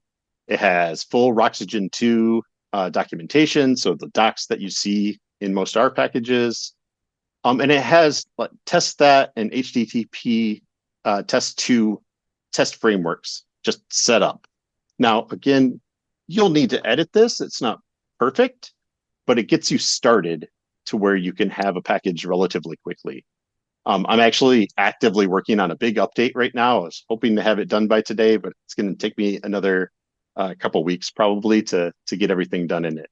So watch the repo if you are interested in this. There's an update coming soon.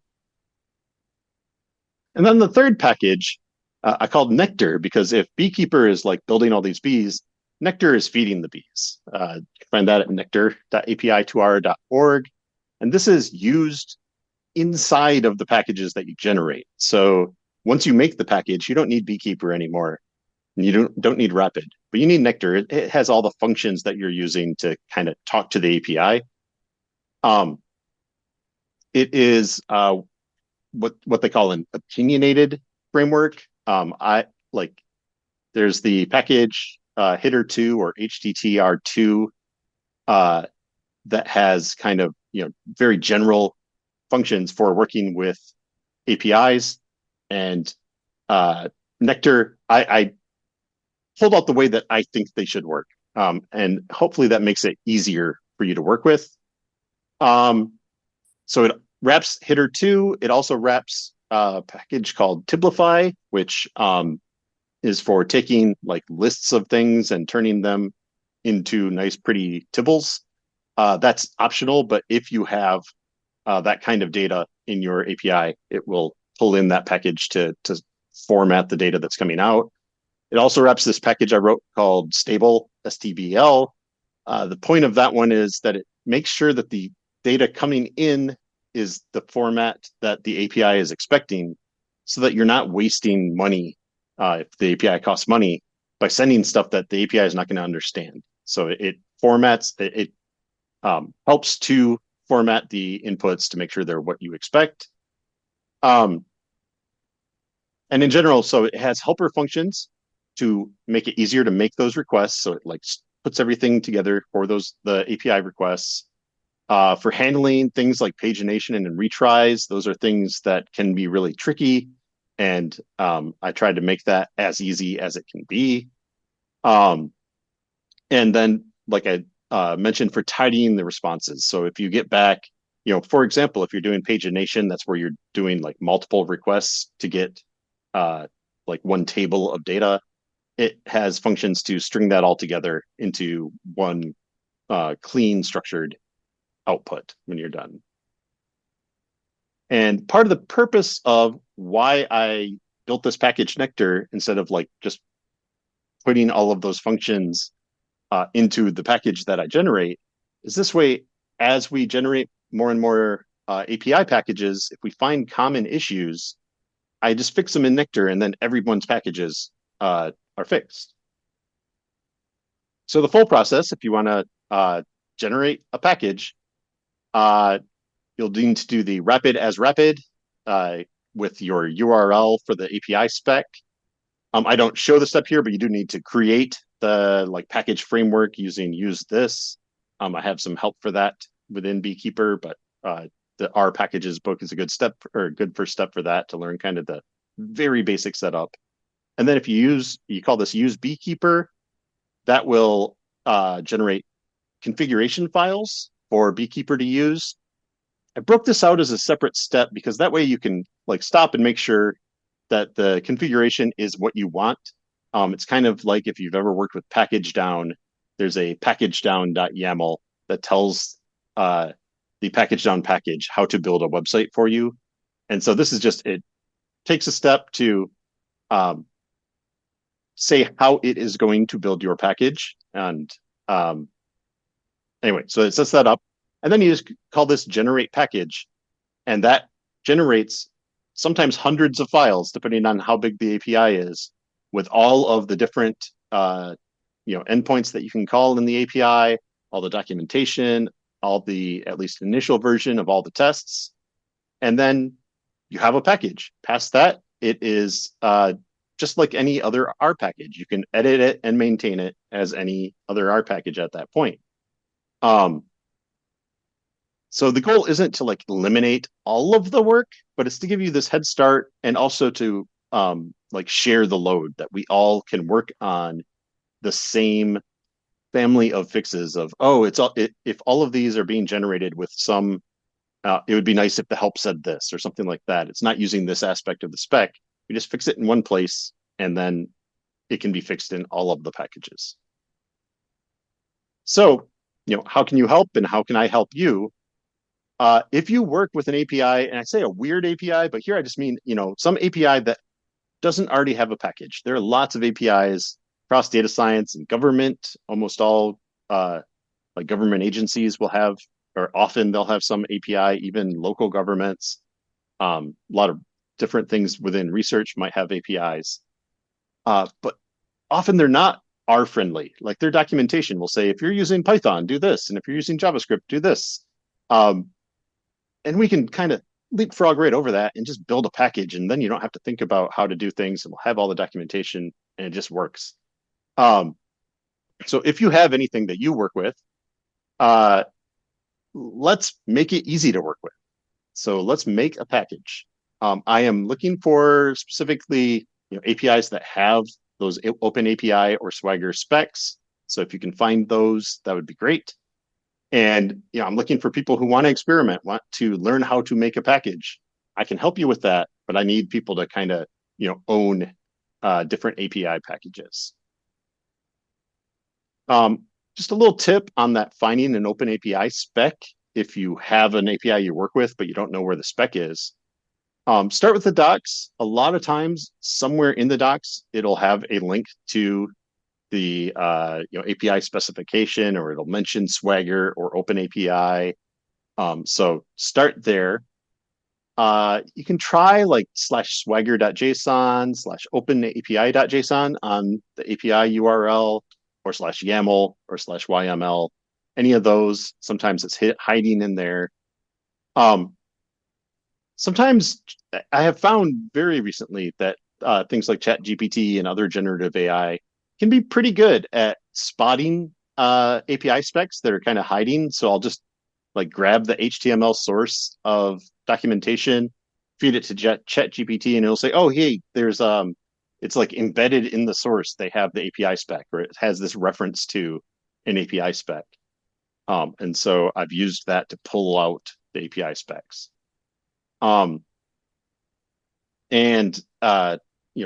As we find more tips on this, I plan to add them into my book and into the documentation for Beekeeper and Rapid, actually.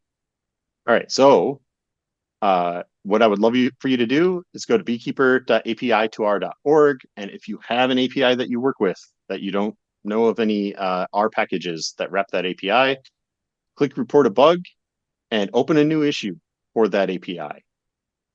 I'd like to hear that even if you aren't able to like take it on and own the package, but if you could create the issue to let me know, hey, this is an API that would be cool to have in R, that would be great. And with that, I just want to thank everyone again for inviting me. It is my pleasure to be able to talk to you today. Please do reach out to me with any questions or ideas or interesting APIs that you work with. And I hope to talk to you all more soon. And if you'd like to let me know during the Q&A portion here about any APIs that you work with, that also would be great. So I look forward to hearing from you. Thank you. All right, let's give Mr. Harmon a round of applause. Jon, thank you so much for joining Ghana R Users Conference 2025. Please, is there any question for Mr. Harmon? Any question?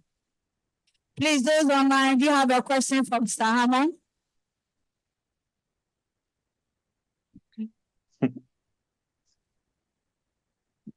If you have any questions later, definitely find me on Blue Sky, LinkedIn. Oh, if you do add me on LinkedIn, just mention that you came from this conference so that I know, who you are. And find me at dslc.io, join our Slack community. And I look forward to seeing you there. All right, then. Thank you very much. We are grateful. I hope you will give us your slides so that we can share it on the Boost platform for reference. Yeah, it's they're published on QuartoPub here at api2r.org/Ghana 2025. I can also probably send you the QMD back for that, so we can talk about that. Or I can make a PDF or whatever. Yeah, great. Have a wonderful day, sir. Okay, thank you. I need to get to work. So. All right then. Bye.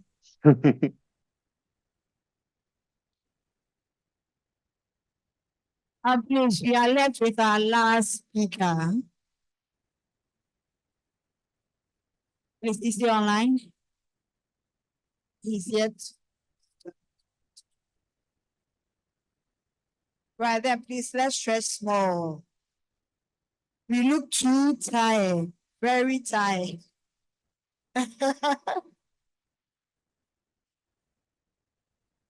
Hello, welcome, Dr. Edmund Ayesu. Please, we are stretching small. Those of us in person here are exhausted. So we are just doing a little stretch. Then we will ask you to start sharing your slides. All right, thank you. So when are we looking at 10 minutes, 5 minutes, 15? No, just about 3 minutes. Okay, that's fine. Yeah, yours is the last presentation for the day. So we've asked that they should Okay. say. Okay, so Dr. Ayesu is a senior research fellow of the Center for Social Research of the Kumasi Technical University.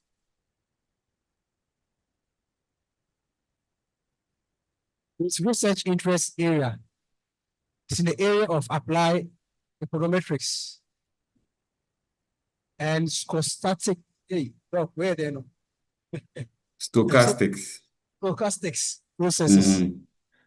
He has over the years led a number of surveys and statistical studies in social and sustainability study. And he's also the founder of Kumasi Ayesu community. We did some launching. That was, I think, this year. I was there to do the launching for them. Kumasi Ayesu community chapter. And then I think their big man came and they graced the occasion. So, Doc, please over to you. All right, thank you. Okay, is it okay? Can I start?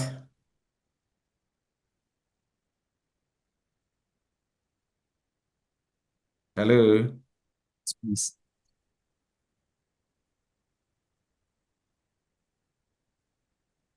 Good afternoon, everybody. Good afternoon, Doc. Okay. So this afternoon, I'm taking you through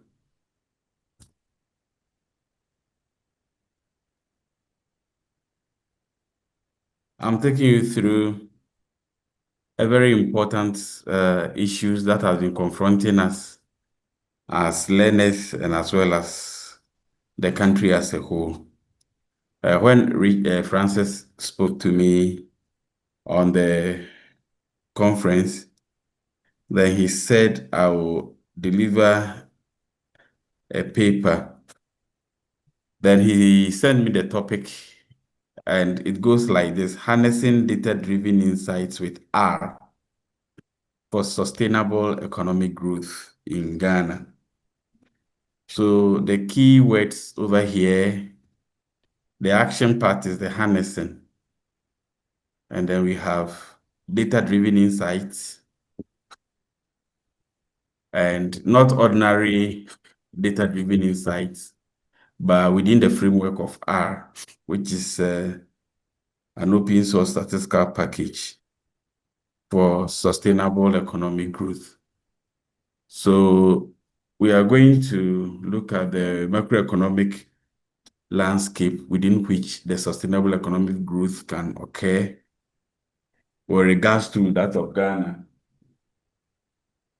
And then we look at where R can situate in that conversation and what we are doing as a people or as a country with regards to this R conversation. And then I also will illustrate how we use R for how we use R for the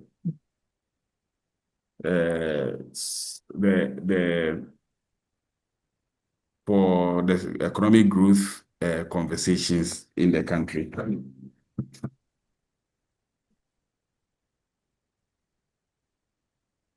Okay, so when you come to the macroeconomic issues in Ghana, we all know the stories already. This is where we live. Apart from those who have connected from elsewhere, Ghana is a beautiful country, but it's also a developing country. So we are having issues with our broad general macroeconomic environment. We have public debt issues that is going, it used to be very high, but I think these days, the Bank of Ghana's report, we are now around 55%. It has dropped from almost 70 plus because of the debt sustainability strategies that was implemented has come down quite significantly. And then we also have issues with inflation. Post-COVID, we hit around 54, but these days it has come down to about 21.5. That's the latest report officially from Bank of Ghana. But the Statistics Service might have given the May one already, which is, I think, closer downwards a little. And then our exchange rate too has always been another issue.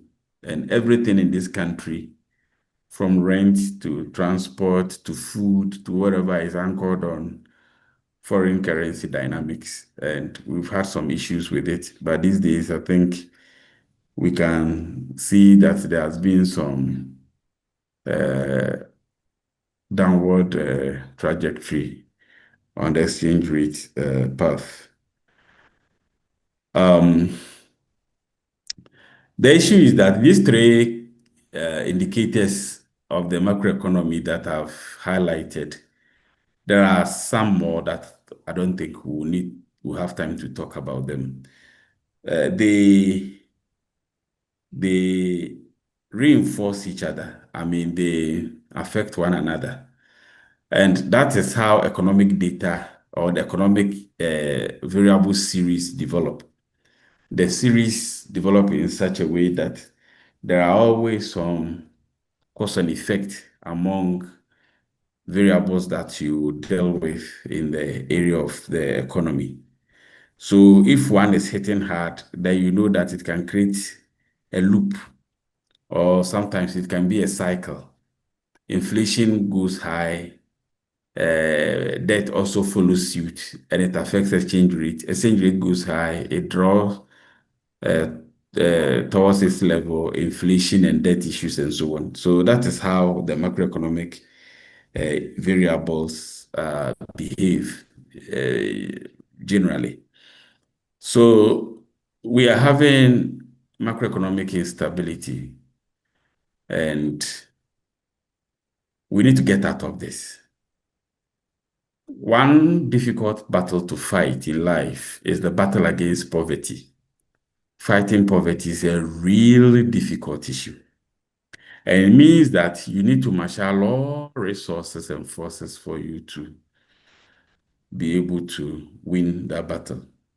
But when it comes to the work that we are doing as a people from the academic area and also from policy communities or from business actors and so on, most of our analysis are generally linear, and they are linear because that's most popular in the economic literature. But you see that in the real world, things are not straightforward. In the real world, we have a lot of issues that will not follow our straightforward outlook on issues. So we have a whole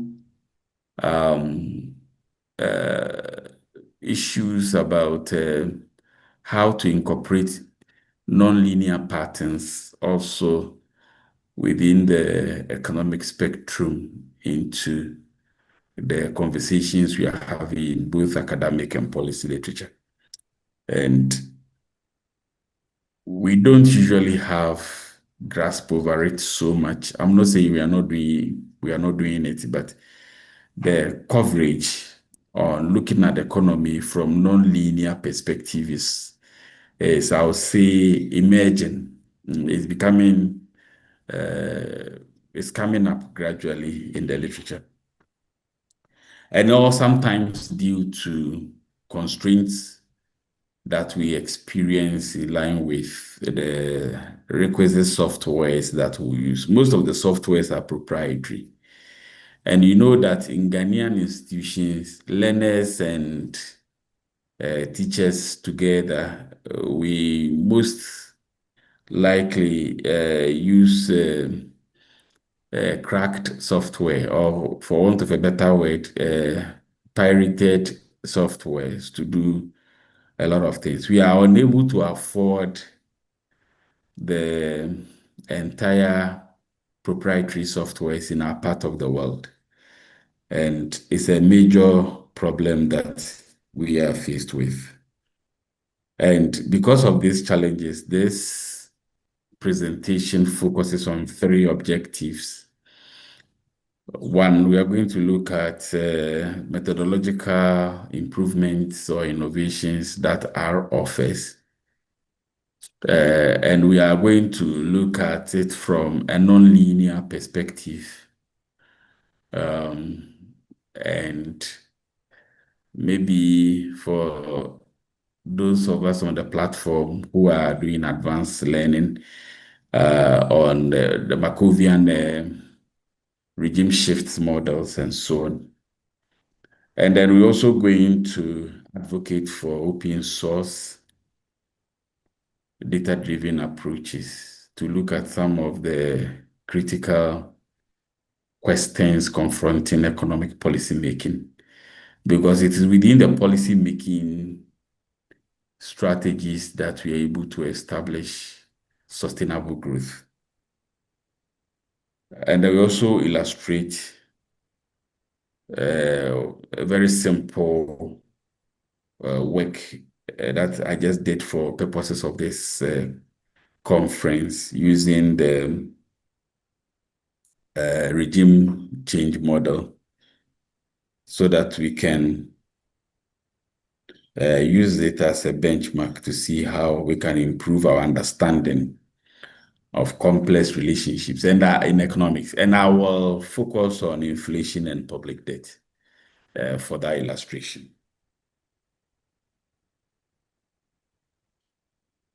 Then why advanced models? As I said earlier, issues that happened before COVID, the way the economy was relating to itself or talking to itself before COVID is not the same way the economy talked to itself during COVID. And ultimately, it's not the same way the economy is talking to itself after COVID.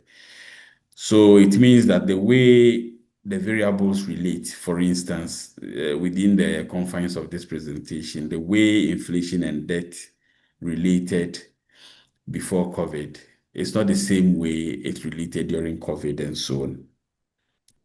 So what we need to know is that the economic framework does not give a straightforward relationship.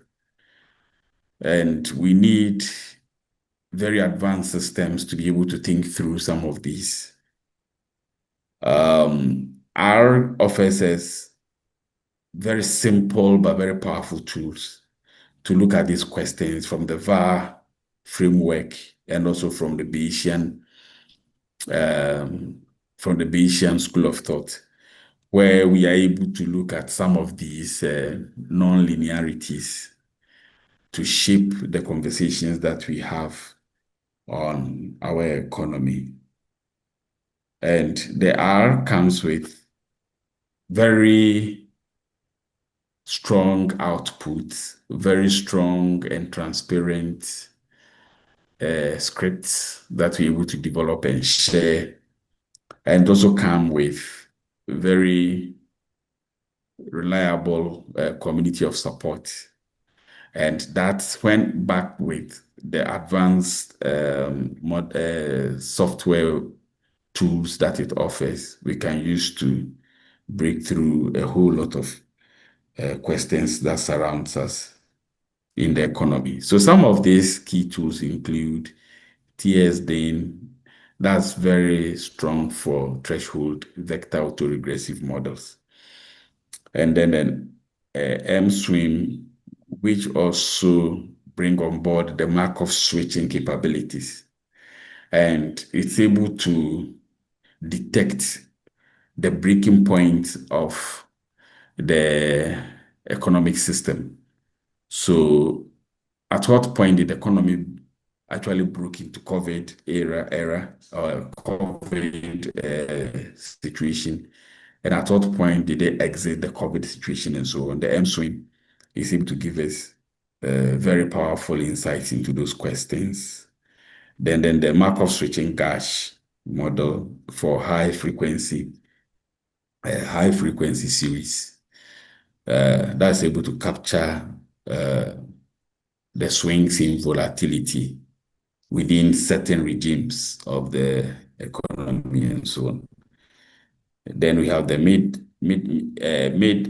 Midaser. I don't know how to pronounce it, but that's also very helpful in managing both high and low frequency given within one economic series. So when it comes to regime switching models, as I said earlier, we need to tell the stories very well of our system. Because one of the critical issues that we are also faced as a country is that the way the household, or let's say individual or private individual actors in the economy are connected in the macroeconomy is still problematic.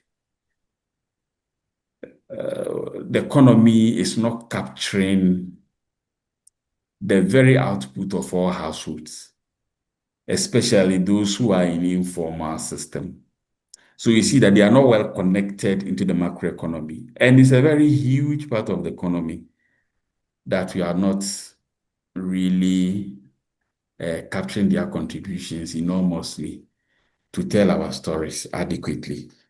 And we also have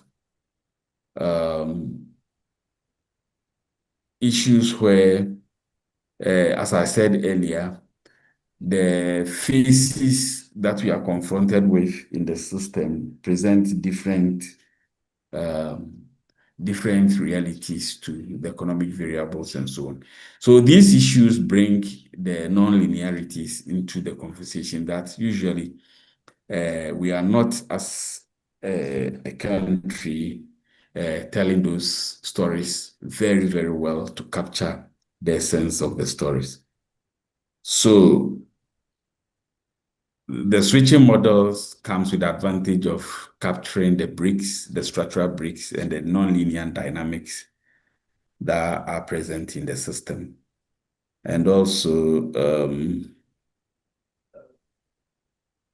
it assumes that, or the models assume that the series are generated from different systems, sometimes stable system to volatile systems, from volatile system to stable systems.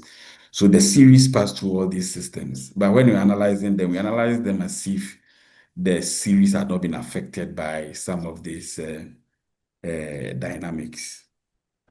So we usually present maybe one parameter estimate to describe an entire realization, for instance, about inflation in Ghana.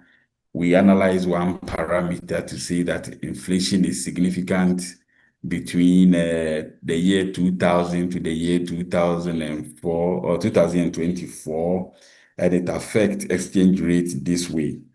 Meanwhile, from 2000 to 2024, we pass through the global melting down in 2008. We passed through doomsday in 2012, 2013, going forward. And then we passed through 2016 IMF program.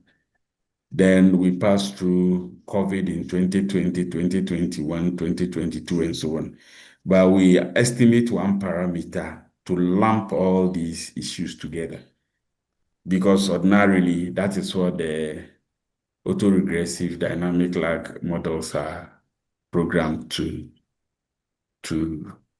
explain and so on. So it's some of the challenges that we are faced with. So we have a problem where the residents in the economy have different experiences, and the literature may also be talking about different experiences and so on. And then to a point that people will say, oh, this textbook or scholars, let them talk their scholar matter. But those of us who are in the economy proper, let us also talk our matter proper. You see that kind of discourse in the streets. And sometimes it's very interesting following that drift of the conversation. Okay, I've highlighted this. So I illustrated the use of this using R. It's not it's a work in progress. Let me put it that way. I've not finished, but I just had a thought and just developing the thoughts to illustrate the use of R to finding or to tell some stories in the on two variables and the way they affect each other, inflation and debt. And I took the data from Bank of Ghana's website to 2019 to 2024. So immediately onset of COVID to post-COVID. But it's a monthly data, so it captured some realizations, about 71 or so of them.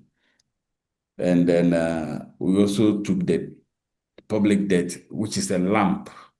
So you see the kind of challenges the way I took the series also affected the work. So I took a lump of public debt involving external debt and then the local debt put together. So that is also measured in millions of dollars. Then I went through these stages, prepared a large data set, and I will give you some tools to do that. And then you feed the linear model, and then you load the general Markov switching package, because that's what I use. The switching var couldn't hook the two variables very well, because coming from the way some of the variables in the series have been compounded, especially by lumping together the external and the local debt into one public, whatever, it affected the results. So I use the general Markov switching model package. Okay. And then you fit it, two regimes, what I use, the stable in 2019, and then the volatile section post-2019. And we view the model. Okay. Now, during the stable part, we saw that inflation was very persistent. So when inflation falls, it is persistent.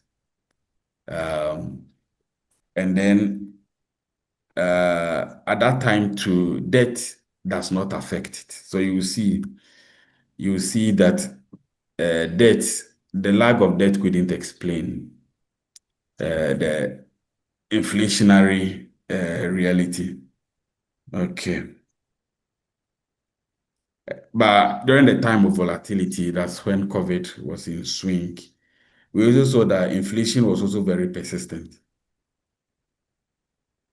Debt attempted to explain inflation, but it wasn't significant.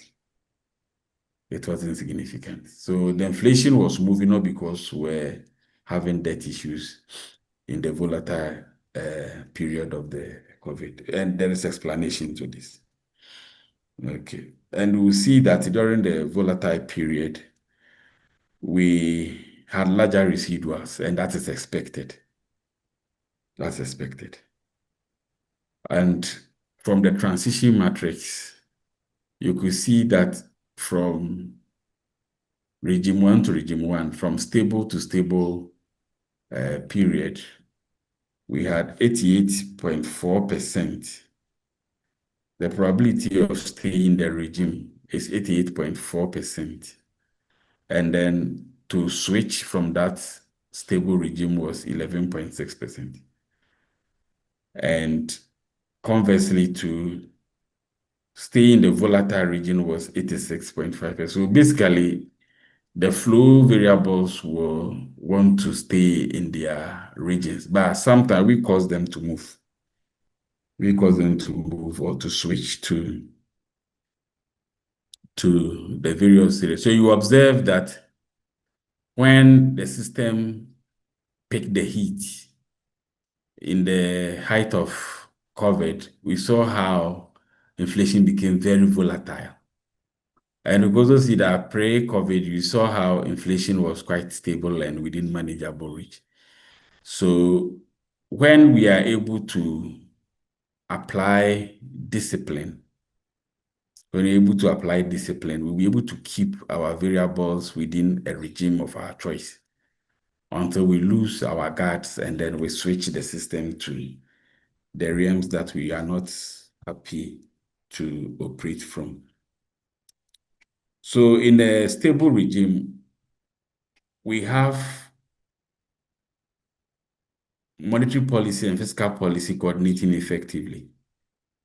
So the policymakers in the Ministry of Finance and the government and Bank of Ghana, you said they'll be coordinating very, very well. And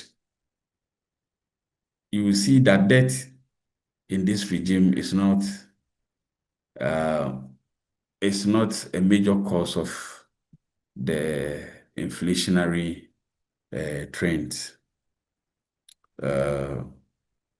Because maybe around this time we had concessional borrowing, and probably also we were trying to use our debt very well. And so we don't know. I haven't gone through the literature so much on this. So I don't want to worry so much on this one. Then in the higher or volatile regime too, we see that there were problems with our fiscal policies. We were unable to raise adequate revenue, and the few that we have to, we spend them like we are some rich people. But you see that Ghana actually has suffered from this spoiled child, spoiled child attitude. When we talk about spoiled child. Hello, Doc. Hello. Yes, yes. Yes, pause a while. We have an internet connectivity problem here. Okay. Can you hear me now? So we are not seeing your slides. So Karen, no, we are not seeing your slides at all. I'm talking through somebody's phone who is online. Oh, okay. So the slide please is not kindly sharing hold well. just for some Okay, few let me minutes. reshare. Let me reshare. Yes, Let me reshare. no, please pause. Recording in progress.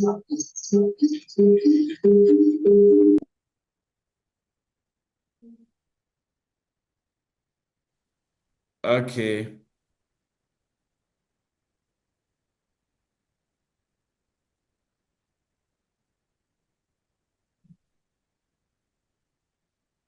You are back. Thank you.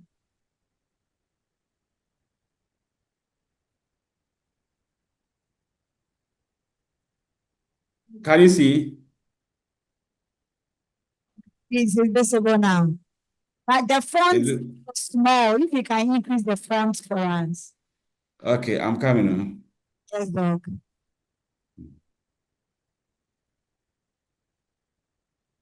Can you see now?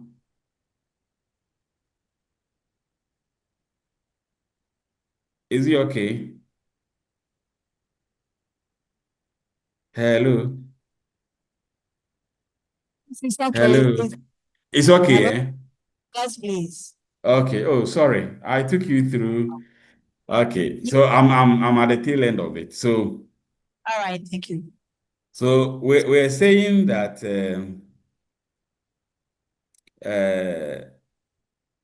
during the volatile period, we observed that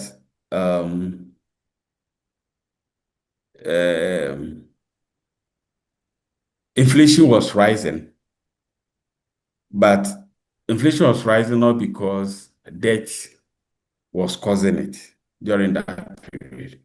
Maybe inflation was rising because fiscal policy had not been well managed. That's why I said we don't raise enough revenue in Ghana. But when we are spending our money, we spend it like we are some rich people. And I was making a point that from the onset of structural adjustment till now, we have been behaving like spoiled child. You know, a spoiled child. When those days when we were paying school fees at secondary school, you know, that some of us, our parents will give us our fees and we'll go and squander it. And then we'll come back to them and come and tell them some cock and bull stories to give us another school fees. So Ghana as a country has been behaving like that for quite some time. So it's some of those subcultures affect our inflationary experience.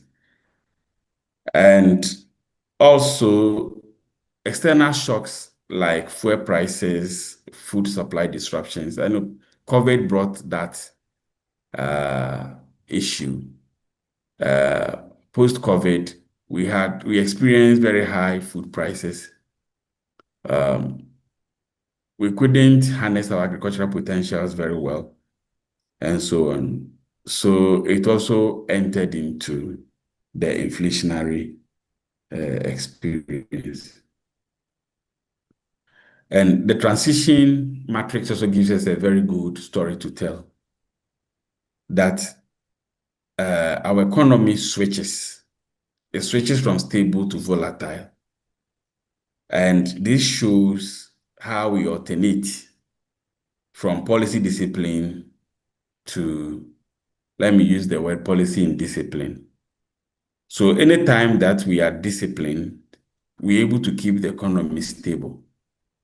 Then our appetite will rise for the bad decisions, sometimes because of electoral fortunes that we want, or sometimes because we are overexcited by little successes. So we take some kind of policy decisions that will end up spoiling everything that we have chalked in the past. Then IMF will immediately go and call IMF people to come. When IMF come and they are sitting in our policy offices, and some of them are sitting in Bank of Ghana, oh yes sir, yes sir, then we're able to do the right thing. Then the moment the IMF will leave, then we go back to go and cause the havoc to our own selves. And then we'll be going through these problems year after year or decade after decade. And that is what we have been doing to ourselves. Unless some people come from the northern countries to come and tell us that this is the right thing to do, that one we will do it. But if it is coming from our own selves, we will not do it. Okay.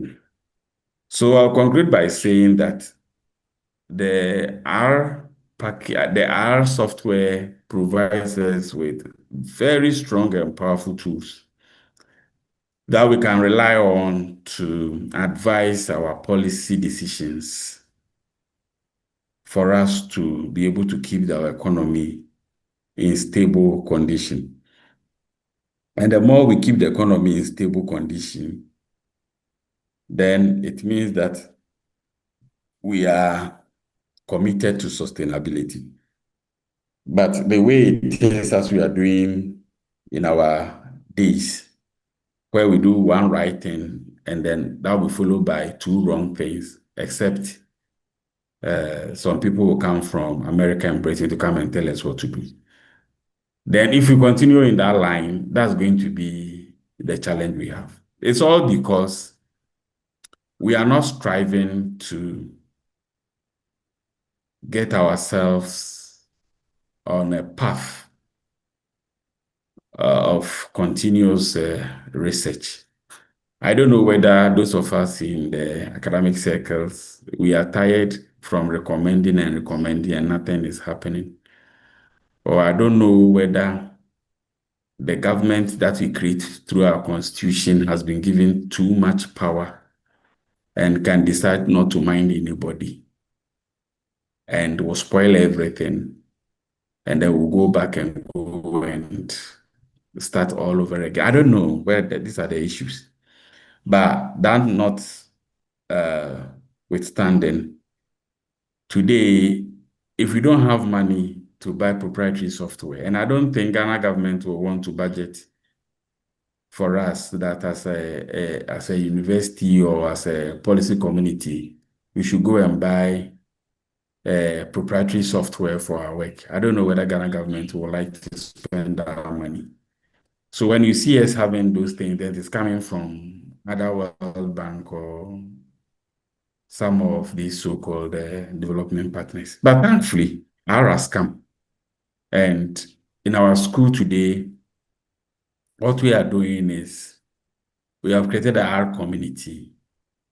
And I teach statistics, so I teach them based on the R, so that at least by the time they leave school, they can build on it. And if they're able to build on the R, we know that we'll have some candidates in well-placed areas of the economy who will be in a position to do committed evidence-based decision-making so that we can realize our sustainable growth as the topic wanted us to deliberate. So we'll end here. And I would want to say thank you very much. If there are questions or contributions, I'll be willing to have them so that we discuss the presentation. Thank you. Very much, Dr. Edmund Ayesu. We are grateful. Please, any question from those of us here and those online?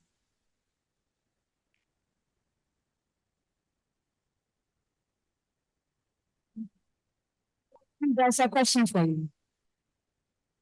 Okay.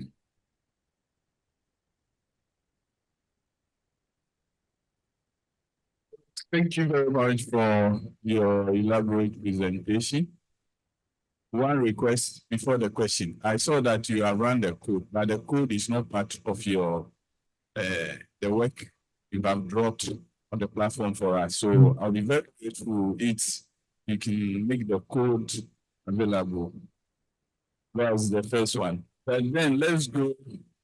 I have so much appreciated the analysis, but then I've seen that you dwelt on the lags of inflation and debt. Why?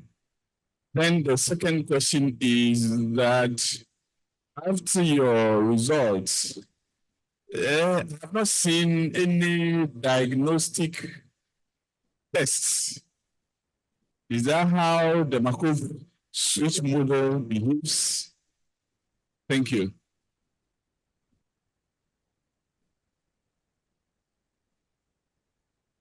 Okay. Are we taking more questions or I should answer them as they come? One question. Please, there's another one. So should I respond to this one? No, please hold on. Another one is being added. Okay.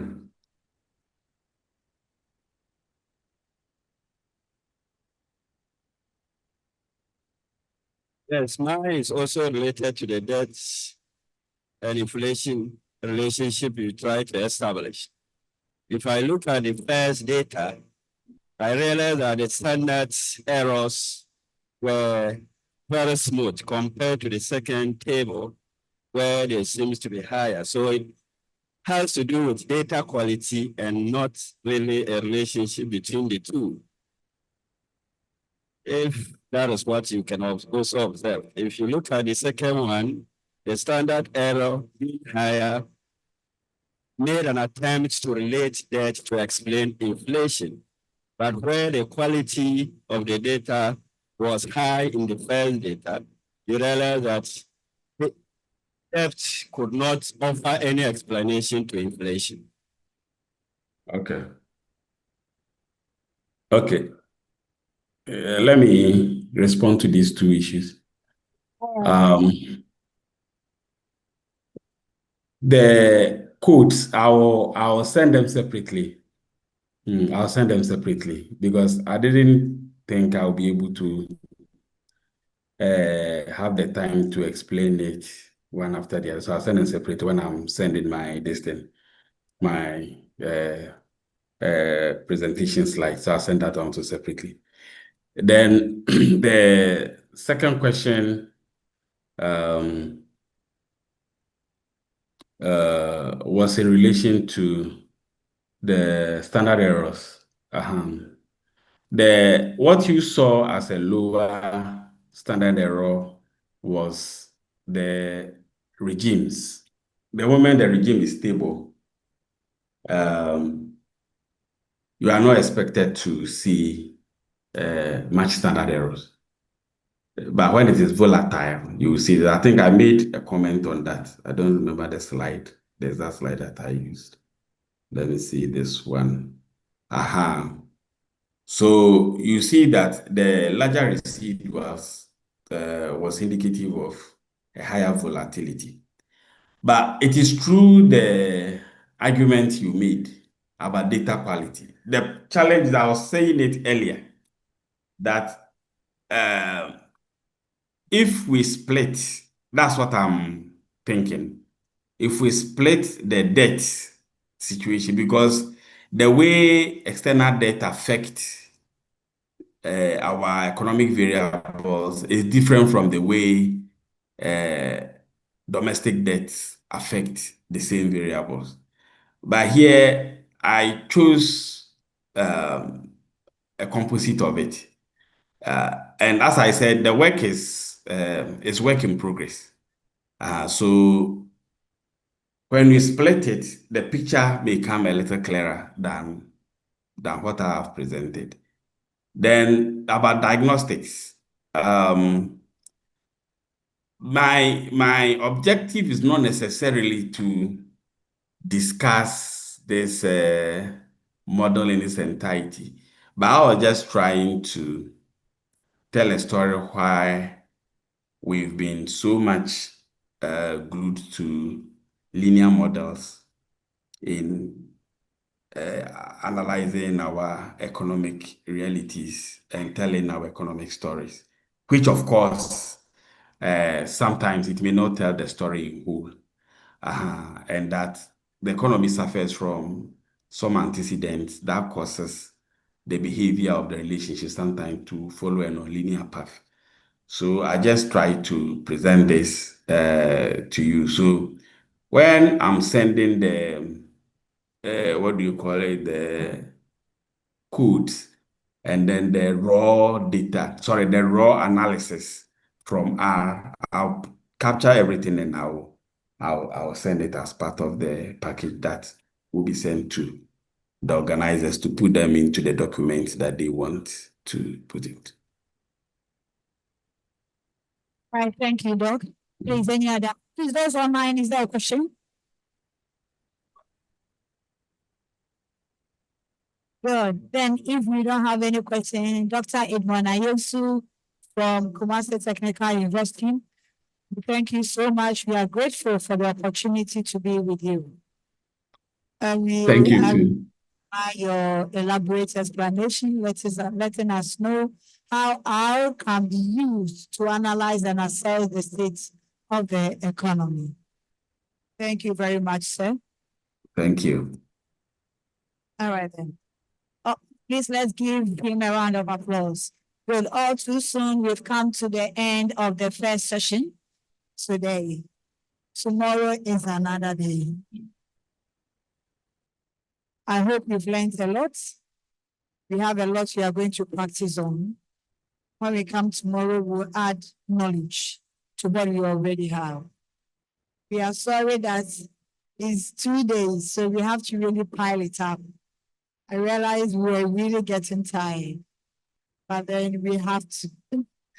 So tomorrow too, please, when we are coming, let's put on our energy gloves and boots for another lengthy presentation and discussion. But the most important thing, please, let us network. Don't come and go without getting somebody's telephone number or somebody's email.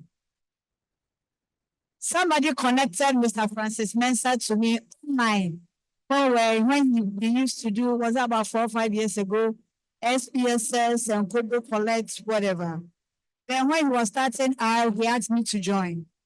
Only for me to come and join Global Surgery, you need to realize that they are the main sponsors for Ghana R. And then since they've been connecting.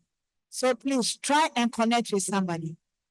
Because when you get somebody's number today, that person can get you somebody, and that somebody can get you somebody, and that's how we get to know some people.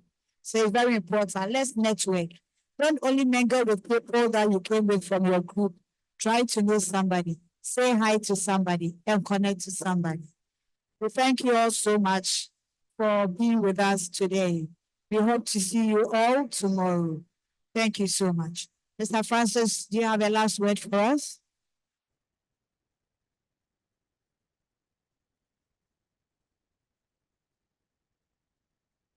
All right, then, Alaji Sham, we want you to give us a short prayer to close.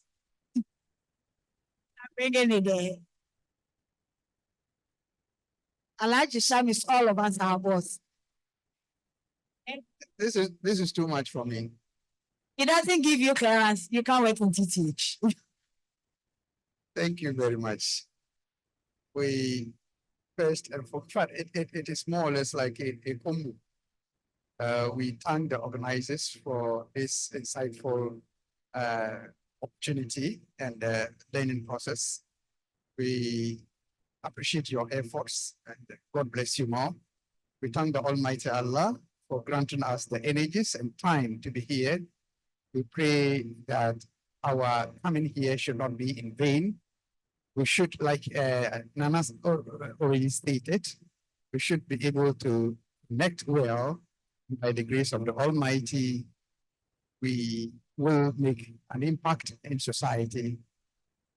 Without much, I say, Alhamdulillah Rabbil Alameen, Ar-Rahman Ar-Rahim, Malik Yawmiddin, Iyaka na'budu wa iyaka nasta'in, Ihdina as-sirata al-mustaqim, as-sirata allazina an'amta alayhim, غير المغضوب عليهم ولا الضالين. Amen.